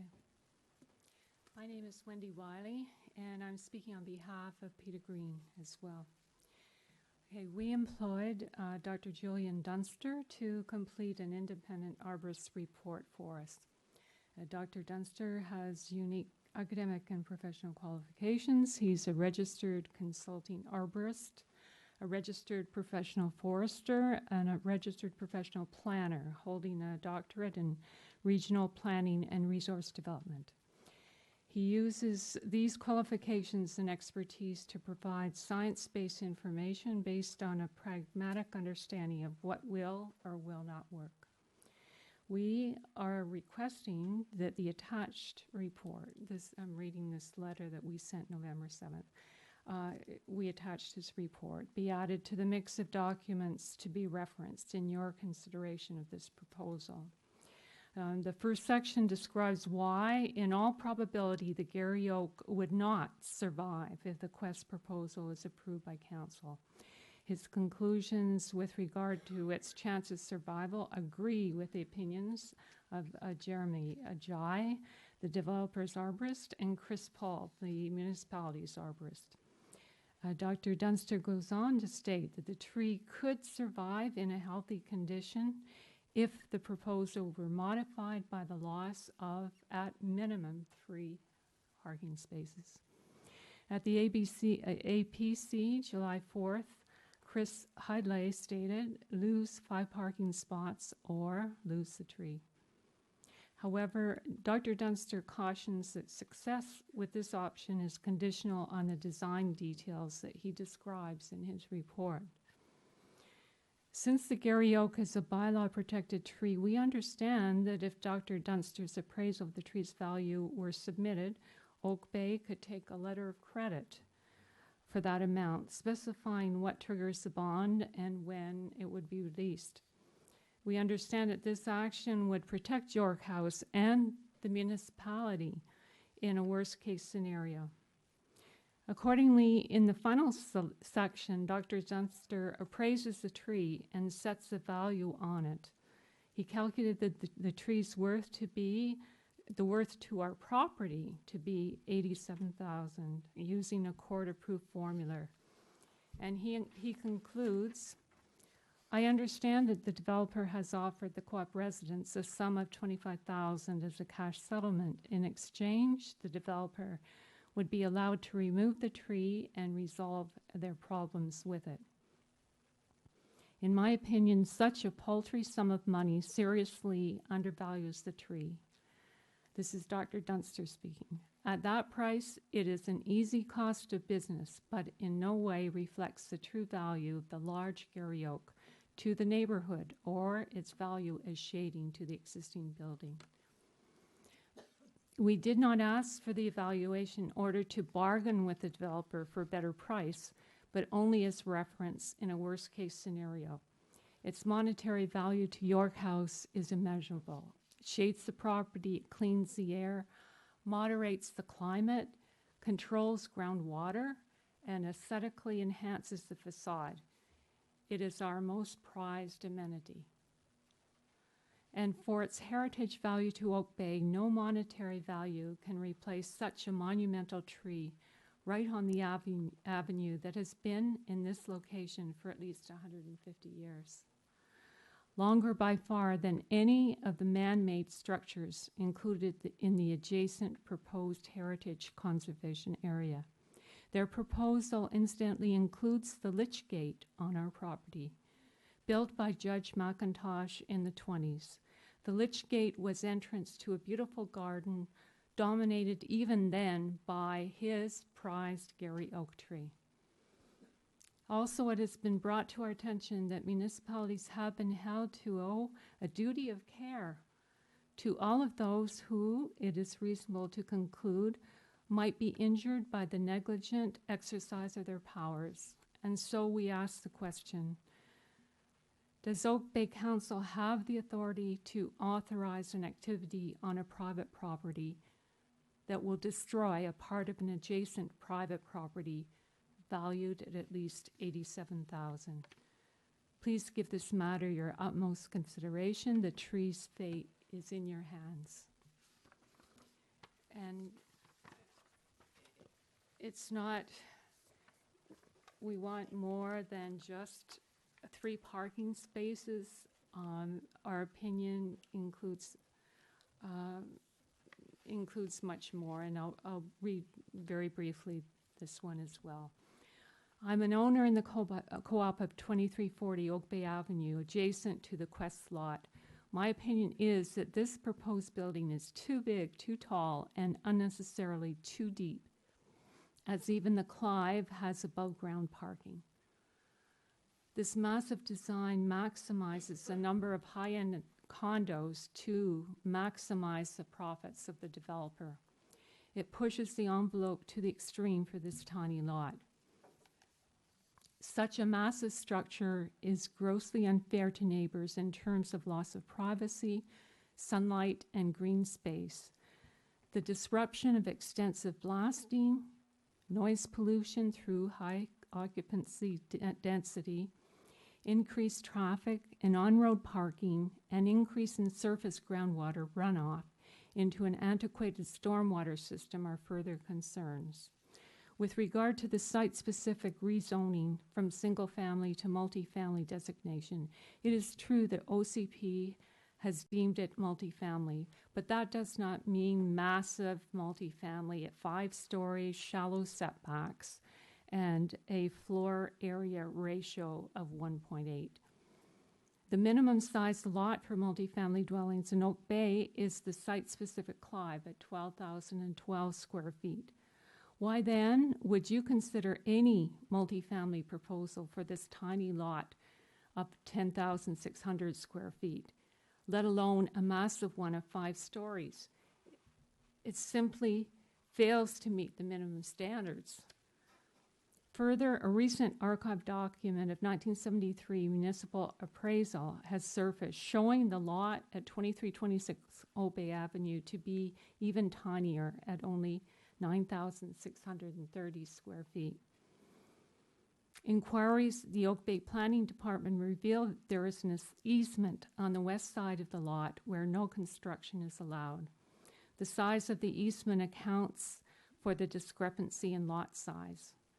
Size of lot determines the floor area ratio measurement and the percentage of lot taken up by the development and other calculations necessary for rezoning decisions. With the new information in hand, you are being asked to consider rezoning this even tinier 9,630 square foot lot to permit a massive 5-story building. Adjacent lots to 2326 and Oak Bay Avenue are compliant with the current RM3 zoning, requiring a frontal setback of 30 feet from the sidewalk, 30 feet at the front. The OCP asks for setbacks to be retained. Quoting from OCP, retain large front setbacks where there is substantial green space and trees that contribute to the character of the streetscape. I suggest that the developer's site-specific application is unreasonable, earning the apt term Oak Bay zoning Wild West. My opinion is for the quest to be required simply to conform with the OCP and the current RM3 zoning for the block. In the process, York House's Gary Oak Tree, an iconic Oak Bay Avenue landmark and valued component of the Urban Forest Initiative, would undeniably be saved. Respectfully submitted. Thank you so much, Ms. Wiley. Just one thing that I was going to ask a question of staff. It's fine. That came up from Ms. Wiley's comments, and that was around the archive municipal appraisal form. So just to clarify, if that is correct, that there is an easement on the west side of that lot, that would reduce the size of that lot to 9,630 square feet. That doesn't come into the calculation for the floor area ratio for that lot. That's still based on the 10,600. Is that correct? Just to clarify, whether or not there's an easement on a property does not impact the total lot area. It's just an agreement in place for something on that lot. In this particular instance, the survey plan that was originally submitted with the application does indicate that there is an easement on that. In fact, that easement, which was registered with BC Hydro, was released in 2013, so it has no impact to this site. So just to clarify, there's no easement on this site at present, so the site is actually the 10,600 square feet. 983 square meters. 983 square meters. Sorry, I still think it'd be. Thank you. Thank you. Welcome. Your Honor, Chair, and councillors, my heart really feel heavy just listen to my neighbors, my Oak Bay fellow residents talking about the struggle and try to keep our Oak Bay as beautiful as it is now. And you're going to introduce yourself. I'm too moved. My name is Jenny Lee, and I live in 1536 York Place. And every time I walk in Oak Bay, I'm happy, like back in my childhood, so I change the atmosphere. And I enjoy looking at the sidewalks and those houses in different styles and their garden and chat with people passing by like old friends. Not too many like this in today's world. So no wonder our place is getting more and more popular, even listed as one of the best places to live in the world. Unfortunately, places like Oak Bay are disappearing, and they are replaced with big tower-like buildings. Years ago, Vancouver was listed as the best place to live, and not now anymore. I'm not against development, but strongly ask and plead for a wisely planned, proper development. The Quest plan is to build a 5-story luxury 14-condo on a single house lot. And it's definitely, as everybody mentioned, it's too large, too tall, and 13 feet taller, higher than the adjacent building. And to create a parking, the proposal is to blast lot line to lot line. Just amazed me, just really, really shocked me. Lot line to lot line, 12 feet deep, and pour down all the concrete and to create a concrete block. So where are the greens? Where are the so-called, the planet? No, nothing. The problem is that only this one building in our Oak Bay, that's fine, only one. But the nature is that if we approve these, and there will be a disaster, because we have talked to people who live in Oak Bay. Almost everyone worried that if this Quest proposal sets a precedence. Those greedy developers, of course, they develop for profit, that's obviously, right? But the greedy ones, we all rush in. And in just few years, guess what? Oak Bay will be a second Vancouver.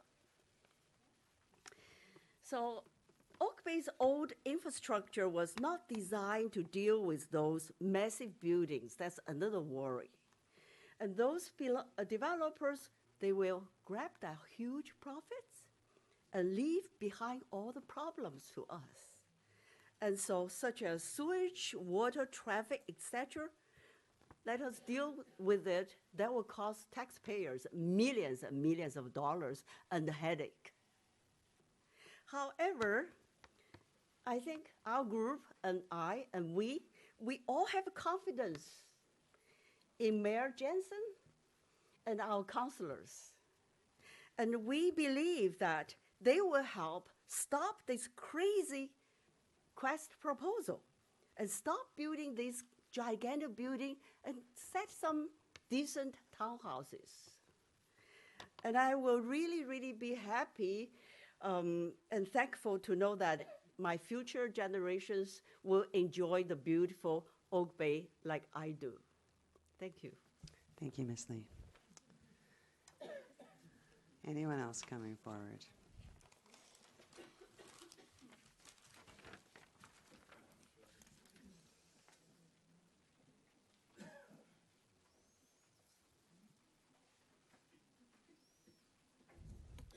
Welcome.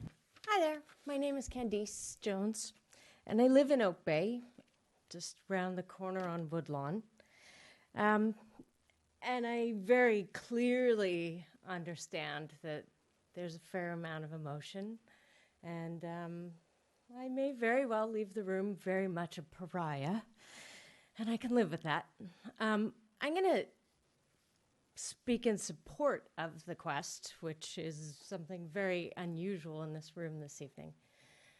Part of what kind of spurred me to come up and actually say something is that I had a conversation with my 70-some-odd, she wouldn't like it if I told her real age, 70-some-odd-year-old aunt. And she pointed out to me that in her opinion, the Quest provides housing for people like her, people who may own a single-family dwelling in their community. Please let her speak. Thank you. Who, as they age, are not able or willing to physically or financially support that dwelling any longer. It gives them an opportunity to move to a dwelling that they can support and they can afford. That being said, that then makes their single-family dwelling available on the market for a young family or for another couple, for someone else who is then able to make Oak Bay their community. And it means that someone else's, they are available to age in place in their community near all of the supports and familiarities that they're comfortable with. So while I do absolutely understand that there is an awful lot of emotion surrounding people's opinions of the building itself and the site that it goes on, there are also other considerations on the opposite side of the coin. While I understand that the tree for most people has irreplaceable value, to be a little bit blunt, you're looking at an oak tree which, and this is what's going to make me a pariah, you're looking at an oak tree which is more than halfway through its life. You're looking at an oak tree that is a family sister tree to the 6 oak trees I have on my property, which will never be cut down. You're looking at an oak tree, which again is related to the many, many other oak trees in the neighborhood, which are younger and more viable and will continue to be in the neighborhood for many years. One lightning strike and any tree is gone, regardless of how old or young it happens to be. I do believe, if I'm not mistaken, in all of the times that I've walked my dogs past that spot and that particular tree, that tree is also very close to municipal infrastructure, i.e. things like sewers and sidewalks. It is a beautiful tree. I'm not going to argue the point. But in the interest of progress, providing homes, and understanding that viability in our community is very important, I'm going to have to say, I'm going to vote for a building that will, on the monetary side, increase Oak Bay's tax base a little bit. Okay. As I listen to your asset management budget chat, it strikes me that going forward, Oak Bay is going to have to find a way to find some more money. And unfortunately, chances are some of that money is going to come from development.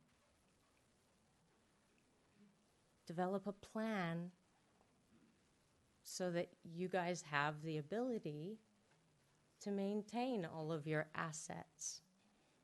This is the whole point of being a community, is understanding that in some cases you have to give to get, or you have to bend a little. That's kind of the way it works. Not necessarily the popular view of the evening. I get that. I understand that clearly.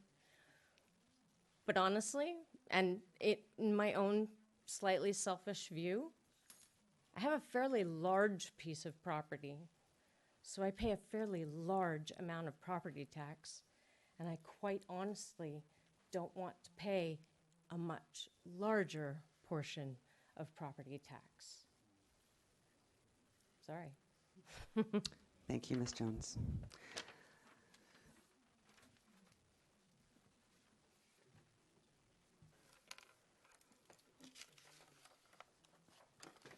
Let's start a new page.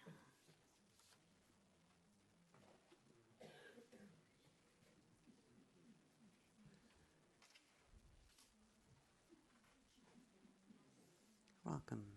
Thank you. My name is Ina Grills. We're at 1520 York Place. And listening to all that's going on and some of the meetings that have been going on, my sons have friends who are all graduating in urban planning. And this is not a unique situation where you have a village, be it in Canada, be it in the US, be it in Europe. And you need to increase density. That's normal. Everyone needs to do it. But there are very strict guidelines they teach the new graduates on how to do this. When you have a historic city center like Oak Bay Avenue, which is a jewel in Oak Bay, the tour buses come by to take a look. You protect that core at all costs, and the development to increase density goes on the borders of that community.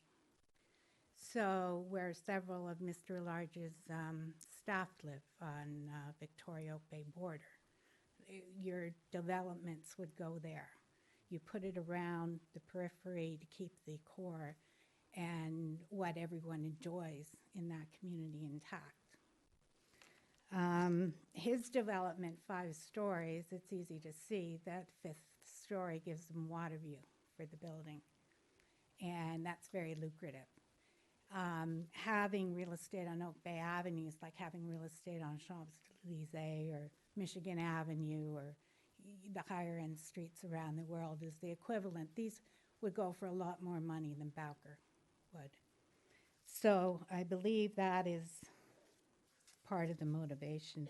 The other thing I wanted to touch on was they did come by, a representative, to speak to me. And it was in the evening after dinner. I didn't even want to open the door because usually people don't come in the evening. And it was a man I'd never met before. He was quite nice. And he was giving me information on the project. But a few red flags went up. He had a big drawing of the building, and I couldn't quite get a look at it. And I kept leaning in, and he kept going back. And I said, well, can I hold it? Can I take a look? The scale didn't look right to me. He said, no, you're not allowed to touch it. So he gave me more information. And then all I kept saying, he said, what's important to you? And I said, the reputation of a builder. If they come into the community, there's all kinds of builders. The reputation is important. And so he told me, well, the building would have a special water system with extra oxygen in it. And then I get this Quest Oak Bay Avenue Community Consultation report that I guess was sent to you. And 4.4, it's written we. And, you know, one man came. I don't know if that's the royal we or it was one fellow who came. And then he says that we reviewed the shadow impact drawings and stood in the driveway to test the view impact of the Quest. It was concluded there would be little impact on the current view, on the current view plane, unless the neighbor, the adjacent neighbor, cut down his hedge. I never went outside the house with this gentleman. When he says we went to the driveway and looked at the view plane, I don't, if that's a royal we, some of his coworkers, I don't know, but it wasn't me. So that's kind of a red flag. And finally, you're probably aware that in Toronto this summer, there was a huge controversy with Margaret Atwood.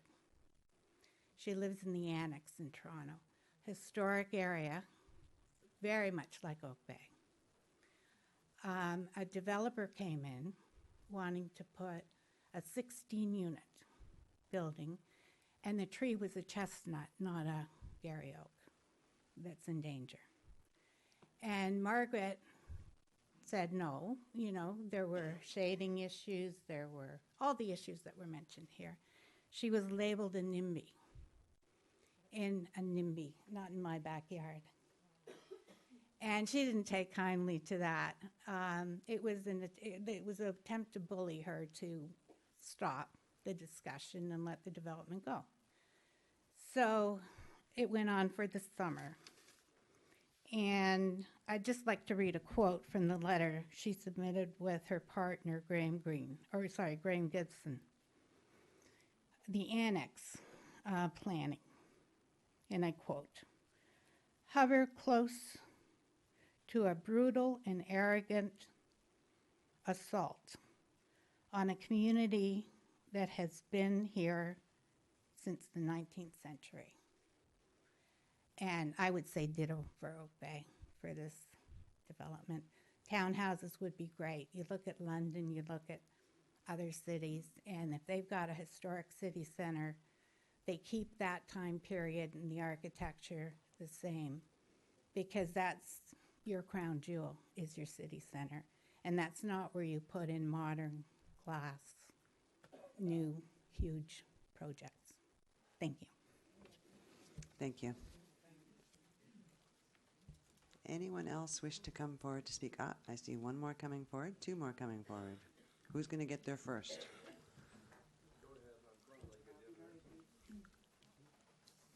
Three more coming forward.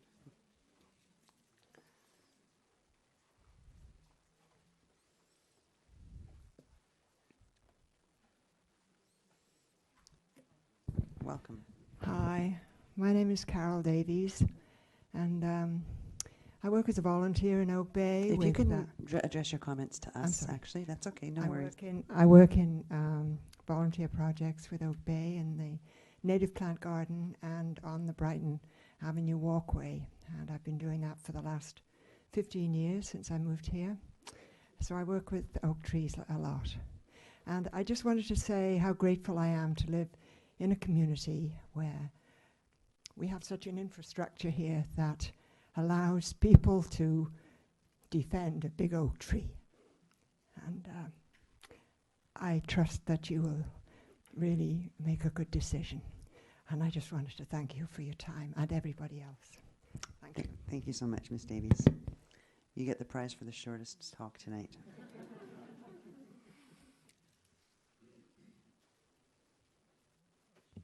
Are we going to need another motion? How is the committee feeling about that? Should we move till midnight? I'm going to be really short. Oh, we still have to discuss. We go into 11:45. I'd like to get to responses at least by the applicant. Okay, so 11:45. Second. Second. All in favor? Any opposed? None opposed. Motion carried. Mr. Prince, welcome. Thank you. Michael Prince from Oak Bay. I've got correspondence I've sent to you, Councillor and staff. I just wanted to make a public statement, though, on that information, which is, I would just want to talk about $25,000. That's all, just $25,000, which is identified as one of the public community amenities proposed in the development. And this may seem strange, but I represent a group that doesn't want that money. This is a contribution that has been identified as going towards the Heritage Conservation Area Initiative. I appeared before the Advisory Planning Commission in July, and I've spoken with the proponent earlier in May saying thank you, but no thank you. I made that presentation through a letter to the committee then. I did feel a need here to say it again at the Committee of the Whole, that it's premature. We've just launched. Councillor Murdoch is chairing the working group. This is going to take several months, well into 2018. Any connection between this development, of which I reserve the right to comment on another time. I'm not commenting favorably or unfavorably on the merits or demerits of it. You've heard a lot tonight about that. I'm just wanting to disentangle or disconnect the Heritage Conservation Area Initiative to any sort of proposed. I've suggested before to Ms. Coltman, if she wishes to make a community or public contribution regarding heritage, identify it more generically or to the foundation or to the commission. But we, at this stage, would respectfully suggest that that not be part of the presentation or package that's being presented to you as part of the overall amenity statement. Thank you. Thanks for the clarification, Mr. Prince.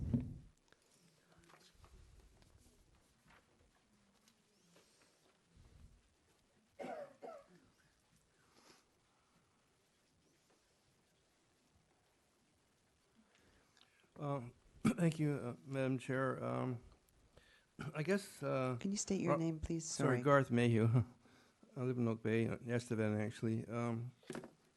Without going over all the other points, which have been made very well, I just wanted to say that I do have a degree in horticulture, and I think cutting limbs off is going to cut off the phloem. I don't know as much as your horticulturist here, but food wouldn't get down to the roots. I kind of wish that, as the mayor pointed out, that when presentations were given, that the room enabled people to use a pointer so they could, point out what they're referring to on the map. I find it kind of hard to follow. This whole project reminds me a bit of something that happened in Vancouver in Chinatown, in which a condo tower was turned down by a developer called Bibi, I believe. It was located quite close to a Chinese historical monument, and it was turned down because of its proximity. I guess that's how I feel about building near this tree, but I'm here to really talk about what I think Oak Bay really needs in the way of housing. And I think we've proven that the concept of building more condominiums and high rent buildings are not solving the problem of affordability. If that was the truth, Vancouver and Victoria wouldn't have an affordability crisis, because we'd be building condominiums in both places for over 25 years. I think what I see here is that the people who work in restaurants and shops and clothing stores in along Oak Bay Avenue and other areas are experiencing a lot of turnover in staff. I've certainly noticed that where I until recently went for coffee regularly. I think what's happening is that the people who are making about $15 an hour working full time are finding that, according to schedules of what they can spend, shouldn't really be spending more than about $750 a month on rent. I think these people are finding it hard to find that. And what's happening is they're moving out to outlying areas such as Shawnigan Lake and Souk to get a lower rent, and sometimes they even work 2 jobs. I think the result of this is that some employers are losing some of their best staff. They can't keep them. This is the same thing that's happening in Vancouver. They're worried about losing housing for workers. So I think also along with this, the problem, if they do if they're making, say, $25,000 a year and they spend so much in rent because they can't find more affordable rent according to their ratio, that they have less discretionary money to spend on shops, and I think that's affecting businesses. They're just, I know some of them are just closing because people with modest incomes just can't afford to buy stuff there. That's about all I really have to say. Thank you, Mr. Mayhew. Yeah, thank you. Okay.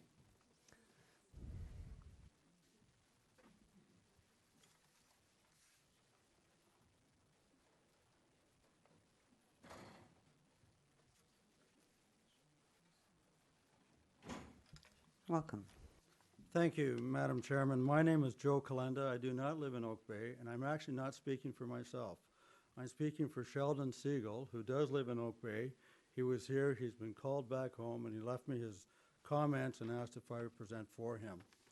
So I will try and do this more or less verbatim based on his comments. My name is Sheldon Siegel. I'm a lawyer and a writer. I own my home in Oak Bay.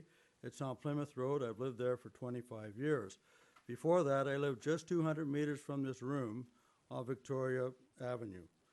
This is an application for a zoning amendment and a development permit.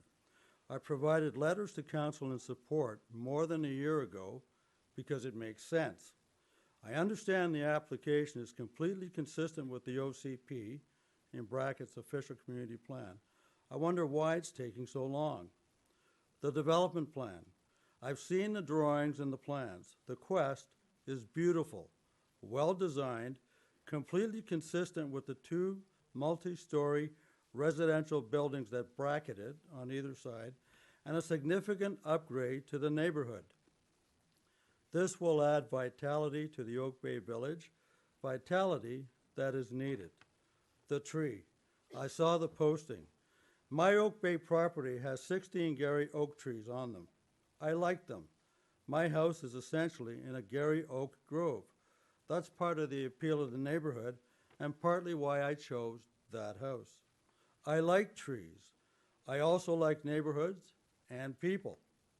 The idea that someone bought a property for the purpose of developing it in accordance with the OCP and that the whole thing might be stopped because the neighbors are worried about a tree that's not on the property is offensive to me, counterproductive, and not neighborly. The legal perspective. To the extent that the roots of that tree are on the development property, they can simply be ripped out. To the extent that the boughs overhang the property, they can be pruned and chopped off. That's true regardless of what the new owners want to do with the property. The fact that the owners are talking about the tree and that they have made what I consider to be an unusually generous offer of funds and efforts to assist the neighbors through this time of change is indicative of a productive and neighborly approach to development. Thank you. That's Sheldon Siegel. I'm not him.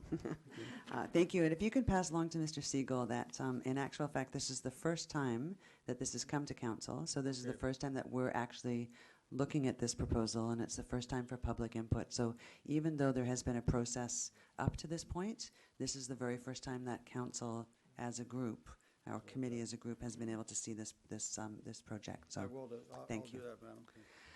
Any other speakers would like to come forward? This is going to be your last chance.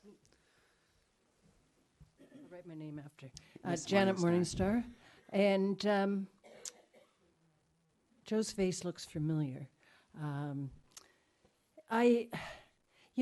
really glad the tree's there, because it represents a symbol. And I in some ways don't really care about the tree, but I'm glad the tree could be the thing that would stop this development, because the site, it's overbuilt. And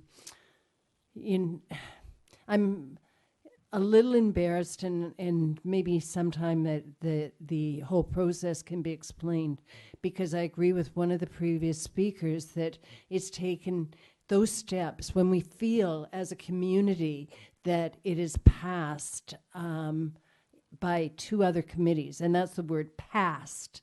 It's been passed, and then it gets here, and we get a little scared. But there's it impacting. I mean, I think it's beautiful. I'd love to move in there, and I live just down the street. I'm going to be that 70-year-old that wants to move in there. But for the impact for the community is, I hope that that's what you'll see. That it's about the impact of the community, and it's about the fact that, that the Gary Oak. Sometimes I don't even care very much about Gary Oaks, but I can't. If one's in my yard, I have to get permission to take it down if it's very diseased, and so many restrictions on renovations in our community, and then we're saying that you can build right to the edge of a lot because it is going to add more taxes to our community. So I hope council will take some of those things. We're not tree huggers here. We care about the historic impact and the impact on our historic community. And thank you. Thanks, Ms. Morningstar. Anyone else before we bring it back to our table up here? Okay, so the applicants perhaps would like to answer a couple of the comments that were made. Yes? Okay, I will give you that opportunity. You're going to be very brief. I know it. Yeah, I will give my best here. But I really don't think that we have that much time left to respond to all of these comments. But what I've heard clearly and loudly is that there's a lot of passion in the room for keeping this tree. That is, what is the impact on the community with this proposal? There also has been, I think, a lot of maybe some light misrepresentations that have happened, but it's a very complex topic that we deal with. And there are no easy sites left in our communities. They're all with huge potential to be contentious. And so we have our OCP document. There are different opinions. Professionally, we went through it. The committees went through it, reviewed it, and there has been a lot of support on that professional level. But it is also very difficult to understand this OCP policy all the way through. And there's room for interpretation. It's a guideline. It's not a law. It's supposed to guide you how to review these proposals. So there were comments on shading. I just wanted to point out that there's also shading happening on either side, created by the York building, which is a 4-story building, also by the other building on the west. And those neighbors to the north are effectively shaded. So yes, our building is higher than the building. It's related to topography, but it's also related that our building floor to floor height is higher, which is now 9-foot ceilings. In the past, 80, like in the 80s and 90s and even before, we had 8-foot ceilings. That's just not the standard anymore. So yes, our building is created, or is higher by that. So all that, I think, is just something I wanted to point out again and clarify. And also, I heard a lot of comments on make this proposal smaller, maybe townhouses. You know, that image that we saw in Shelburne with those 4 houses. And the first thing that came to my mind is this is not the right site. We are so close to the commercial part of our community. It is 1,500 square foot smaller than the Clive site. Where the Clive we had 17 units. There's no underground parking in the Clive because it's a rental building. A rental building was not able to sustain underground parking. We had opposition at the Clive that rental is not appropriate. And here we have opposition that a luxury condominium is not appropriate, which means we can't all agree. We won't have that fundamental universal agreement on how to move forward. There is a large support, not support, but the concern immediate around the building, because yes, those neighbors are more impacted. And but a smaller development, let's say townhouses or multiple single residences, would still impact the tree, because you have foundations, you have to place them, and like I said before, it's all within that first meter. So it's maybe wishful thinking that something smaller would save the tree. I think there's a lot of, let's make something smaller and then we'll all be fine. And I think it's just not that easy. Thank you. Okay, committee members, who would like to go first? No one? I think it might help if we focus our attention on a motion. Okay, so there are a few different motions that we could look at. Just let me pull them up on my screen, which has gone dead. And that would be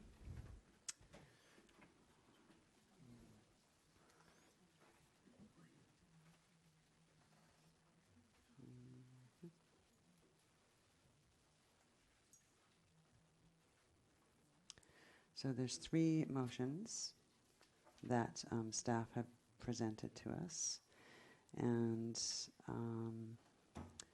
3 options.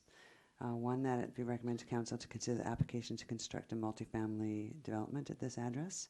The second is that an application be referred back to staff to continue negotiations on the proposed development. And the third, that it be recommended to council that the application be denied. So, does anyone want to make comments on what motion they would like to see out of those? If not, I will tell you what I think. Just waiting for my iPad to log back in. Okay. I've lost the internet somehow. I will give Councillor Murdoch the floor then. Well, if there's looking for a motion, I don't have a motion ready at this point. So, I mean, I can just speak it to where my mind is at right now, and if that helps guide anything, I'm happy to do that. But if someone has a motion to make, we can talk directly to that motion. Okay. Nobody? Okay. All right. Then Councillor Murdoch, give your comments on where you think you want to be going. Well, I think this is, I mean, I'm so happy this is finally here. I've been hearing about this for years, and I remember it came to council, and we basically said, well, let's just not make a decision and put it off indefinitely. So the indefinite wait is over, which is good for everybody, I think, because it gives us all a chance to talk to it and consider it and look at the details. I think first off, I have to comment that, and I think it's been said multiple times tonight, the design is beautiful. I mean, the building itself is lovely. I think that the architects have done a fantastic job of building a beautiful building on this.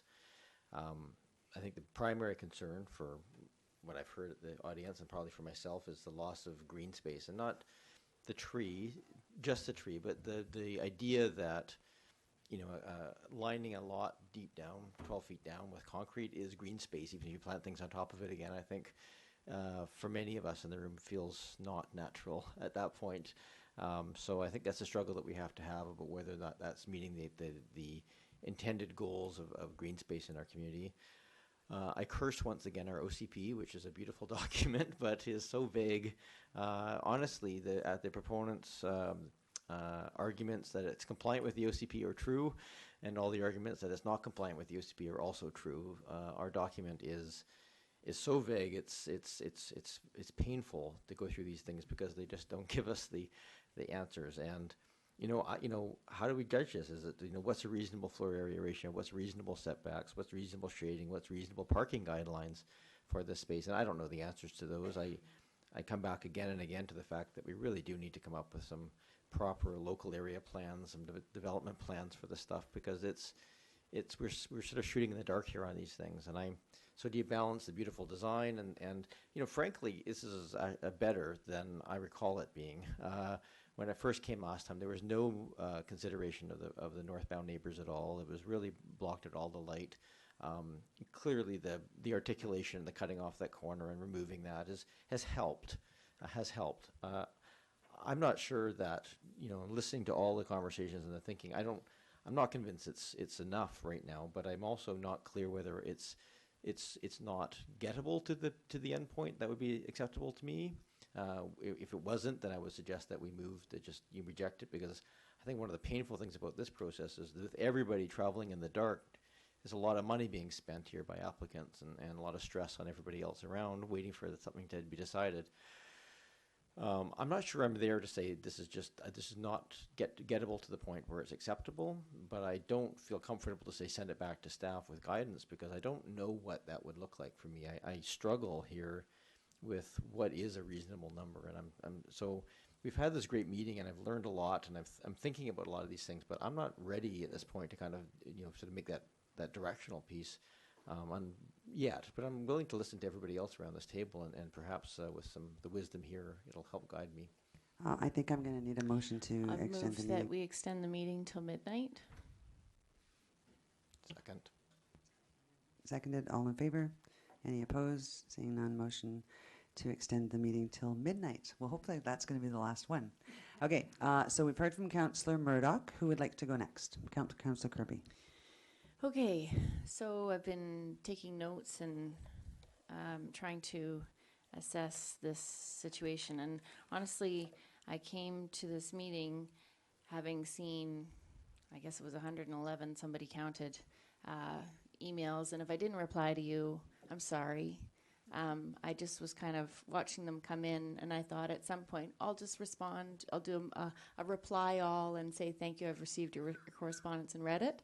But I didn't, because they just kept coming, and this has taken a long time to get here. So yeah, that's why. Starting with an apology. So I appreciate the fact that it's a walkable neighborhood and that this improves accessibility to the village, and that we need some densification around the village. We need densification generally in order to have more housing. There is a housing crisis going on, but in this case, there's nothing affordable. Compared to the Bowker, which and this is Oak Bay, so nothing really reflects the reality of affordable, but truly, we have to look at the values of properties and understand that we're starting with land values that are astronomical compared to other parts of the region.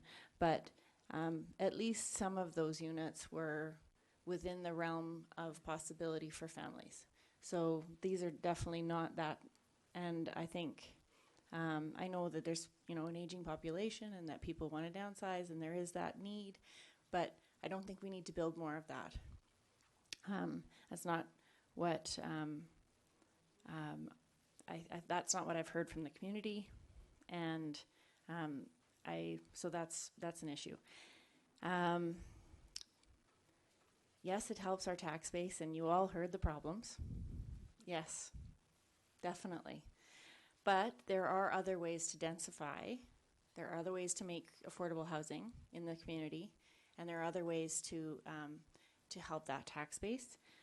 So while I don't object to densification, and I believe that we need infill housing, and we need to stop objecting to things like secondary suites and garden suites and infill housing within the single-family neighborhoods because of parking, or because of I don't want to be close with and have too many people on my street, or whatever the issue is that we've heard a lot about. We've heard about how duplexers are going to destroy neighborhoods and secondary suites are going to bring in, I don't know. We've heard a lot of negative about any change at all. So for me, this is, we need density. So yes, but on this tiny site and this tree, like it's obviously, I haven't heard, there was one speaker in favor and there were very few letters in support. And of the letters that were in opposition, everyone agreed that we need, not everyone, a large majority agreed that this site needs redevelopment and density, an increase in density is okay, but not at the expense of the tree. And so there was always a caveat. There was always an exception. And even our advice from the advisory design panel, the Advisory Planning Commission, APC, even their advice, although it passed, as someone said earlier, it did come with the caveat of the tree, like how it makes some room for the tree. So I came here tonight hoping to hear from the arborists or somebody, the architect, that there was a magical solution where we could have density. It's a very pretty building. I thought it was quite lovely. No, it doesn't provide affordable housing.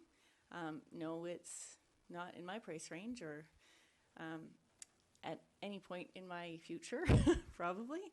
But there are people out there that, would want to live there. And so I was sort of open to it. But at this point, I can't support it because I haven't heard a solution. There's no solution for the tree. And I was hoping that we could take out 5 parking spots and yay, we've got an answer. But I'm not hearing that. And unless I'm wrong, I can't support it. Okay, so would you like to make a motion, or would you like to have other comments from the rest of the committee? I'd like to hear it from everybody else, because Okay. I think consensus is important. Okay, then they only have 11 minutes to go. Go. Who's going next? Councillor Ney? Or do you have nothing to say? No. Are you awake? No, just kidding. That's a question. Well, I'm actually on this one kind of like I came in as Councillor Kirby did, and in my mind I had this thinking that let's start with the tree. If we can get the tree, then work from there. And what we've heard from arborists and folks connected to the application, although we haven't asked staff, but is that there's no development here on this property that's going to save the tree. So that's kind of jolted me, I have to tell you. That said, I like a lot about the building, actually. And, in terms of it meeting the OCP, the development guidelines, I've heard people here, Councillor Murdoch mentioned this, they're saying that it's totally non-compliant. Staff tells us it is compliant. So I do appreciate that there's a lot of, that the guidelines are subject to interpretation, but to some large degree I see that they do comply. And I have a sense that when I look at the picture and look at the context of that space, it could be shrunk down more, but I think the applicant's done a lot to bring it in, to reduce the setbacks. or increase the setbacks, what is it? I always get that mixed up, to bring it in more. And, you know, lop off the back there and to address the shadowing. But I'll tell you the thing that's really bothered me from, and there's a whole bunch of other things that the applicant has done here around the LEED certification, around electric bike stalls, and I think the design is quite lovely. The rainwater catchment, there's some nice things, the gardens on the top and whatnot, and the design I think is very striking. But what's bothering me, and this is related to the OCP, where we've said that we're looking for more housing options, and to quote the OCP is that that one of the objectives is that we're looking for housing choices for seniors who are downsizing, aging in place. And I don't see that this more luxury high-end unit is doing that. I don't see that people in their $1 million units are able to downsize into this property. So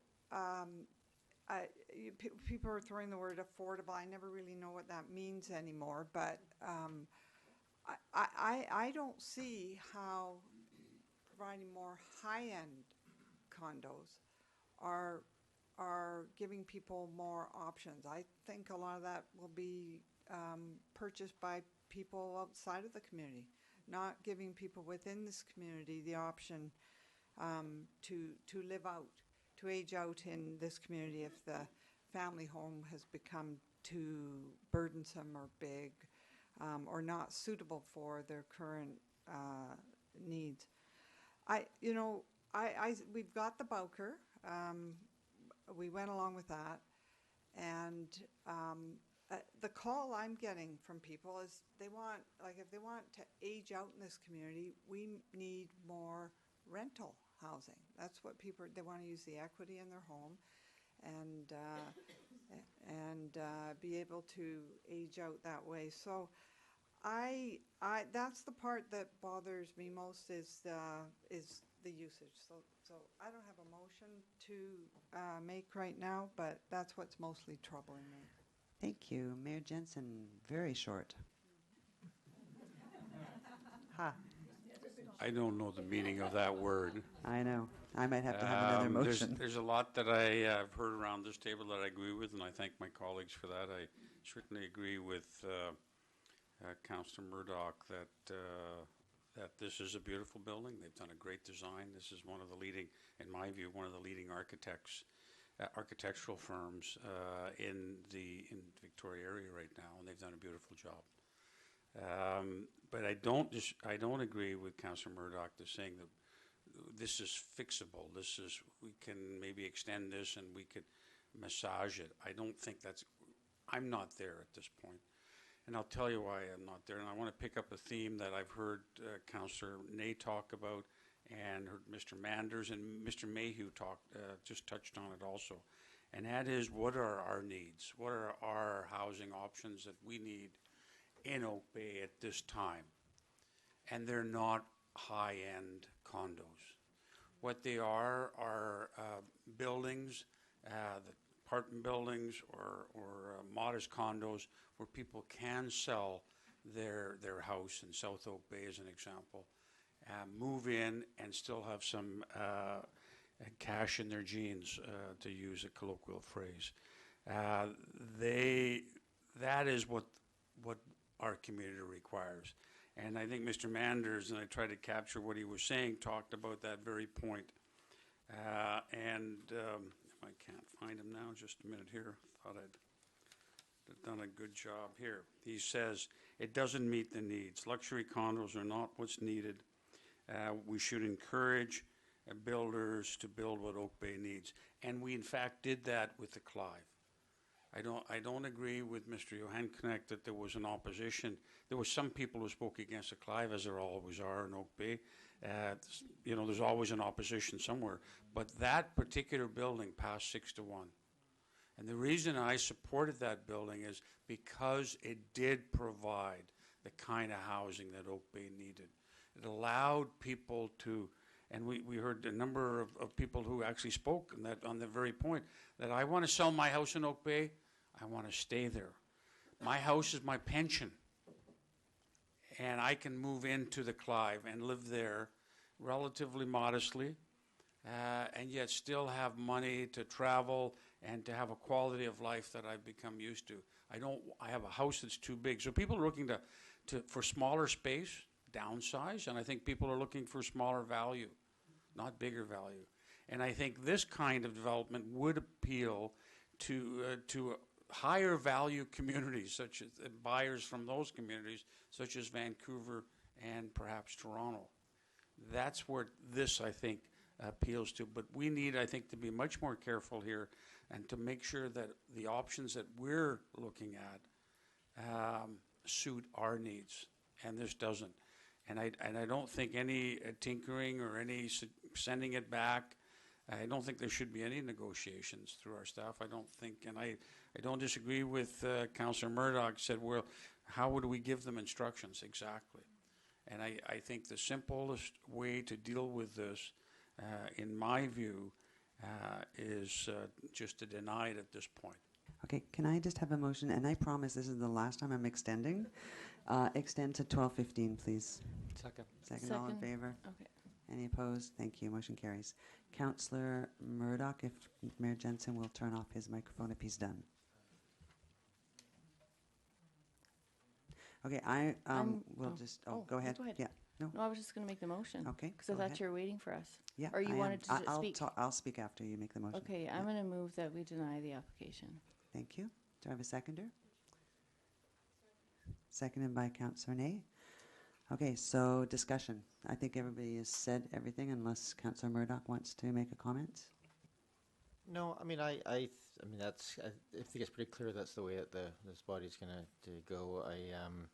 I would just want to say on the record that I disagree with a couple of points. One, I think having high-end condos we need a mix, and for the most part, people who have high-end houses want to have high-end apartments to move into. I don't have any issue with people building luxury or high-end stuff. That to me is not sort of a non-starter. I certainly incorporating affordable housing and so forth is desirable for sure, but I don't think that should speak against us encouraging high-end developments coming into our community. And I think that we really do need to have some. I was jotting down some notes in terms of if this was going to not be declined but move forward. And I think that we need to look at that FAR 1 to 1.4 kind of range for these kind of contained lots, maybe a bit more on corner lots. I think we need to come up with some guidelines for people. It really bothers me, frankly, to have, and I don't disagree that this is not unreasonable to decline this, but it's an enormous amount of money for the development community to come forward with these developments, and it's development unfriendly in the worst possible way, and that we're not going to have good developers coming to our community if we're not providing them good guidance to say, here's what's going to be acceptable, here's what's not, and doing it going forward. It's I just think we're not going to put ourselves in a good position to be having good development in our community if we're going through this sort of ad hoc approach to things. So that's all I have to say. Thank you, Councillor Murdoch. I would just say that I'm going to support the motion because I don't believe that this application should go forward in its current state. I would agree with Councillor Murdoch. I think we do need high-end housing within Oak Bay, so it wouldn't just be a rental that I would put on this property. If this was done in a more mindful way that takes into consideration the surrounding properties, I would be in favor of it. But I can't, in good conscience, take a property this small and put the size of this proposal on it. So I will be voting against it. But before I call a question, I would like to thank everyone for staying so late. I'm astounded that everyone is still here. We still have a full room, and thank everyone for being thoughtful in your comments and for the most part not cheering. But it was good to get the feedback from you all. So I'd like to thank you all for that, and thank the applicant, and hope that this gives you some ideas of perhaps what you could come back with. So I will call the question. Actually, I have one more Sorry, Councillor Nay. You know, I'd just like to follow up with Councillor Murdoch's comment about if we turn this down, because from the perspective of the applicant, they've spent several years at this, going back and forth, and large sums of money. And I do think that somehow we have to find a strategy, a methodology here in our planning process to give applicants like this a better idea of what we're looking at for, so they don't go this far down the line. We just quickly do this, because I agree with Councillor Murdoch. This is potentially able to create a distrust with our development community. And you know, we need development in this community.